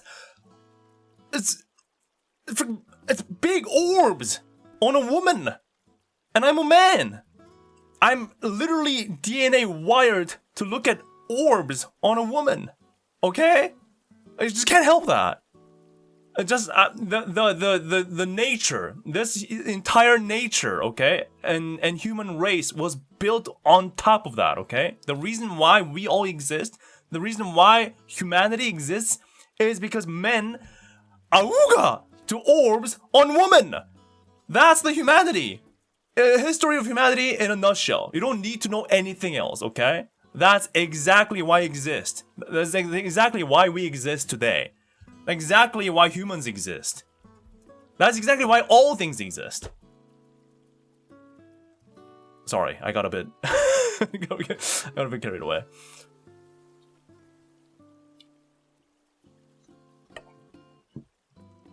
Let's just check the pic. Let's just check the hidden pic. Maybe it's not that bad.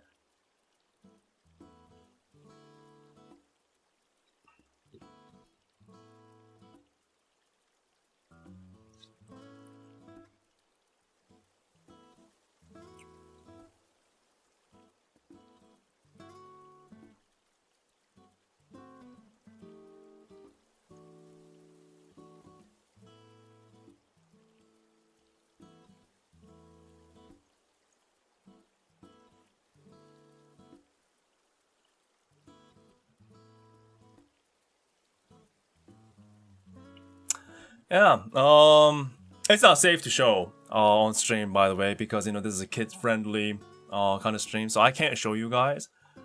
So yeah, I had to take it for the sake of your sanity. Obviously, I sacrificed myself. Yeah. Unfortunate that I can't show you. We're done here.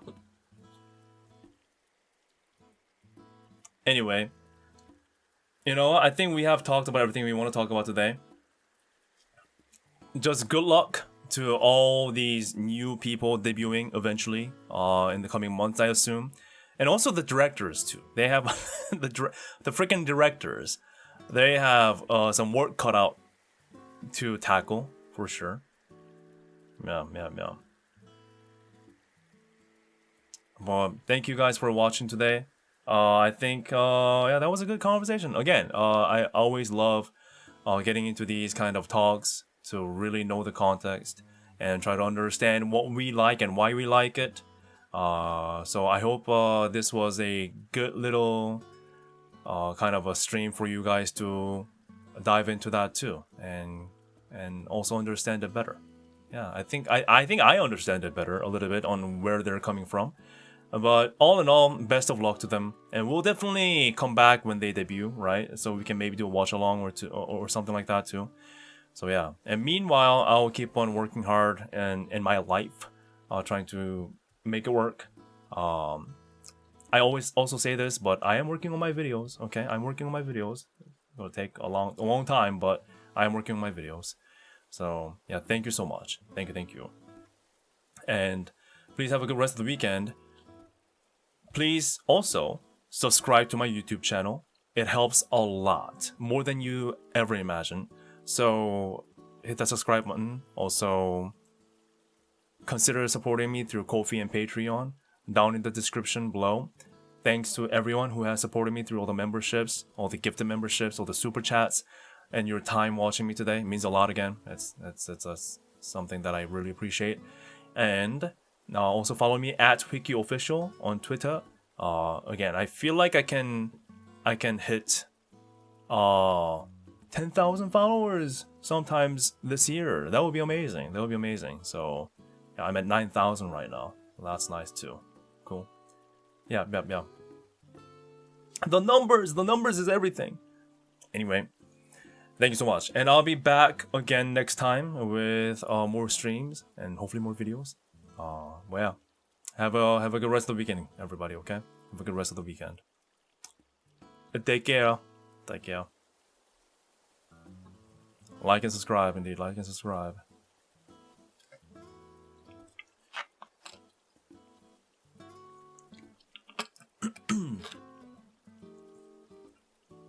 Yeah, thank you. Ba-bam-bam-bam-bam.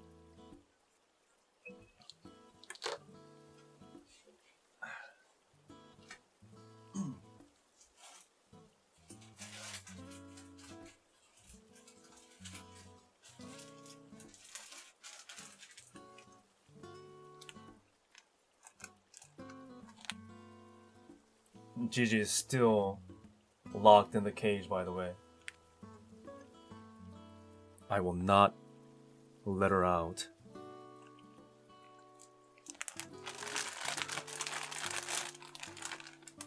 Also the Grim as well.